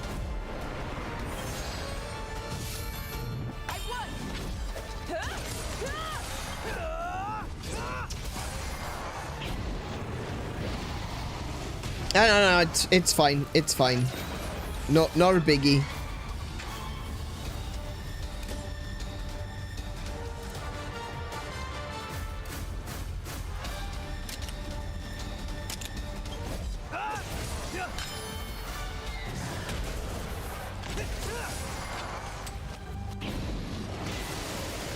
Let's do this.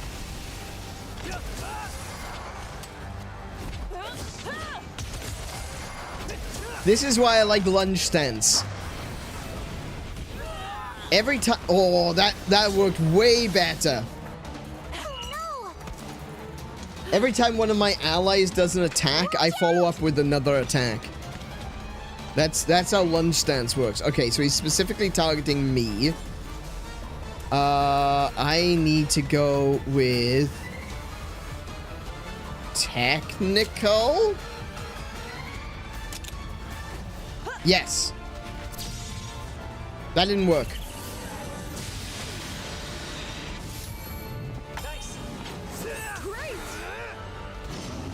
Oh, my HP! I'm gonna die. I'm burnt.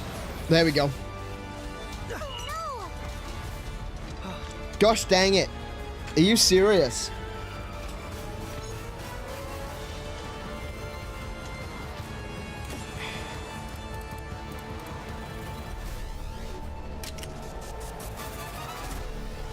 I need to get Mr. No Sleep out. Hang on. I don't have any dragon types in my... I should have rejiggered my squad. Weak to fire. Weak to fire.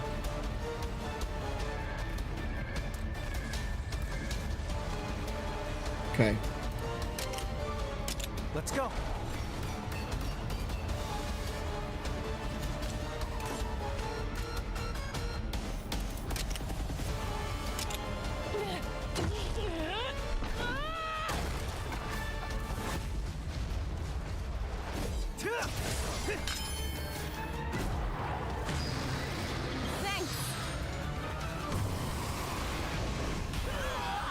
Holy crap!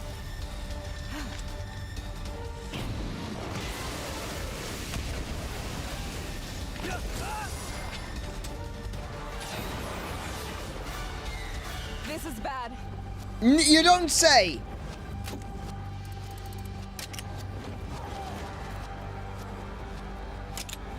Are you okay? Thank you. You okay? Thanks.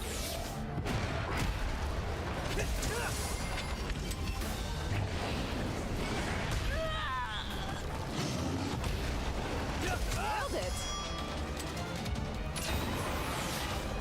Coral Love, you gotta heal yourself. Oh, she's doing a max potion. Nice.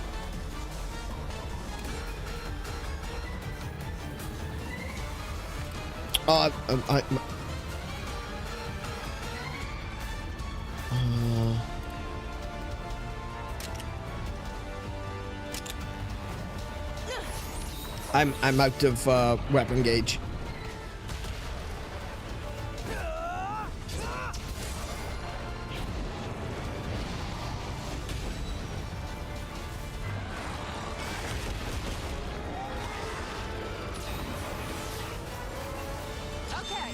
Thankfully, Grim has got self-heal, so he's actually healing faster than the burn can hurt him, which is excellent. It's exactly what I want.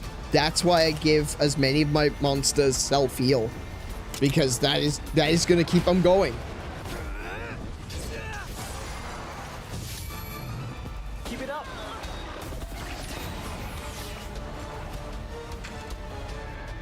Okay, he's targeting me. He's not enraged, which means I should use speed. I think. Yes, I should. Excellent.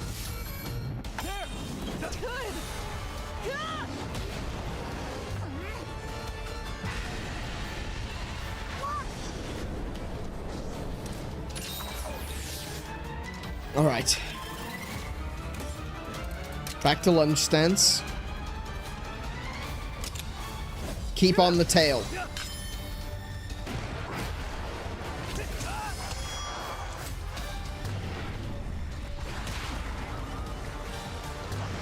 Now Grim's doing fine. Ooh, that's not good. Oh, I'm still alive though. That attack just now had explosive powder in it. And as your Rathalos couldn't pull off something like that, no way, no how. Just as I thought. This Rathalos. It's not a normal one, I know. I'm aware. I'm up to speed on that much. I wish I had self-heal, that'd be nice. Oh, shoot.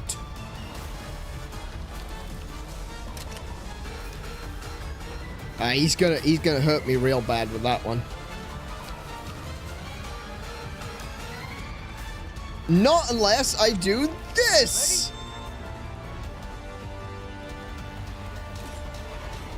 Let's see now. He's attacking me. I don't know what state he's in. Is he gonna use like a speed attack? I don't know. I could go with speed because he was using power. He's using technical. Shit. Don't hurt yourself.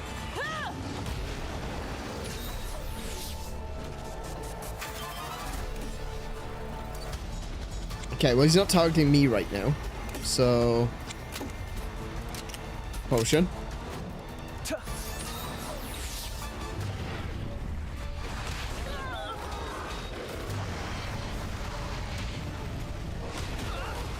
Oh my goodness, that one hits twice.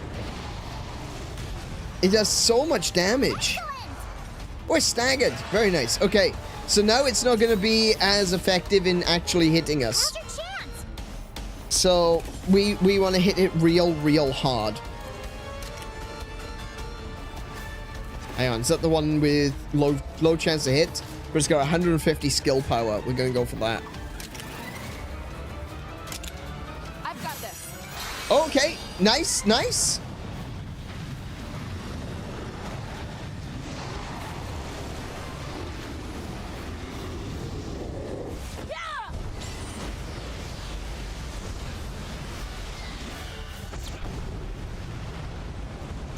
Root vegetable. I'm gonna say welcome to the stream, but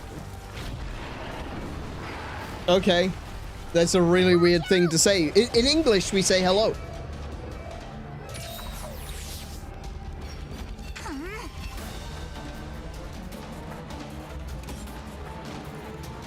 Am I gonna be able to make that hit a second time though? That's the question. Rock Slugger? Rock Slugger? Oh, Rock Slugger, he's looking at me. I don't like the way he's looking at me.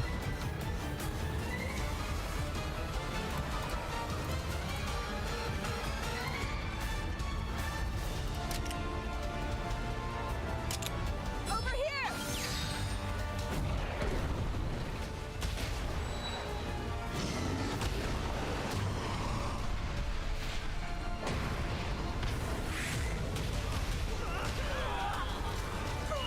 I'm sorry, what?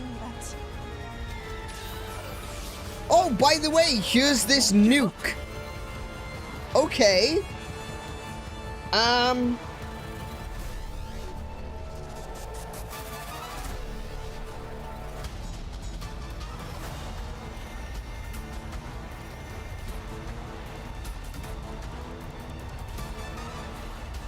All right. I'm very thoroughly confused by that one. I don't know what to do now.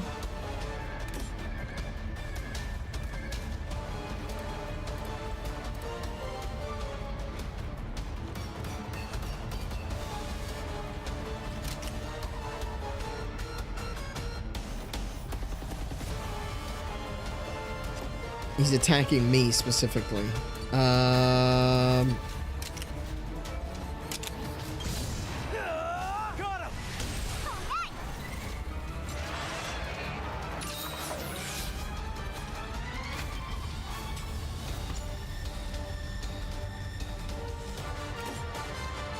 Okay, now he's attacking Grim. I need to heal Grim. Don't push yourself.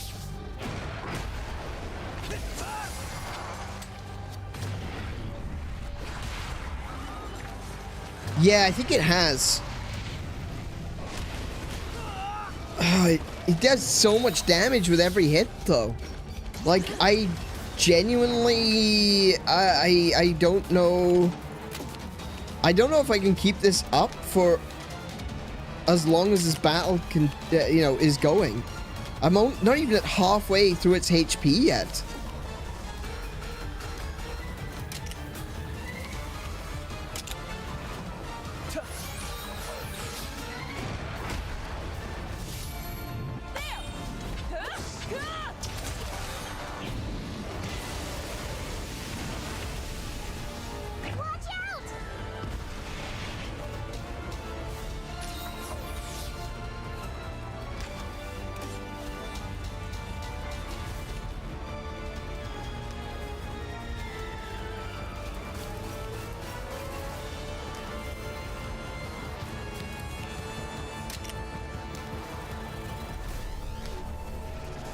Grim's gonna explode.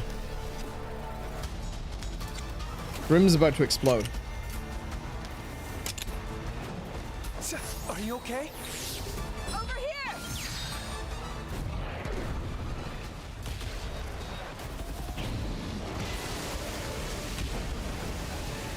Now! Oh, nice! This'll do it! Oh my goodness! I don't think I'm going to be doing a lot of damage though, unfortunately. Oh, it's not too bad. That's fine. 850 is not bad. Ah, there goes. Grim just exploded. Okay, we'll get the ride on. We're just gonna have to power attack. Okay, tail is broken. We'll aim for the body now. Grim does what he wants. He does.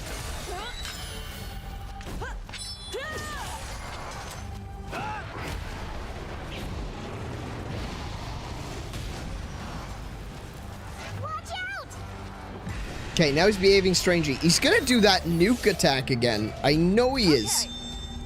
We need to figure out when he does it, if there's like a tell, so that we can interrupt it. But I don't think there is a tell, not with this one. Because I haven't noticed anything so far, at very least.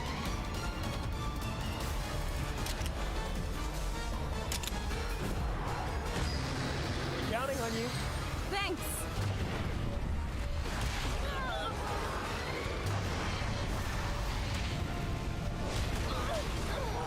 Damn, that does so much damage! Oh, thank goodness! Holy shit, thank you for doing that. Oh, I thought that was gonna be it then.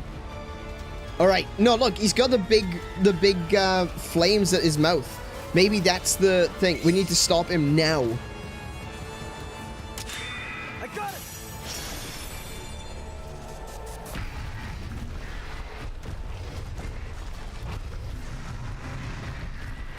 We need to interrupt this attack.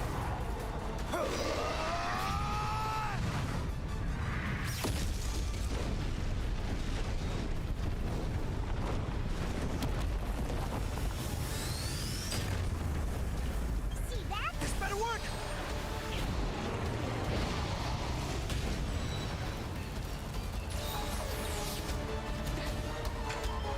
He's still going. I really hope that that Cora uses it. I hope she uses her attack too.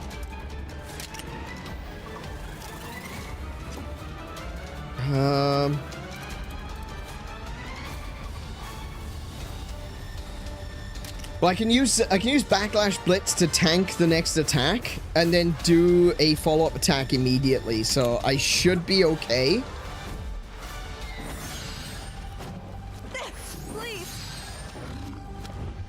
Did she just use armor skin on Grim?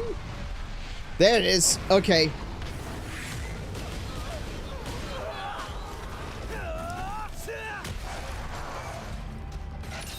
Alright, so it's the second turn after he starts that blaze in his mouth? Alright.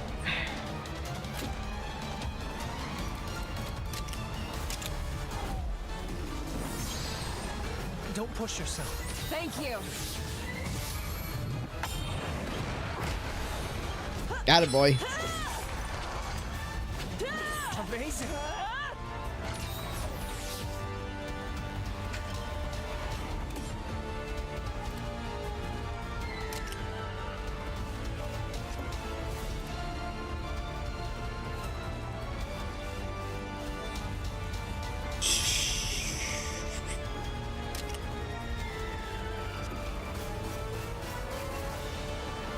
Yeah, we'll do that. We'll do that. Go for it. Over here! Nice one. Thank you. I need that attack up.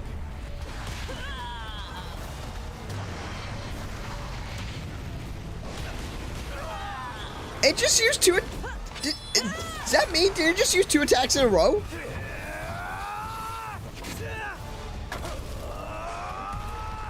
Resisted? Let's do this. It must be. It must have resistance to basic attacks. To the basic element. That's a problem.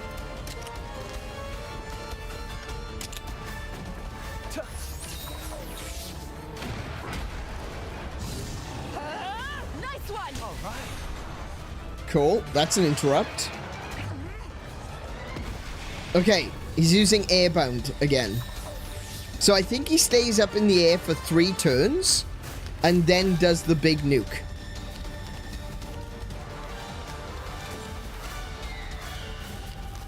He's about to do an attack everyone attack. So I'm going to use Backlash Blitz to tank it. Okay.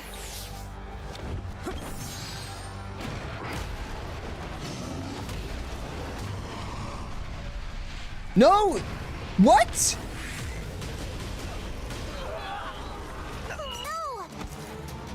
He used it straight away that time. No.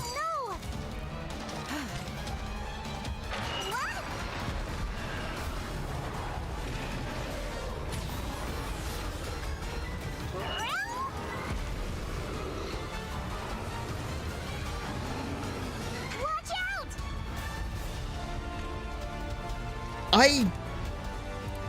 I don't have a... It doesn't follow any rules. He just did it.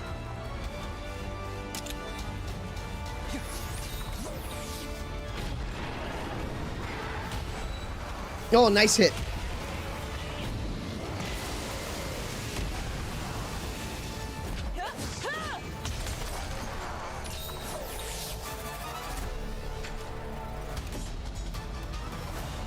Right, he's going to attack Cora.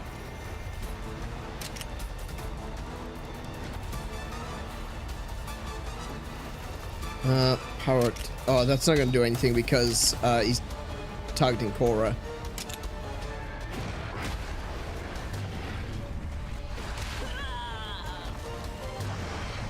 Yeah, he uses 2 attacks in a row.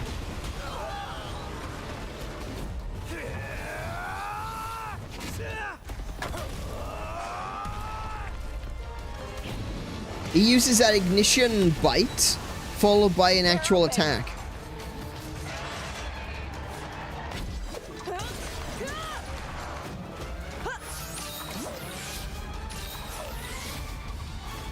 Okay. Now's your chance. Ready? Okay.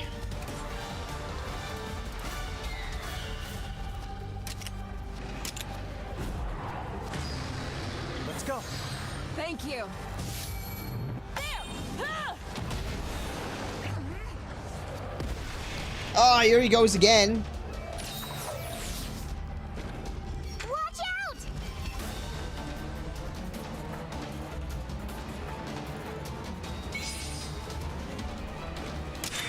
I got it. I gotta try. It's the only thing I can do is I've gotta try and attempt to interrupt it. Like I don't have a choice in that matter. I have to interrupt it. I don't even know if I can interrupt it, to be fair. I'm just assuming that I can. See that? The power of friendship.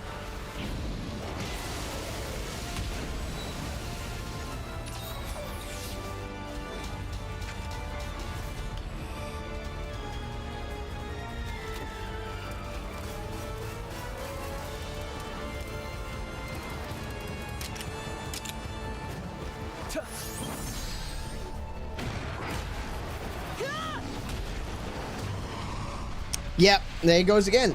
I don't think you can block this. I don't think you can interrupt it. You can... No. What? Prince. No. You Prince. Come so far.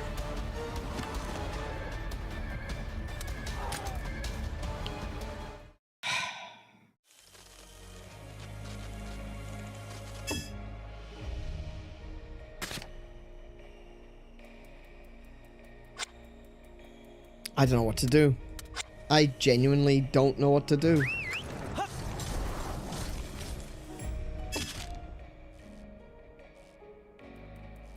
It just kind of decides, you know, like...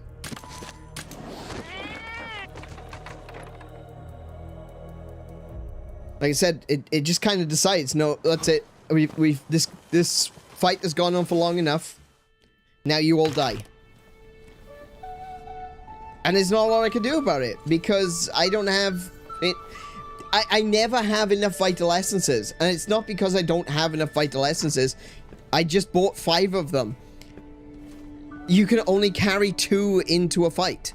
So I either use up all my vital essences straight away, and then I don't have them at the end of the fight anyway, or I wait until I feel like it's the most appropriate time to use one, and then he kills me and my monster anyway. So I don't know. It just feels so busted. Like, I know that Grim isn't particularly strong. Well, I mean, he's 4 levels lower than the others, but still. OJ isn't going to be able to work on this one, because OJ is weak to fire. Anonymous will do really well. Sweet Dreams is also weak to fire. But Max will do okay. No, they won't. Look, they're level 51 and level 52, respectively.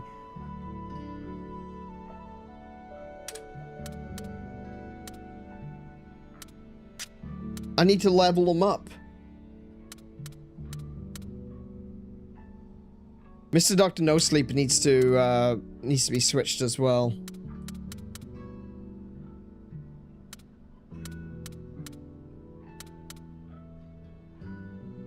Wow, JC is actually resistant to fire. But otherwise, JC is not a particularly strong monster right now.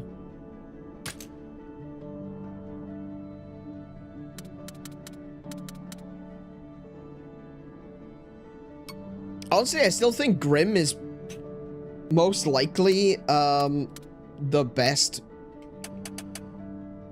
move that we have right now.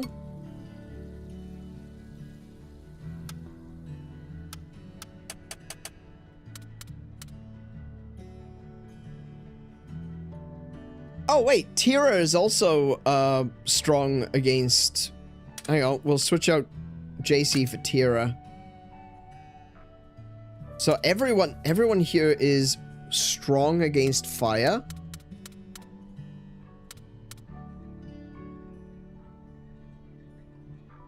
Something that's resistant to fire and does dragon attack. That's Anonymous. Anonymous... Oh, actually, I don't think Anonymous got any dragon attacks.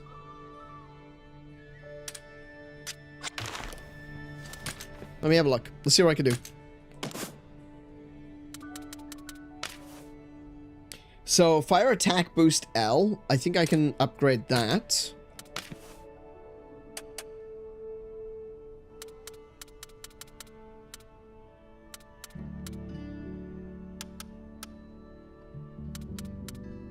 Oh, I don't. Fire attack boost M is the best I got. Okay. Oh, I should say L is the best I've got, and that's already on there. Venom Flame, Self-Heal L, Dragon Fella, that's actually a really good one. Infernal Flames, Omni Chaser, Salt and Wound, Inflict Rate Up. Dragon Fella is like a really good attack if you can get it off, but it costs a lot to use.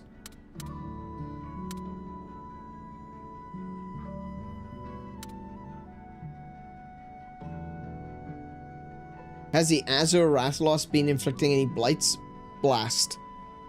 Been hitting me with blast.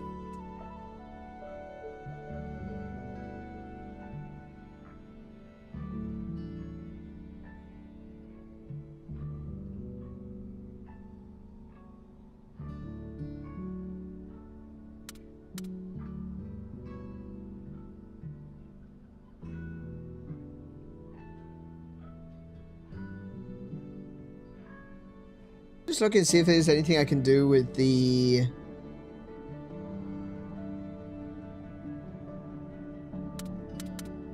to improve the bingos.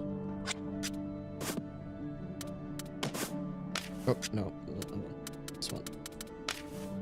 Can I put that there, that there?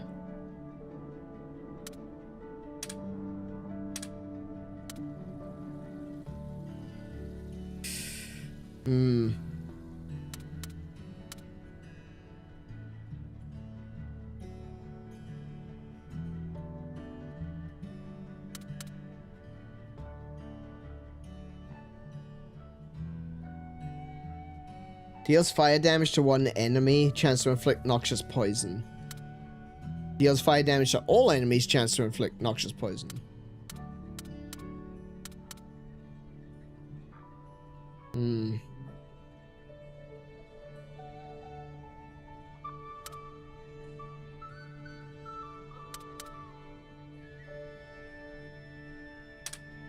Oh, I don't think I can really do anything with Anonymous right now. Yeah, we'll finalize that. Still only got 3 bingos. I want to get more than... I was hoping to get more than 3 bingos, but I can't get more than 3 at the moment. I was thinking about maybe giving Anonymous a dragon skill, but I don't really have the space for it right now. Do I have an inflict up?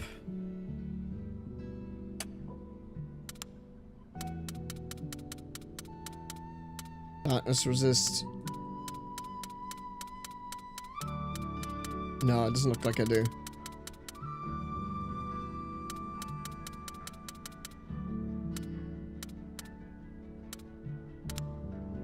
Inflict rate up M.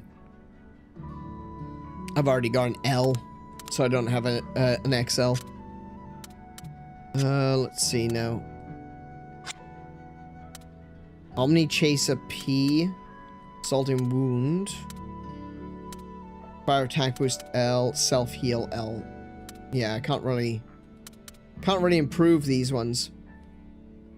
Dragon Feller is a really good skill. 360 power, which is ridiculous. But, it's a little bit hard to pull off because of the 50 stamina cost.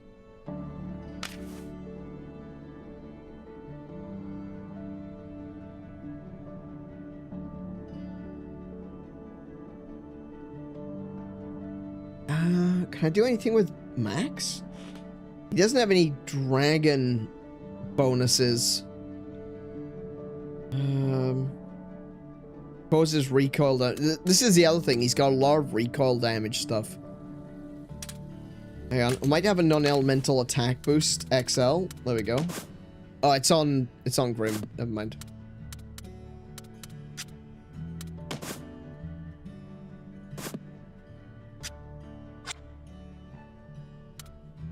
Self-heal, maximum horn jab, death scythe, deals water damage to one enemy, chance to inflict bleeding.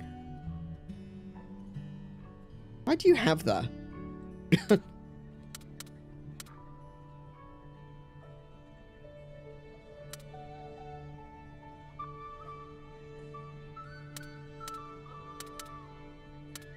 That one's pretty good. Vengeful Tackle, deals more damage if the HP is lower.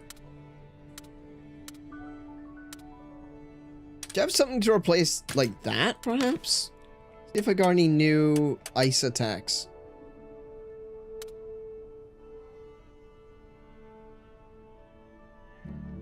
We got, basically, a Moxie here with Tenacity. That's pretty good.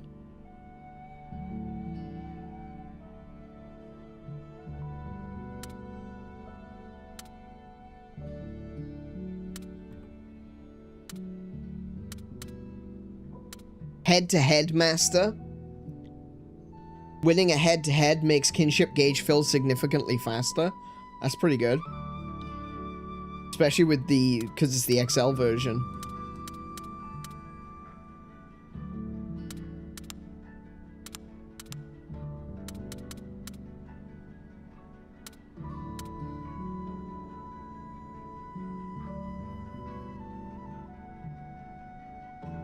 I might go with head-to-head master.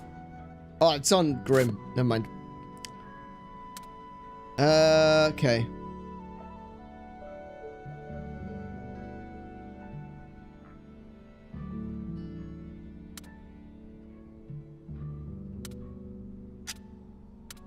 I don't know what to do.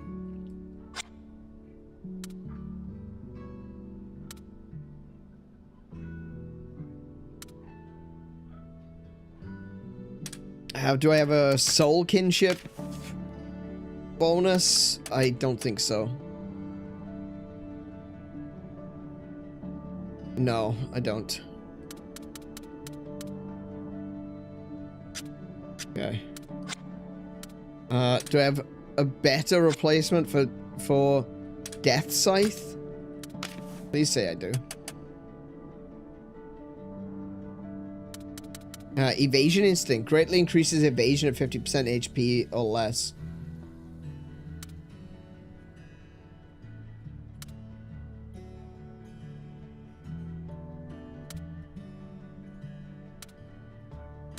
Oh dear.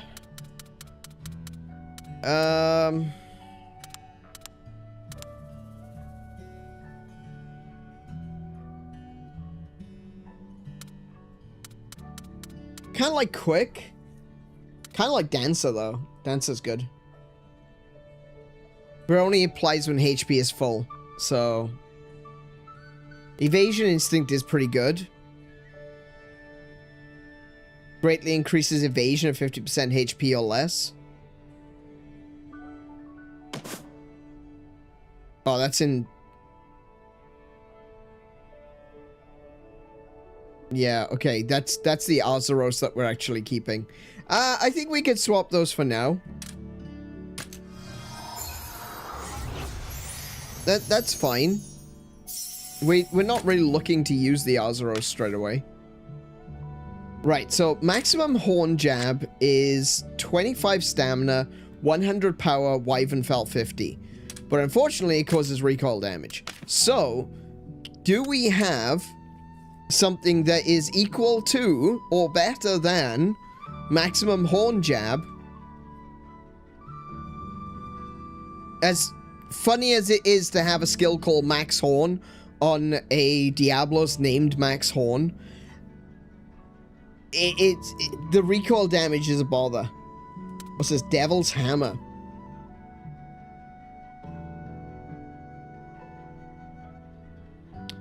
$30 stamina, 180 power, Wyvernfell 60.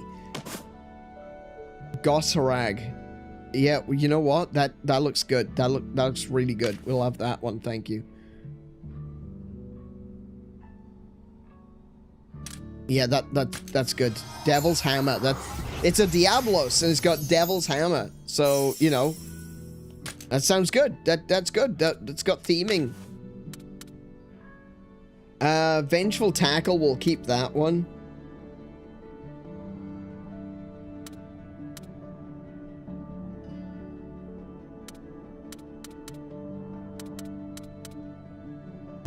Kinship gauge fills faster, greatly increases kinship on head-to-heads. Oh no, it's kinship skill damage, okay. Maybe you could swap out this one for something else? Maybe even a dragon attack. Let's see what we got.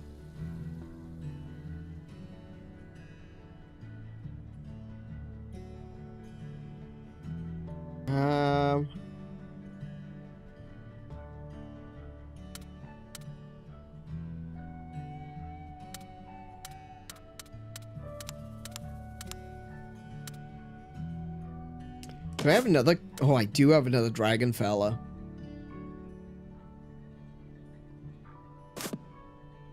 No, I want something with the muscle state, with the muscle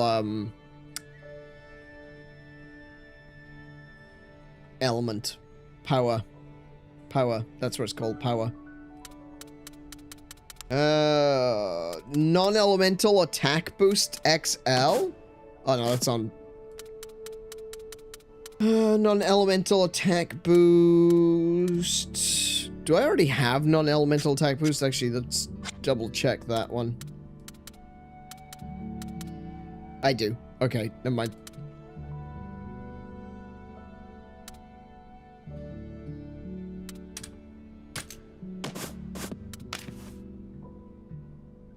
Good grief. Check a health boost on there, perhaps.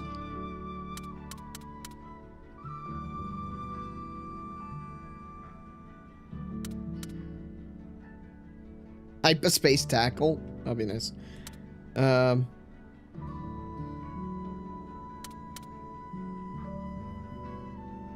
So anything that's called maximum has recoil. So we don't want that.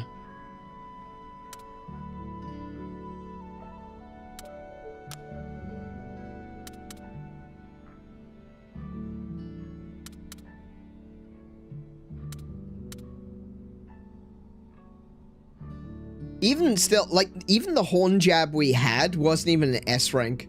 It was just regular maximum horn damage, horn jab. So it wasn't the plus.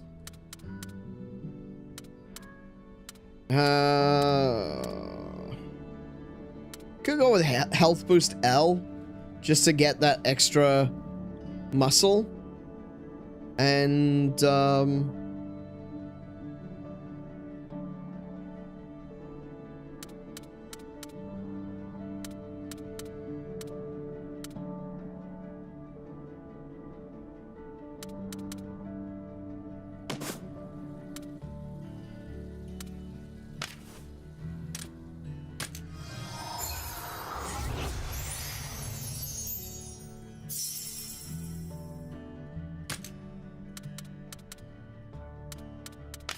okay, now I'll swap these two around.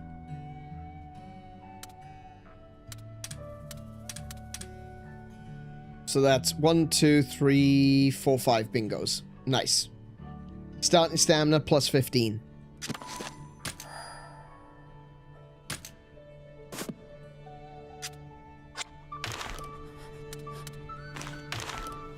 Alright, let's give this a shot. I do realize, though, that my party levels have just come down by about 10. Which sucks.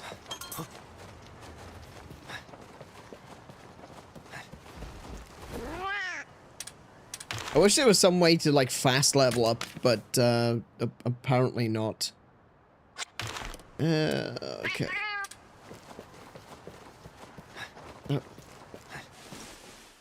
Yeah, we can only try.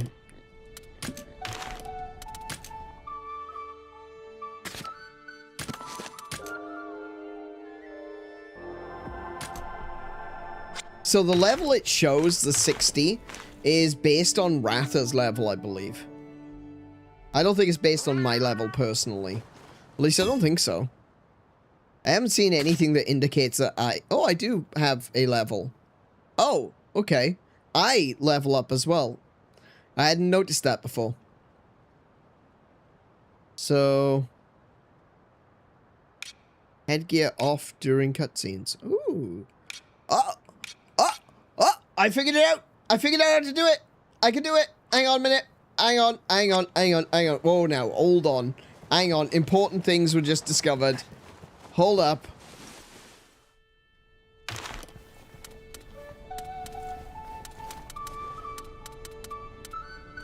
I can't do it here. What armor am I wearing? Oh, that's a really good question. I am wearing... Sinister armor. Which is, resistant to fire. I don't have a thing in it, though. Let's see. I could go with...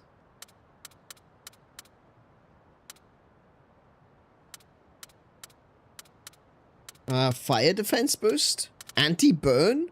That'd be useful. Anti-one-hit KO? Actually, that's really useful. The only problem is, with anti-one-hit KO, that puts you down to 1 HP. But if you're already on fire, you just lose it at the end of the turn anyway. Alright, so if I want to do... anything related to like armor sets, I have to go back to town, which I don't really want to do. So what we'll do is I'll save again because I wasn't thinking, and I just want to be sure. Oh wait, Rangers, let's get some food.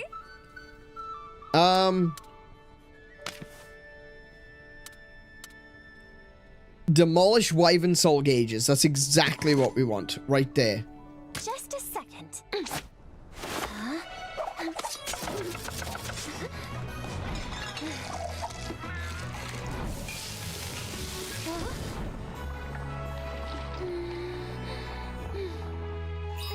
Bon appetit. Oh, that looks good. Oh, that's spicy.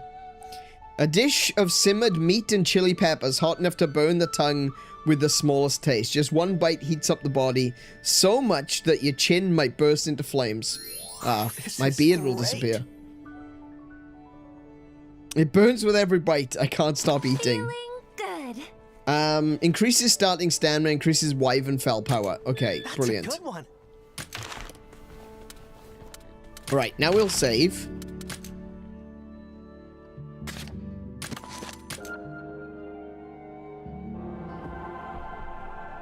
They'll burn your chair. That's even worse. I don't want flames coming out the other end. But it said chin. Pretty sure it said chin. It'll set fire to my beard. Yikes, my tongue's on fire. Have some milk, that'll cut the heat.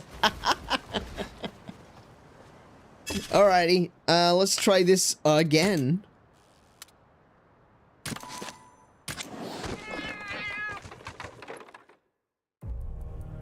It's nearly 11 o'clock, and all I've done is fight this thing twice.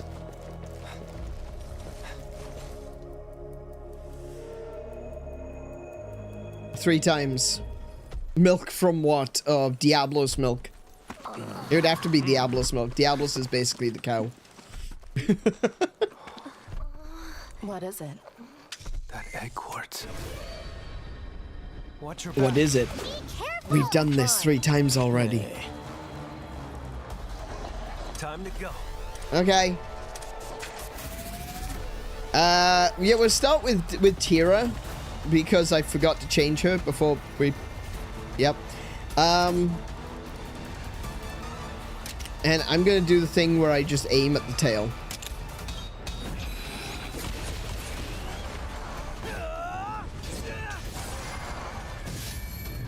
Maybe I should aim at the head instead. This'll do it. Maybe I should go for the head instead of the tail. Maybe that'll make a difference. I was looking at the tail because in the opening cutscene, it zooms in on the tail as if to say, oh look, there's a crystal thing on the tail. And so I've been aiming for the tail. But I'm starting to wonder if that is even a thing.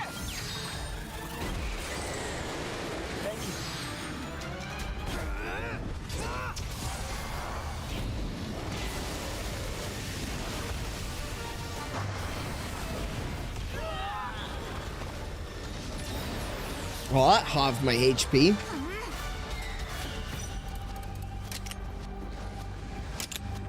Are you okay? Thanks. I'll take it. Yes. Okay.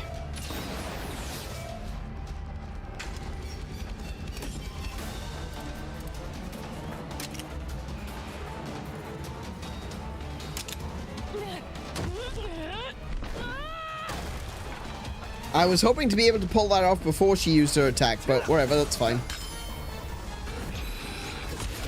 Now. Good going. Oh, he's bleeding as well. Oh my god. This is exactly what I'm talking about. Like...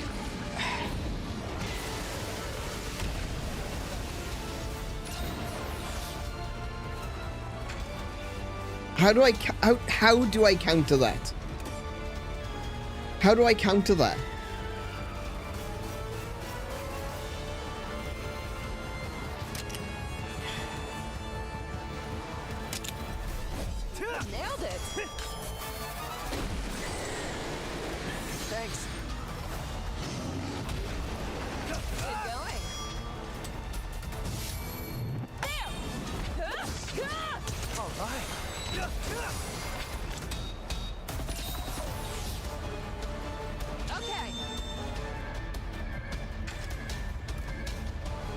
It's attacking Gravios, so I can use this to use a vital essence, I guess.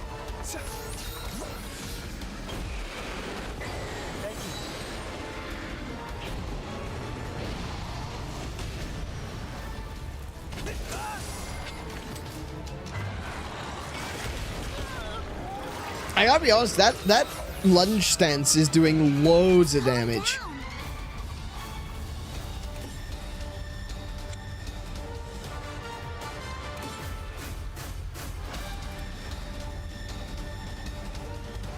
I could do Spirit Release.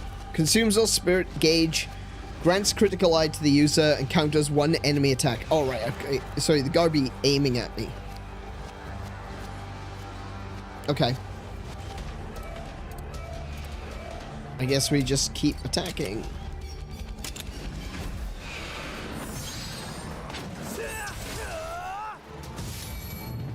Oh, no!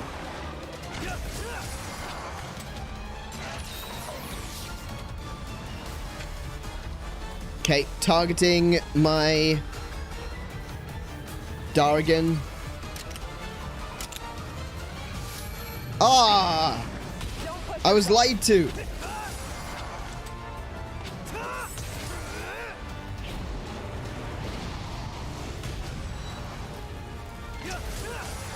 It's using power, so I need to be using speed. Okay, now it's angry, very angry.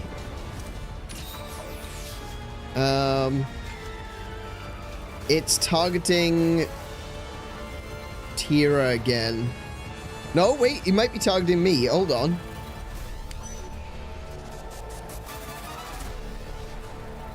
It's targeting... How is...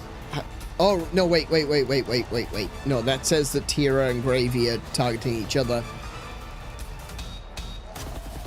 So where's that arrow pointing? Oh my goodness.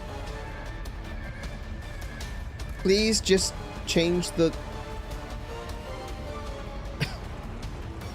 Change the camera angle so I can see where the bloody arrow's pointing.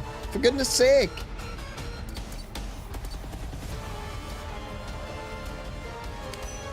Oh my goodness.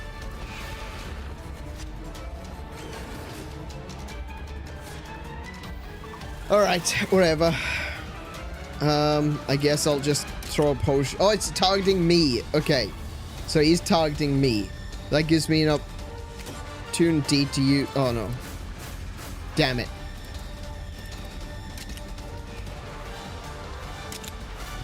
Switch to Backlash Blitz.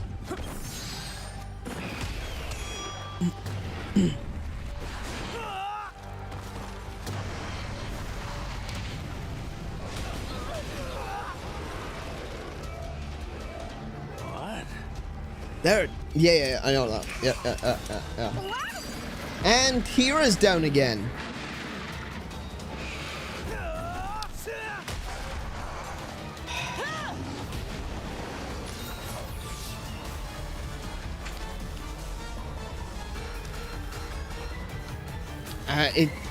You need to use a speed attack.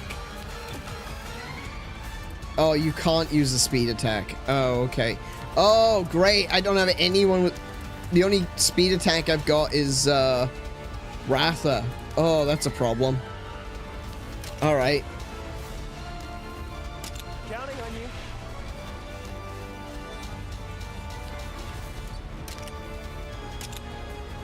Oh, he's using technical! Oh, thank goodness we're being interrupted.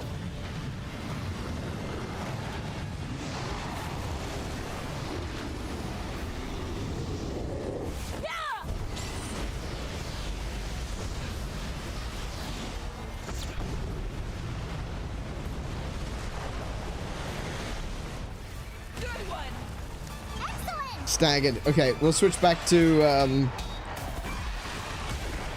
I was gonna say switch back to Tira, but I don't know. No!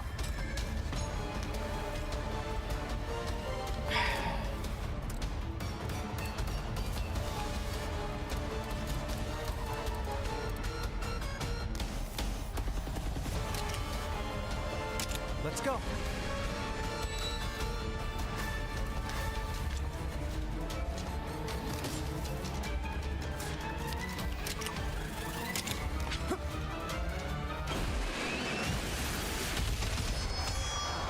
Nice. Over here. Evaded. Good, good, good. Missed everyone except for Gravy. Good, good.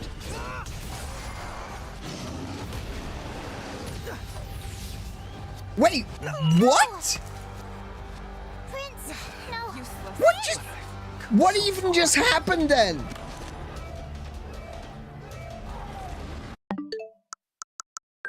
No, not eShop.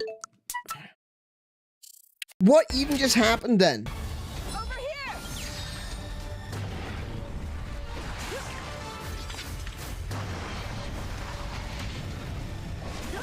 Missed everyone.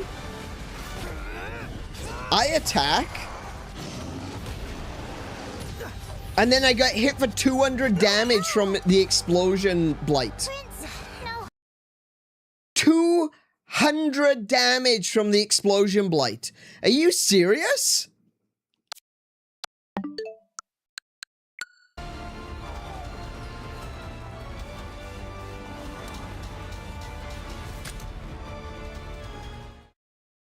I genuinely don't know what I'm supposed to do here. Unless they want me to grind all the way up to level 70 to be able to fight this thing. I felt like I was coming into this fight over-leveled. I felt like I'd completely forgotten this fight was even happening. But seeing as the fact that I had leveled up most of my monsters to level 60, I figured that I'd come back into this fight and I'd be over-leveled. And they're still just one-shotting me. I don't understand what I'm doing wrong.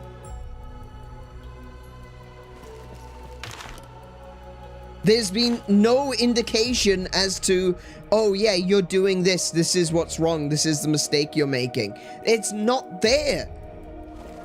It just isn't there.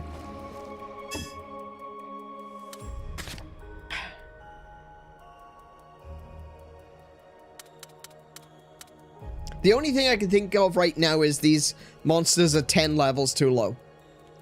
But even then, I don't think that's correct. Because even if they were 10 levels too low,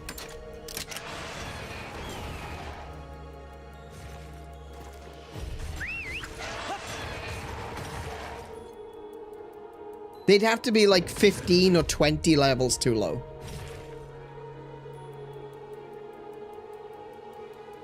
I genuinely don't understand.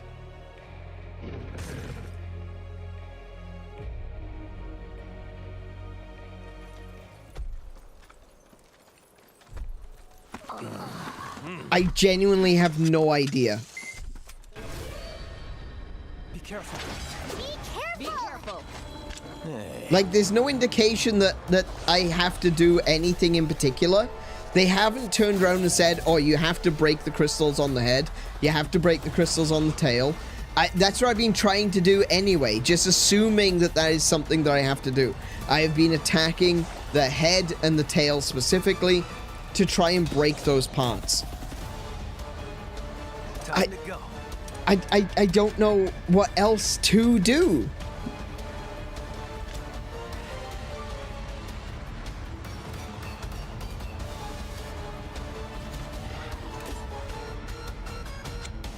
Again, like I said, the only thing I can think of is this game just wants me to grind. Level 60 minimum. Well, like I said, in that case, it just wants me to grind, doesn't it? And that's never good game design. I'm sorry, it's not. If you just gotta sit there grinding to get your levels up, that's pretty poor.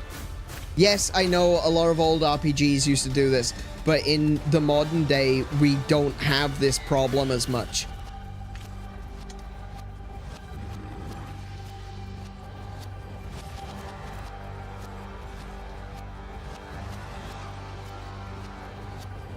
Considering I had to grind for the past week to get everyone up to level 60 as well, this really feels like it's a massive difficulty spike.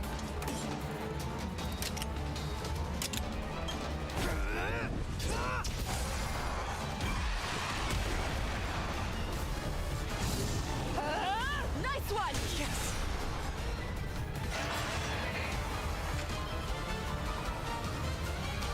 I really feel like the problem is that even though I am level 60, Aneurin is level 60, and I'm still getting one-shotted. That's ridiculous. Absolutely ridiculous. Over here.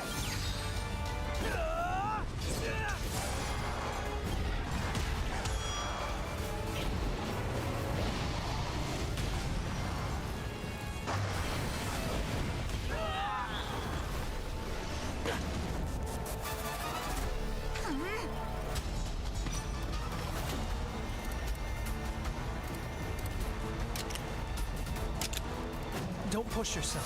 Thank you.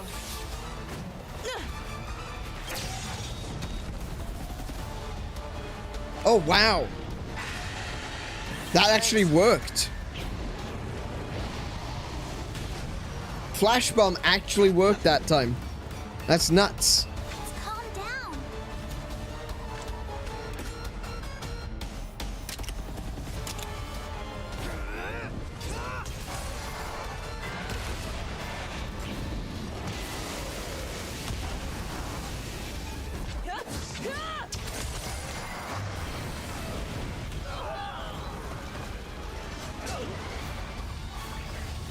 Watch out!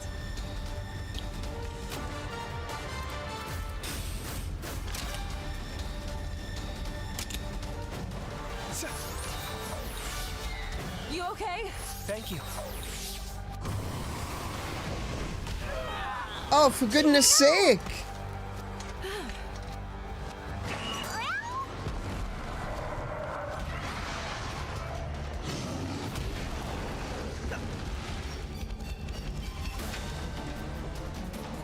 I can't get out of low HP.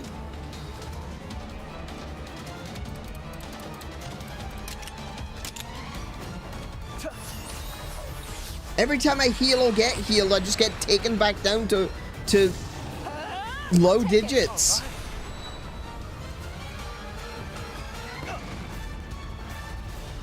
Okay. Ratha!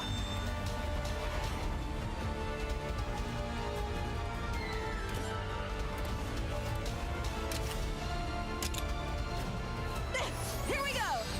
Thanks.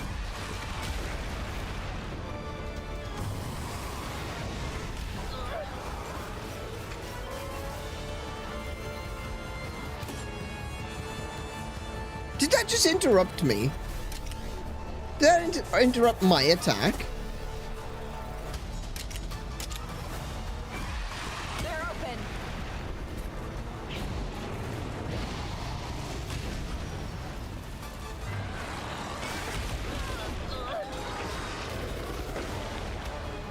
I'm not sure. Calm down.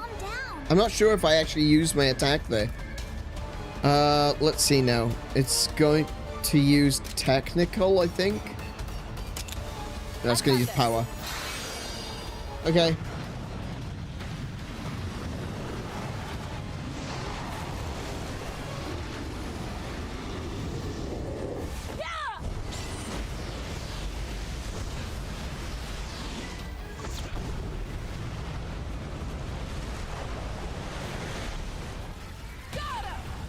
Now's our chance.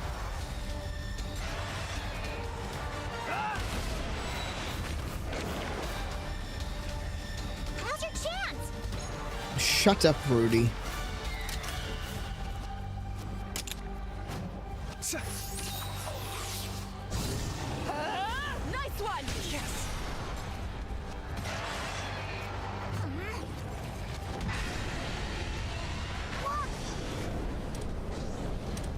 Watch out.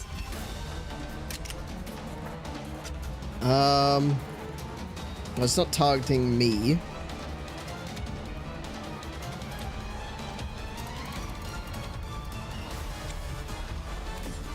Oh my god, what options do I have?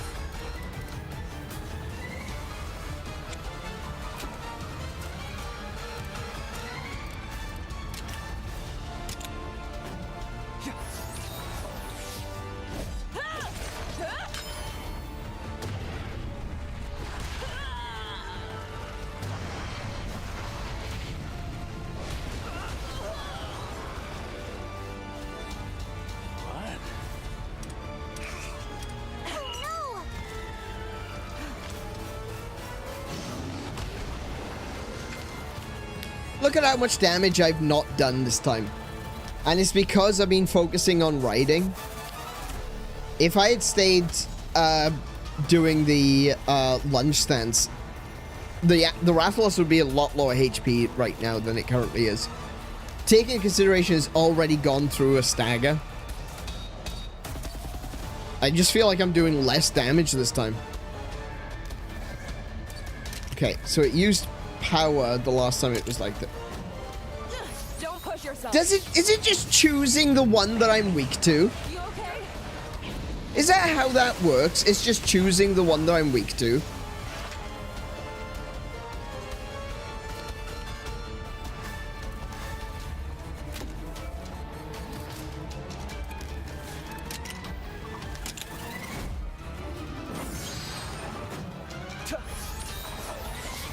Over here.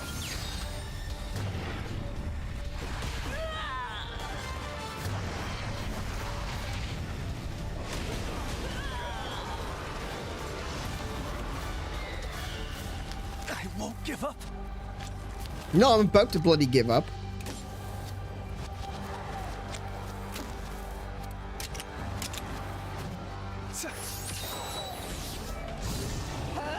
I'll take it. All right. I just feel like I'm not doing anything to it this time. This particular fight, I'm doing a lot less damage. It's going nowhere.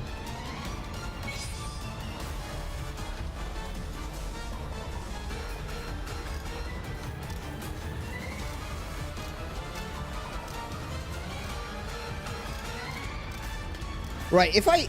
Whoa, hold on. The head says battle... Oh my goodness, I should have been targeting the head. I've been targeting the tail because it looks at the tail, but this says battle-bound on the head. I should have been targeting the head. I didn't even notice this. I got it. It's gonna use Infernal Judge and that's it. That's game over. Ratha! I didn't notice that it said battle-bound on the head because I've been targeting the tail specifically. Because at the very beginning of the cutscene, See that? at the very beginning, when you actually get into the fight, the camera zooms in on the crystal on the tail. So I figured, oh, I need to fight I need to attack the tail. I mean,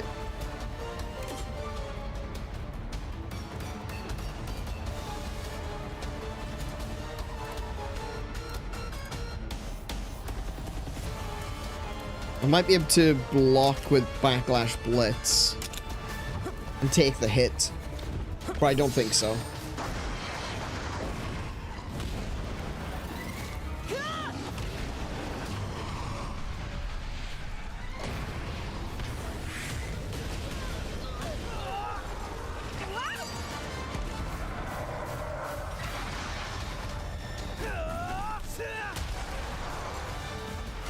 Watch out! Yeah, this fight's already done. Even if I Vital Essence now, I've been in this fight for way too long. I wish there was like just a restart button. You know? This is something I've said about other RPGs as well. I wish there was just a fight restart button where you realize, hey, I can't win this, so rather than dragging it out for another several turns while the monster attempts to kill you, just restart it, you know? And that... There is, as far as I'm aware, there are no RPGs that do that. I've got this. And they should. Honestly, I think they should. I think otherwise it's just wasting your time.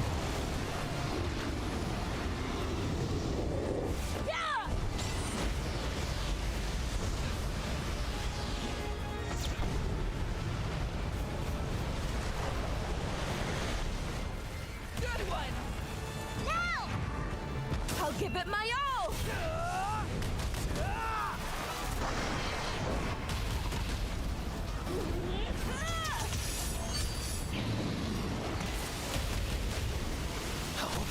this!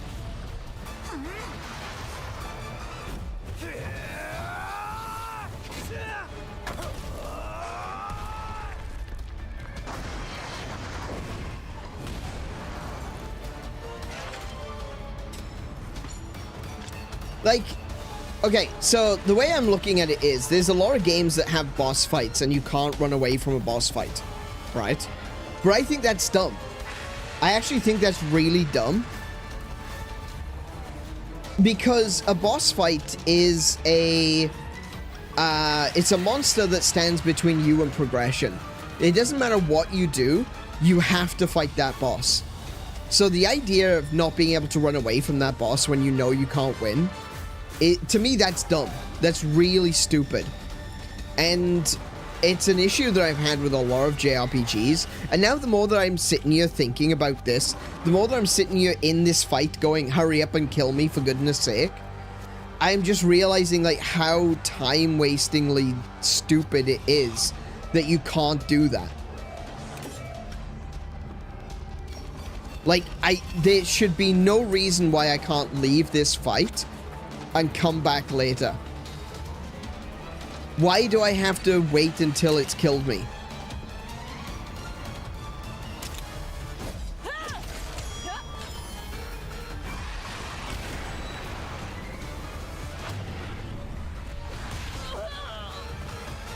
It's gonna kill me now. There we go.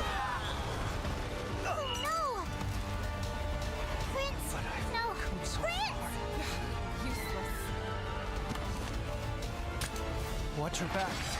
But I just want a quick retry, you know?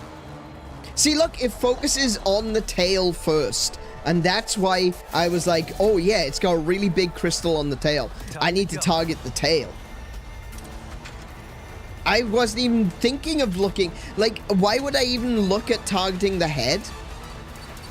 Because I'm not using the hammer. Why would I target the head with this? Oh look, the head isn't even an option. That's why I didn't see it, because I've just been targeting the tail the entire time.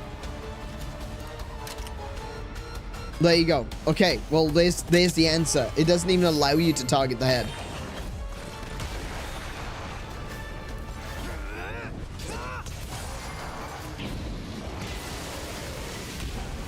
So it basically hides the thing that you need to target until it tells you that you're allowed to target it. That is something that is being continuously an issue in this game that I really don't like about it. Like any other monster in the entire game, you could just target the head. But now it's like, oh, you can't target it. Or you didn't even think to target the head because we didn't tell you to target the head yet. Watch out! Yep, still can't target the head. Okay. You see how stupid that is?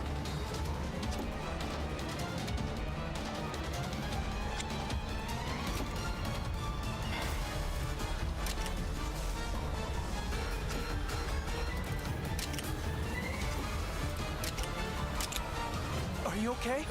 Thanks.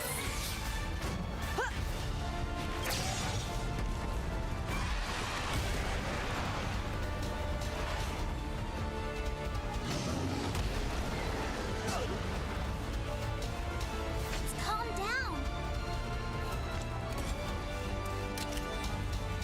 Still can't target the head.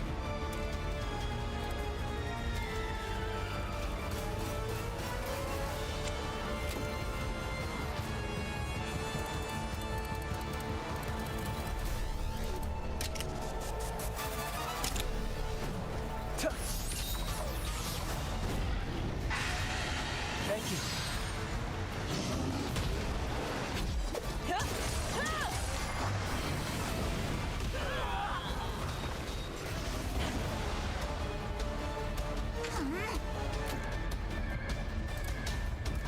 Am I on fire?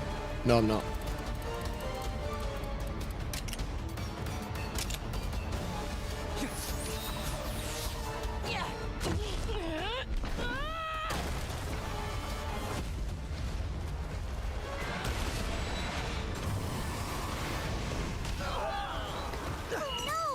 And then it just does an instant kill attack. Wow, okay. Just hit everyone for full HP damage. Except for Gravios, apparently. The only one... Oh no, the Gravios did have a fire defense, but there we go. Alright, fair enough.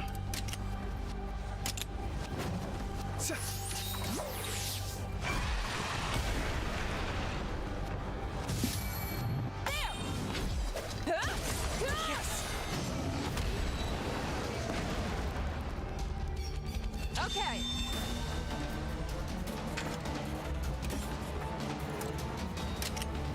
Still can't attack the head.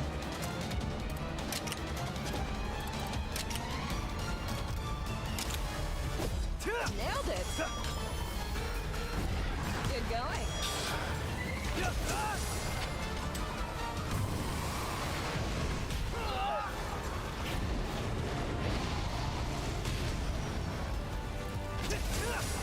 And I'm gonna die. There you go.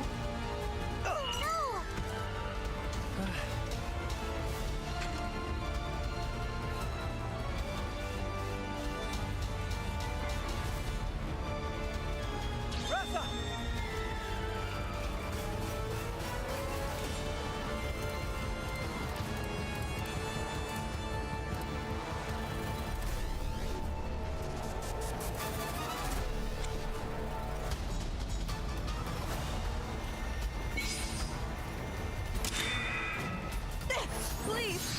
Thanks. I got it.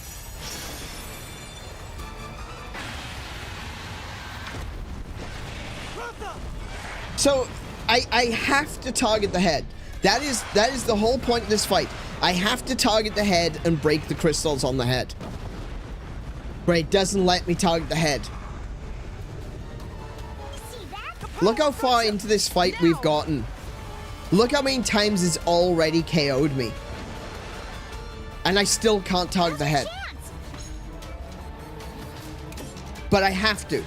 That is the whole point. I have to target the head. Nailed it. But I can't target the head because the game hasn't told me I'm allowed to yet.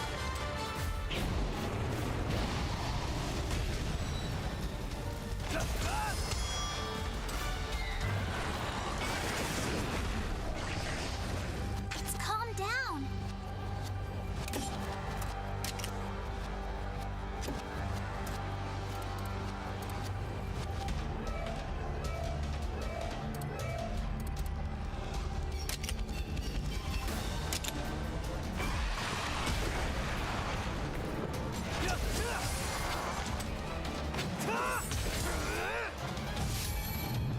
Let's do this.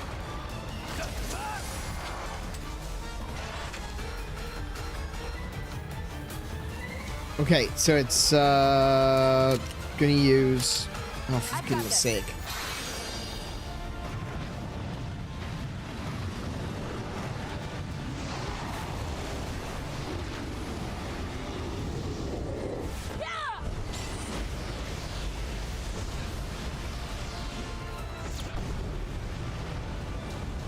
So that time I used a power attack.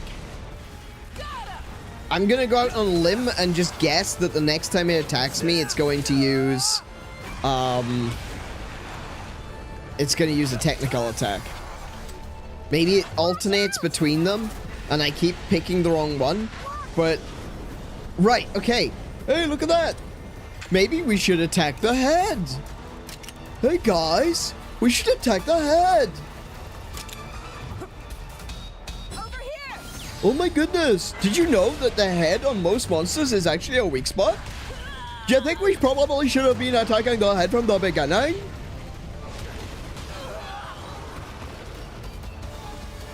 What?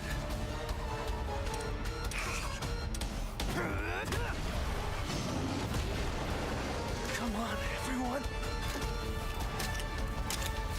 Don't push yourself. Thank you.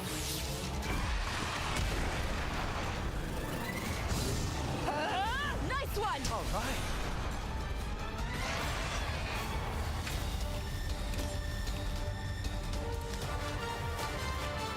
He's looking at Cora. This drops Wyvern soul gauge quickly. Oh, I've got... What did you just use on me? Cora, what did you just use on me? I didn't see what that was. Not that it matters, because my HP is in the toilet anyway.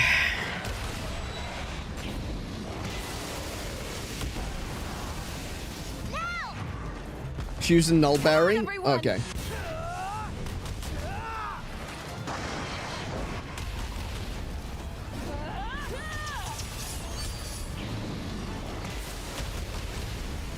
We've got this.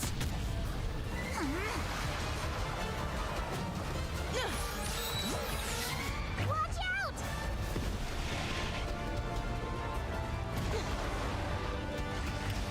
No!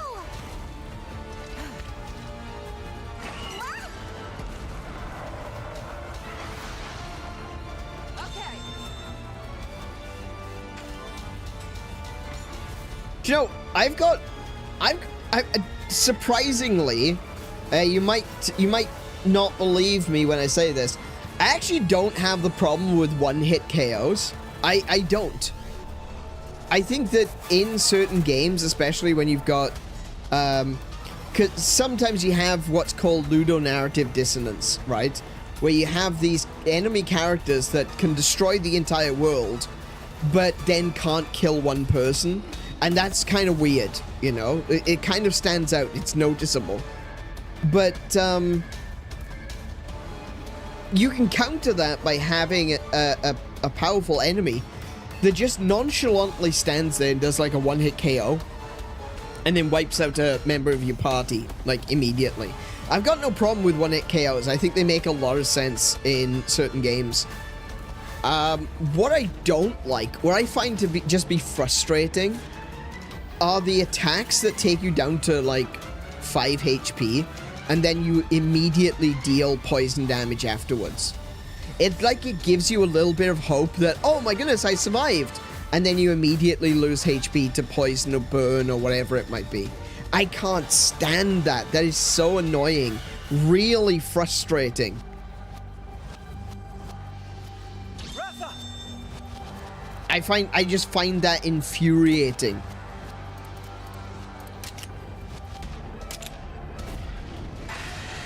Counting on you. Thanks. You did it!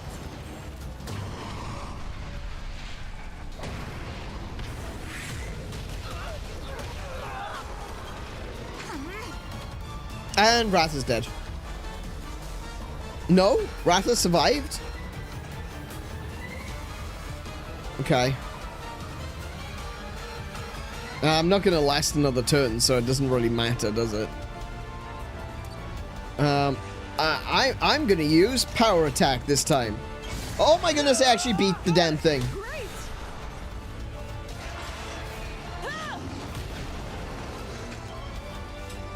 Okay. Mega potion on Wrath. Oh, that's not even gonna get him. Are you okay?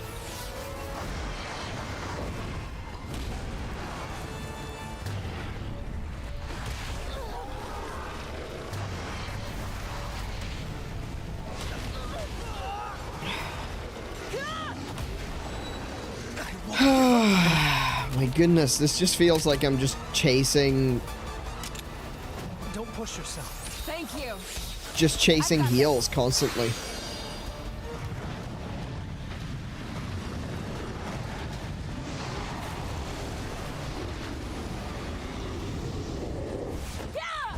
No, I know. That's why I got onto the monster, yeah. Yeah, that's why I got on, so I would survive the attack. But the problem is that the monster has so many follow-up attacks. There's really doesn't feel like there's a lot I can do. Watch out! Now's your chance! Oh my god. Now's your chance, he says, just as this thing is gonna, like, utterly destroy all of us. This next attack is literally gonna kill me, Cora, and Ratha. It will. I know it will. I'm already aware that it's going to.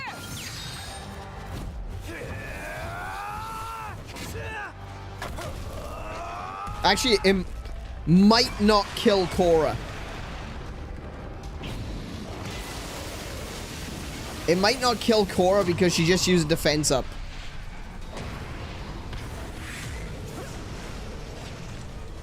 Whoa! It missed? That actually missed? Genuinely surprised at that. Welcome to the stream, Plague Doc. How are you doing this evening?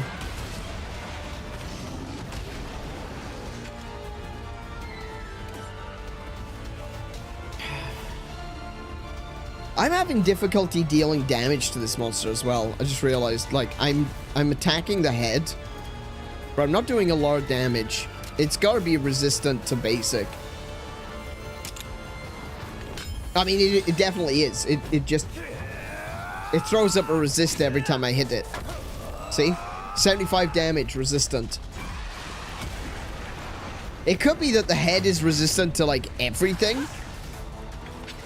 I hadn't even considered that, but that's also a possibility. Well, I can't heal anymore. I'm out of life powders. I can't heal anymore. That's it.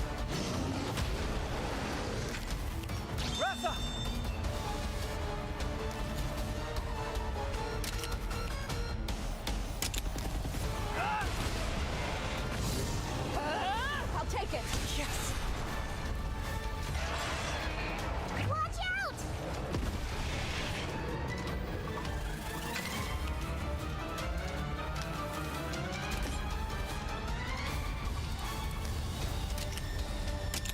Over here.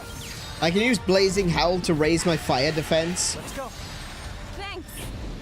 It's only a little bit, but it might be enough.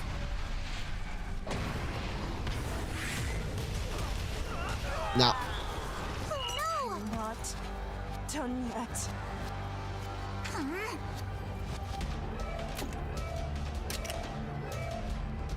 Ah, he's targeting Ratha. That's it. It's over. Don't push yourself. Ooh, it's still alive. Are you okay?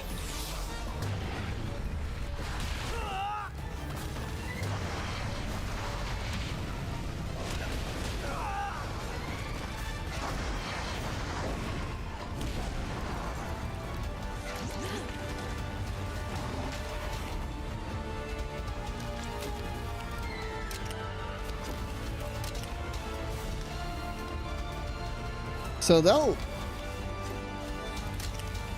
Mega Potion and Potion barely do any difference. That... Wow. That sucks. Oh my goodness, that barely makes a difference.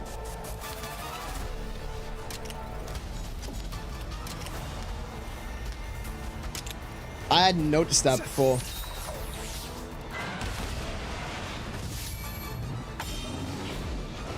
I hadn't noticed that. That is terrible. Watch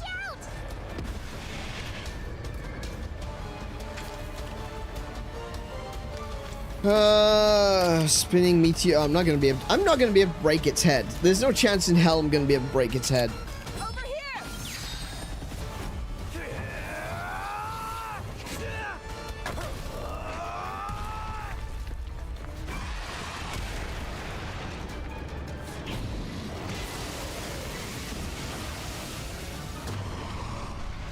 And there it does. Okay. Game over. No! Prince! No! Prince! But I've come so far. I'm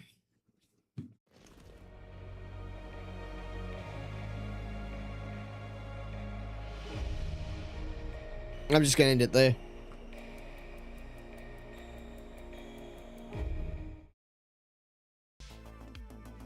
Yeah, not a fan of this fight. Not a fan at all. Don't like it one bit. I think it's a load of crap. It's a bunch of bullshit. The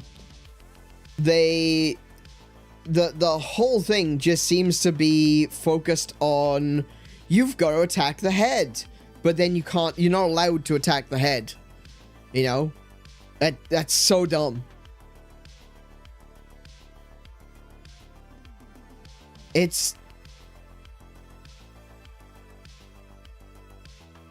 I don't even... Like, I don't fully understand what I'm doing wrong. Mostly because, like, this is the thing. This is what I'm saying. Is like at the very beginning of the fight, you can't target the Rathalos' head. You can't. It's not even that it's oh, well, it doesn't do any damage when you hit it. No, you cannot target the Rathalos' head. It doesn't even show up as an option to target. And when it doesn't show up as an option to target, I focus on the tail. I focus on the tail because there's a big crystal on the end of the tail that I figured this is going to be... That's where I need to focus on. Right? I'm going to have to focus on the tail. I need to cut the tail off. That's the thing. I need to break the crystal on the tail. No. No, that's not what it is. That's not the answer. No. What we have instead is a fight where, yes, you do have to attack the head, but the head appears to be resistant to everything. And you're not allowed to attack it until you're several turns deep. The monster's already dealt enough damage to actually KO you multiple times.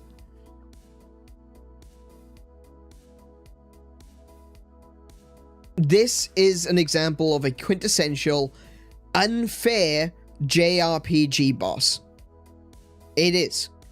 It is designed in such a way that you cannot defeat it unless you brute force it with ridiculous overleveling. Or some people... See, people have been saying to me throughout this game that I'm underleveled. I have never once felt underleveled for this game.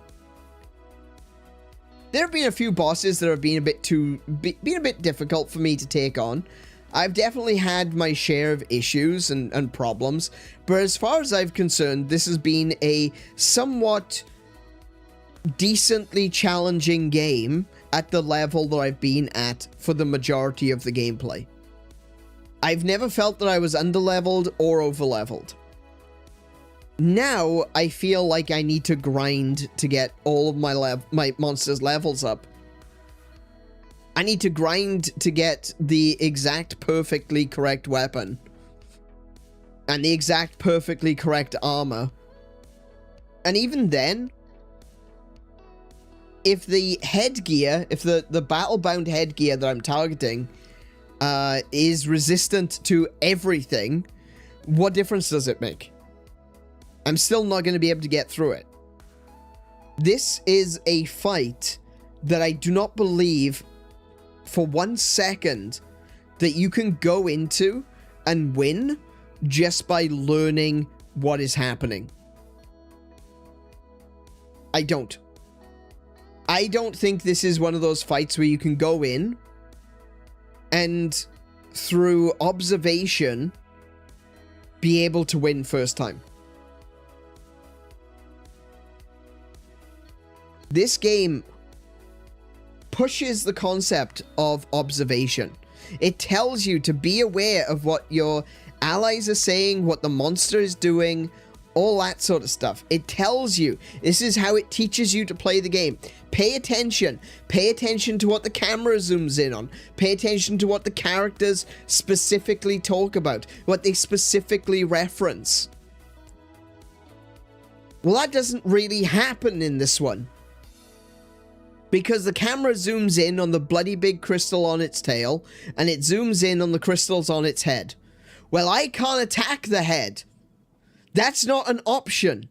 You cannot attack the head when you go into this fight. So you cannot learn the strategy and then go, now I figured it out. I'm going to come back into the next fight and I know how to do it. Because you literally can't do it. You literally cannot do it.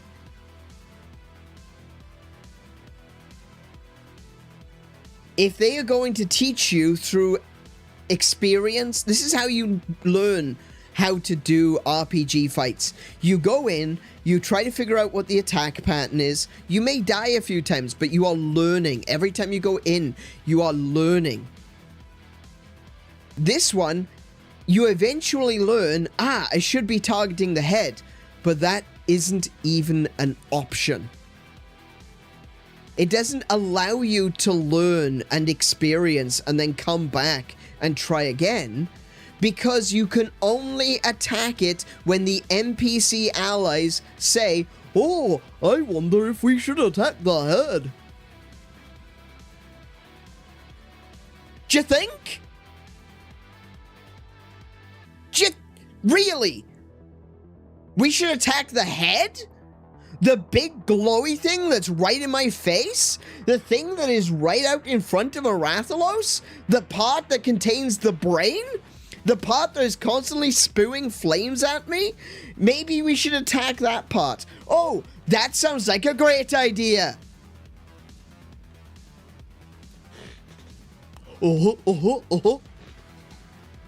I'm not gonna attack the head. I'm gonna attack the head.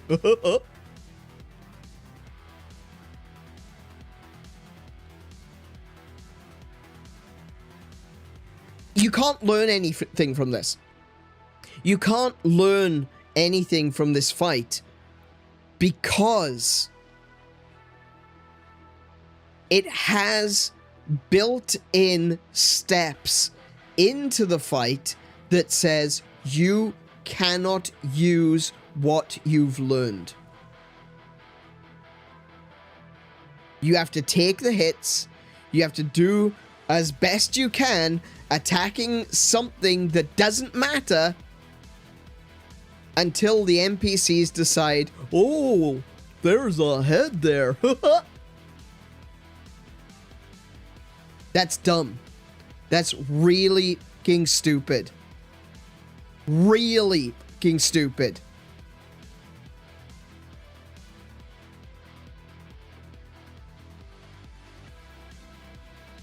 Oh my goodness. Why is it that every RPG has one of these fights? Why is that? Why is it that at some point along the way, you can be playing one of the best games ever, and there's always one point where the developers have just decided, do you know what? We actually hate our audience. We hate the people who are playing this game. So we're just going to make a fight that everyone is going to dislike. Like, we are actively going into this to say, F you. You're an absolute moron for spending money on this. Why does every RPG have that? It's not, actually, that's not fair. That's not fair. It's not every RPG. It's nearly every game. It's nearly every single game. There's always one section in every single game that is specifically designed to piss you off. It's specifically designed to be a filter. Because there are going to be so many people that will get up to this point and they'll go, I don't get it. Congratulations. You just created a game where a sizable, you know, a measurable group of people are just going to say, do you know, it's not worth it.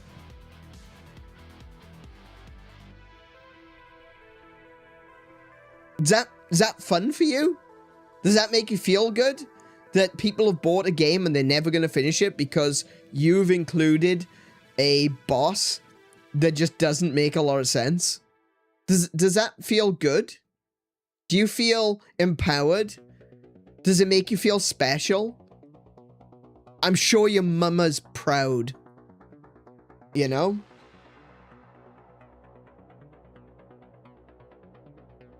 Hey, we got $80 out of these idiots. Let's see how many we can make not finish the game. I hate these kinds of fights. I really do. I really do. Utterly malicious is what they are.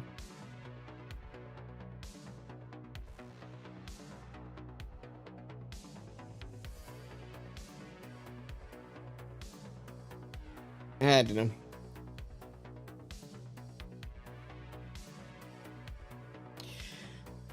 What I'm gonna do is...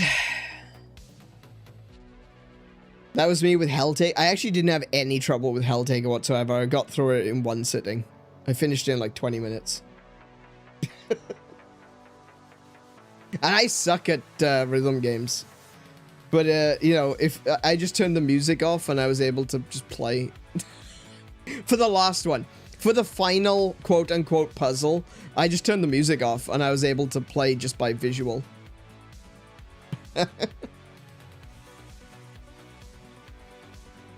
Actually, I can tell you exactly how long it took me to fight, to finish Helltaker. Actually, it probably wasn't 20 minutes. I gotta be honest. That's probably a bit of an exaggeration. But I'll tell... In fact, that was a gross exaggeration. Hang on a second. Let me just go to my profile.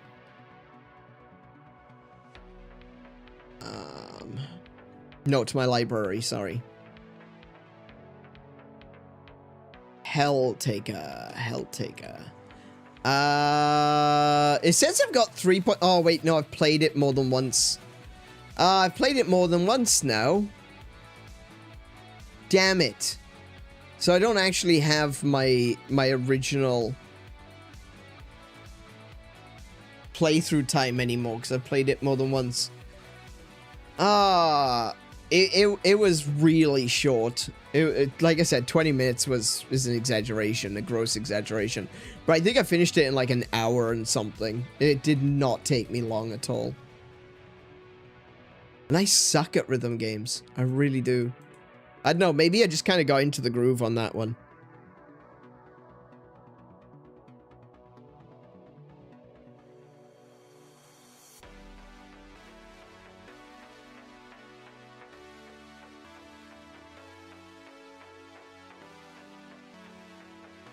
Yeah, so I'm looking at the Helltaker thing on how long to beat.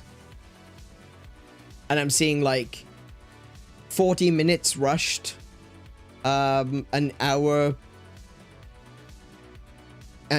for main story, maybe like an hour 20 minutes for main story plus extras. I wouldn't say I was rushing my way through the game, but I did get through it real quick. So, yeah.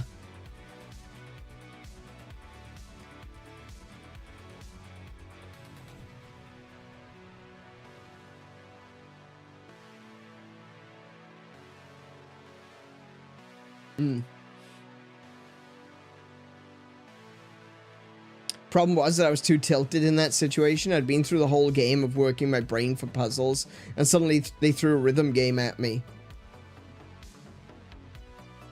I kind of feel like the entire game is kind of like a rhythm game, honestly. It is, but then the ending bit is very, very different. It definitely feels different, don't get me wrong.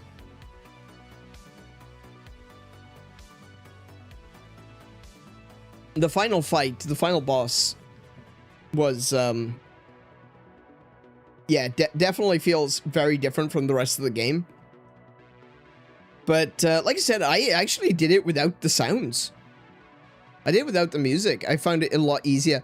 I think I may have, died, like, maybe once or twice at the final boss, and then, just turned the music off, and I was able to play through it without the distraction. But yeah, it didn't take me very long.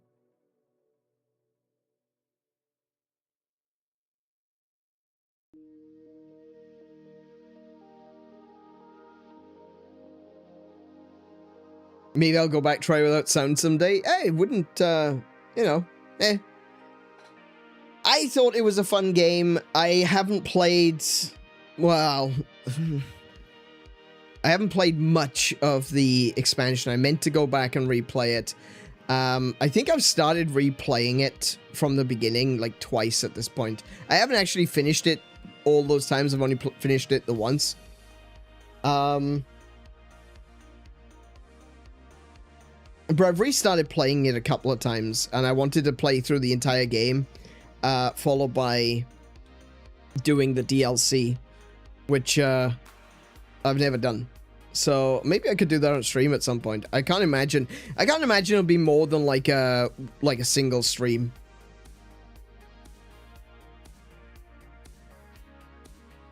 Probably get it done in one go. But yeah, anyway, not a fan of this fight. Not really disappointed that once again we reached a point in another game that I have been really happy about, really excited for, just to once again encounter a boss fight that just feels so unbalanced. Honestly, it just feels like there's too much. It's not that there's too much going on. It's like, this is what I keep talking about when I talk about something being mechanically dissonant, you know? It means that there's two sides to what is happening, and one of those sides doesn't necessarily interact with the rest of the game the way it should, you know? When you've got a bunch of different mechanics that just don't work together. That's what I mean by mechanically dissonant. It's when you've got a game that says, okay, so this is your healing, this is how you heal. That there's no way of getting health in the level. There's no way of earning HP any other way. The only way that you have is this thing that you've got here. And that is how you heal. And then they do something which takes that away. And the game is clearly designed and balanced to be difficult. I'm talking, of course, about Silksong. That whole section in is it in Bywater? Is that the place? No, it was, is it Pilgrim's Road? Can't remember what it's called.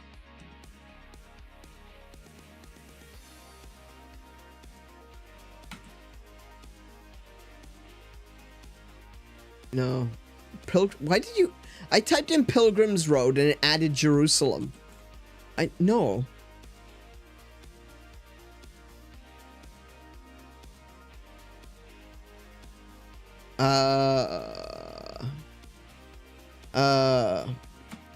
Silksong.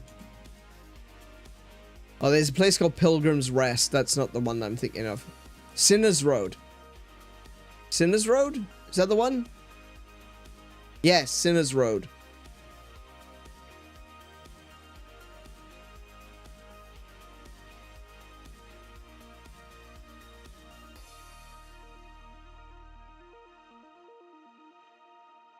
Sinner's Road is bullshit.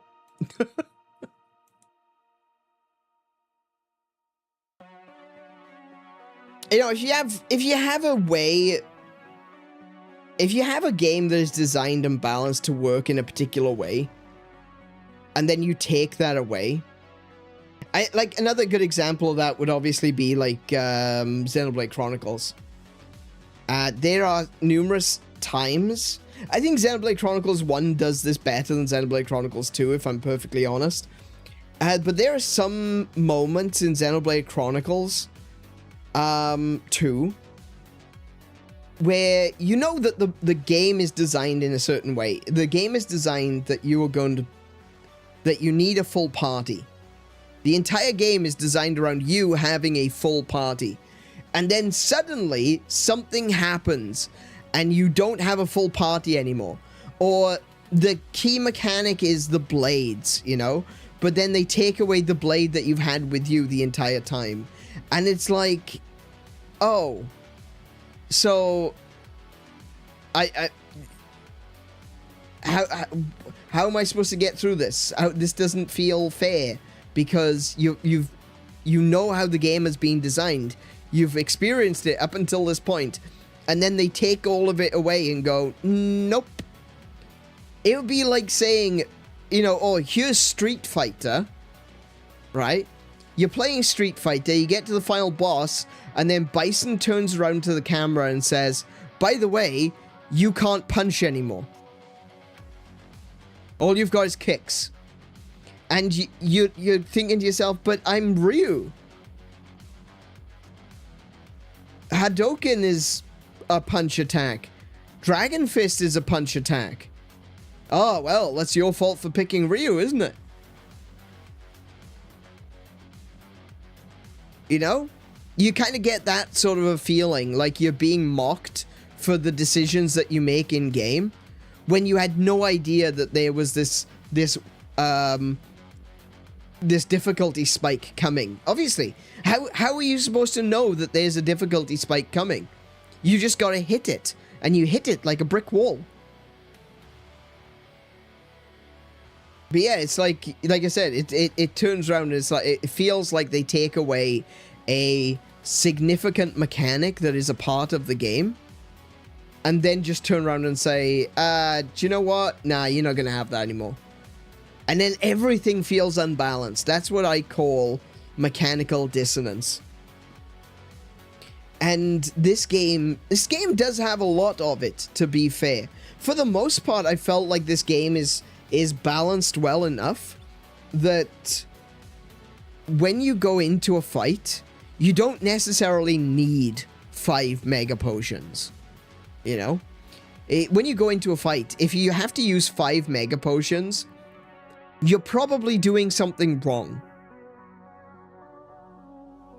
But then you go into a fight like this, and I am literally doing everything I possibly can correctly, and I'm still getting my entire team one-shotted. And I have to keep using all the potions. Sure, I could look at it from the perspective of, well, clearly I'm doing something wrong. And I did. For 3 turns, for 3 goes, I thought to myself, I must be doing something wrong. And then we discovered that I should have been attacking the monster's head. But then we discovered that you can't. That's mechanical dissonance. That's it right there. That's a great example of it right there. You can only... The only way to stop this monster from doing the super damaging attack that keeps wiping out your entire party in one hit is to attack the monster's head, which you're not allowed to do.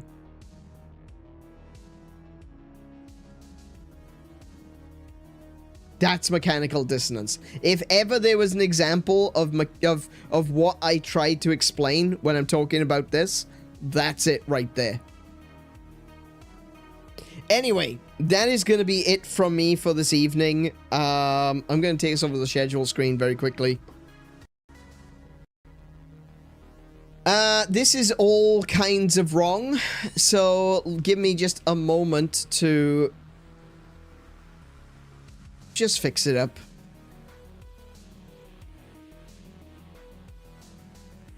No, that's the wrong one. There we go. Common. Schedule. Alright. So, where are we? Today is Friday. Oops.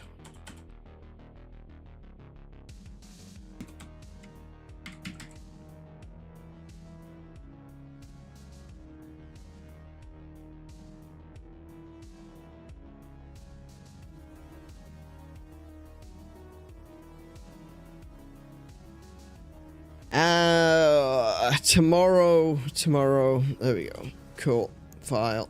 Save. Cool. Alright. I know you can't see what I'm doing. That's fine. I'm just making sure that the schedule is correct. Let me just refresh it.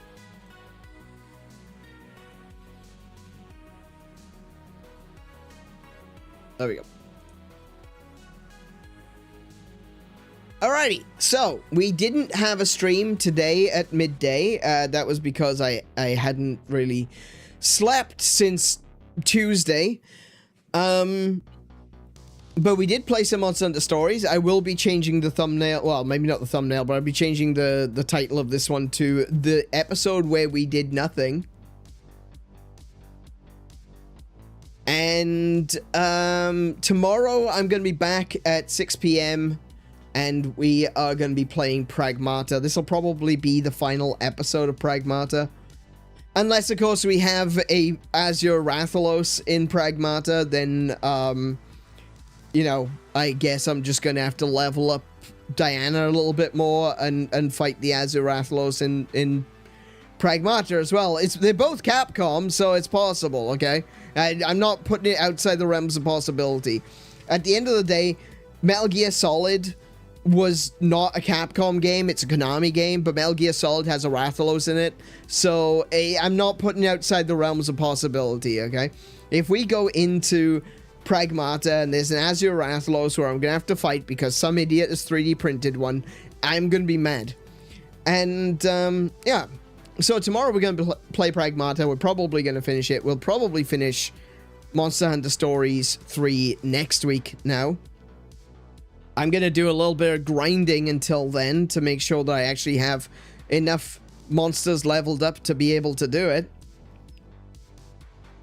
But, yeah. I don't know what else to do. I don't know. I'm just going to have to grind, you know? It is what it is, I suppose. Anyway, that's going to be it from me for this evening. I hope you've enjoyed this stream. I certainly haven't. And if you did, hit the thumbs up button to let YouTube know that you liked it. If you really enjoyed it and you want to see me suffer even more, hit the subscribe button and ring the bell to so you can be there. So you say in that language. Ring the bell to be notified of when I'm suffering next. If you'd like to follow me and watch my suffering on other social media accounts, you can. I have an X, I have a Threads, and I have an Instagram, and we have a Discord.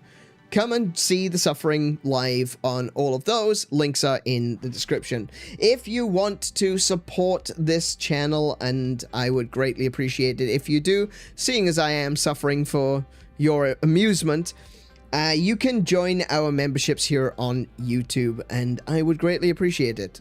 Thank you. Also, there's this new thing called Hype. I don't imagine that you should hype this one. This one was trash. But if there's been a stream that you really enjoyed in the past couple of weeks, don't forget to hit the hype button. You get 3 attempts at hyping.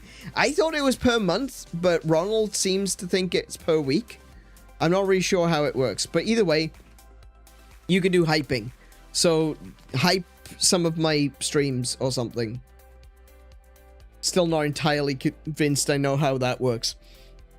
But that is going to be it from me for today. Be good to yourselves, be excellent to each other. Play more video games until I see you. Peace, love, and suffering. Good night, everyone.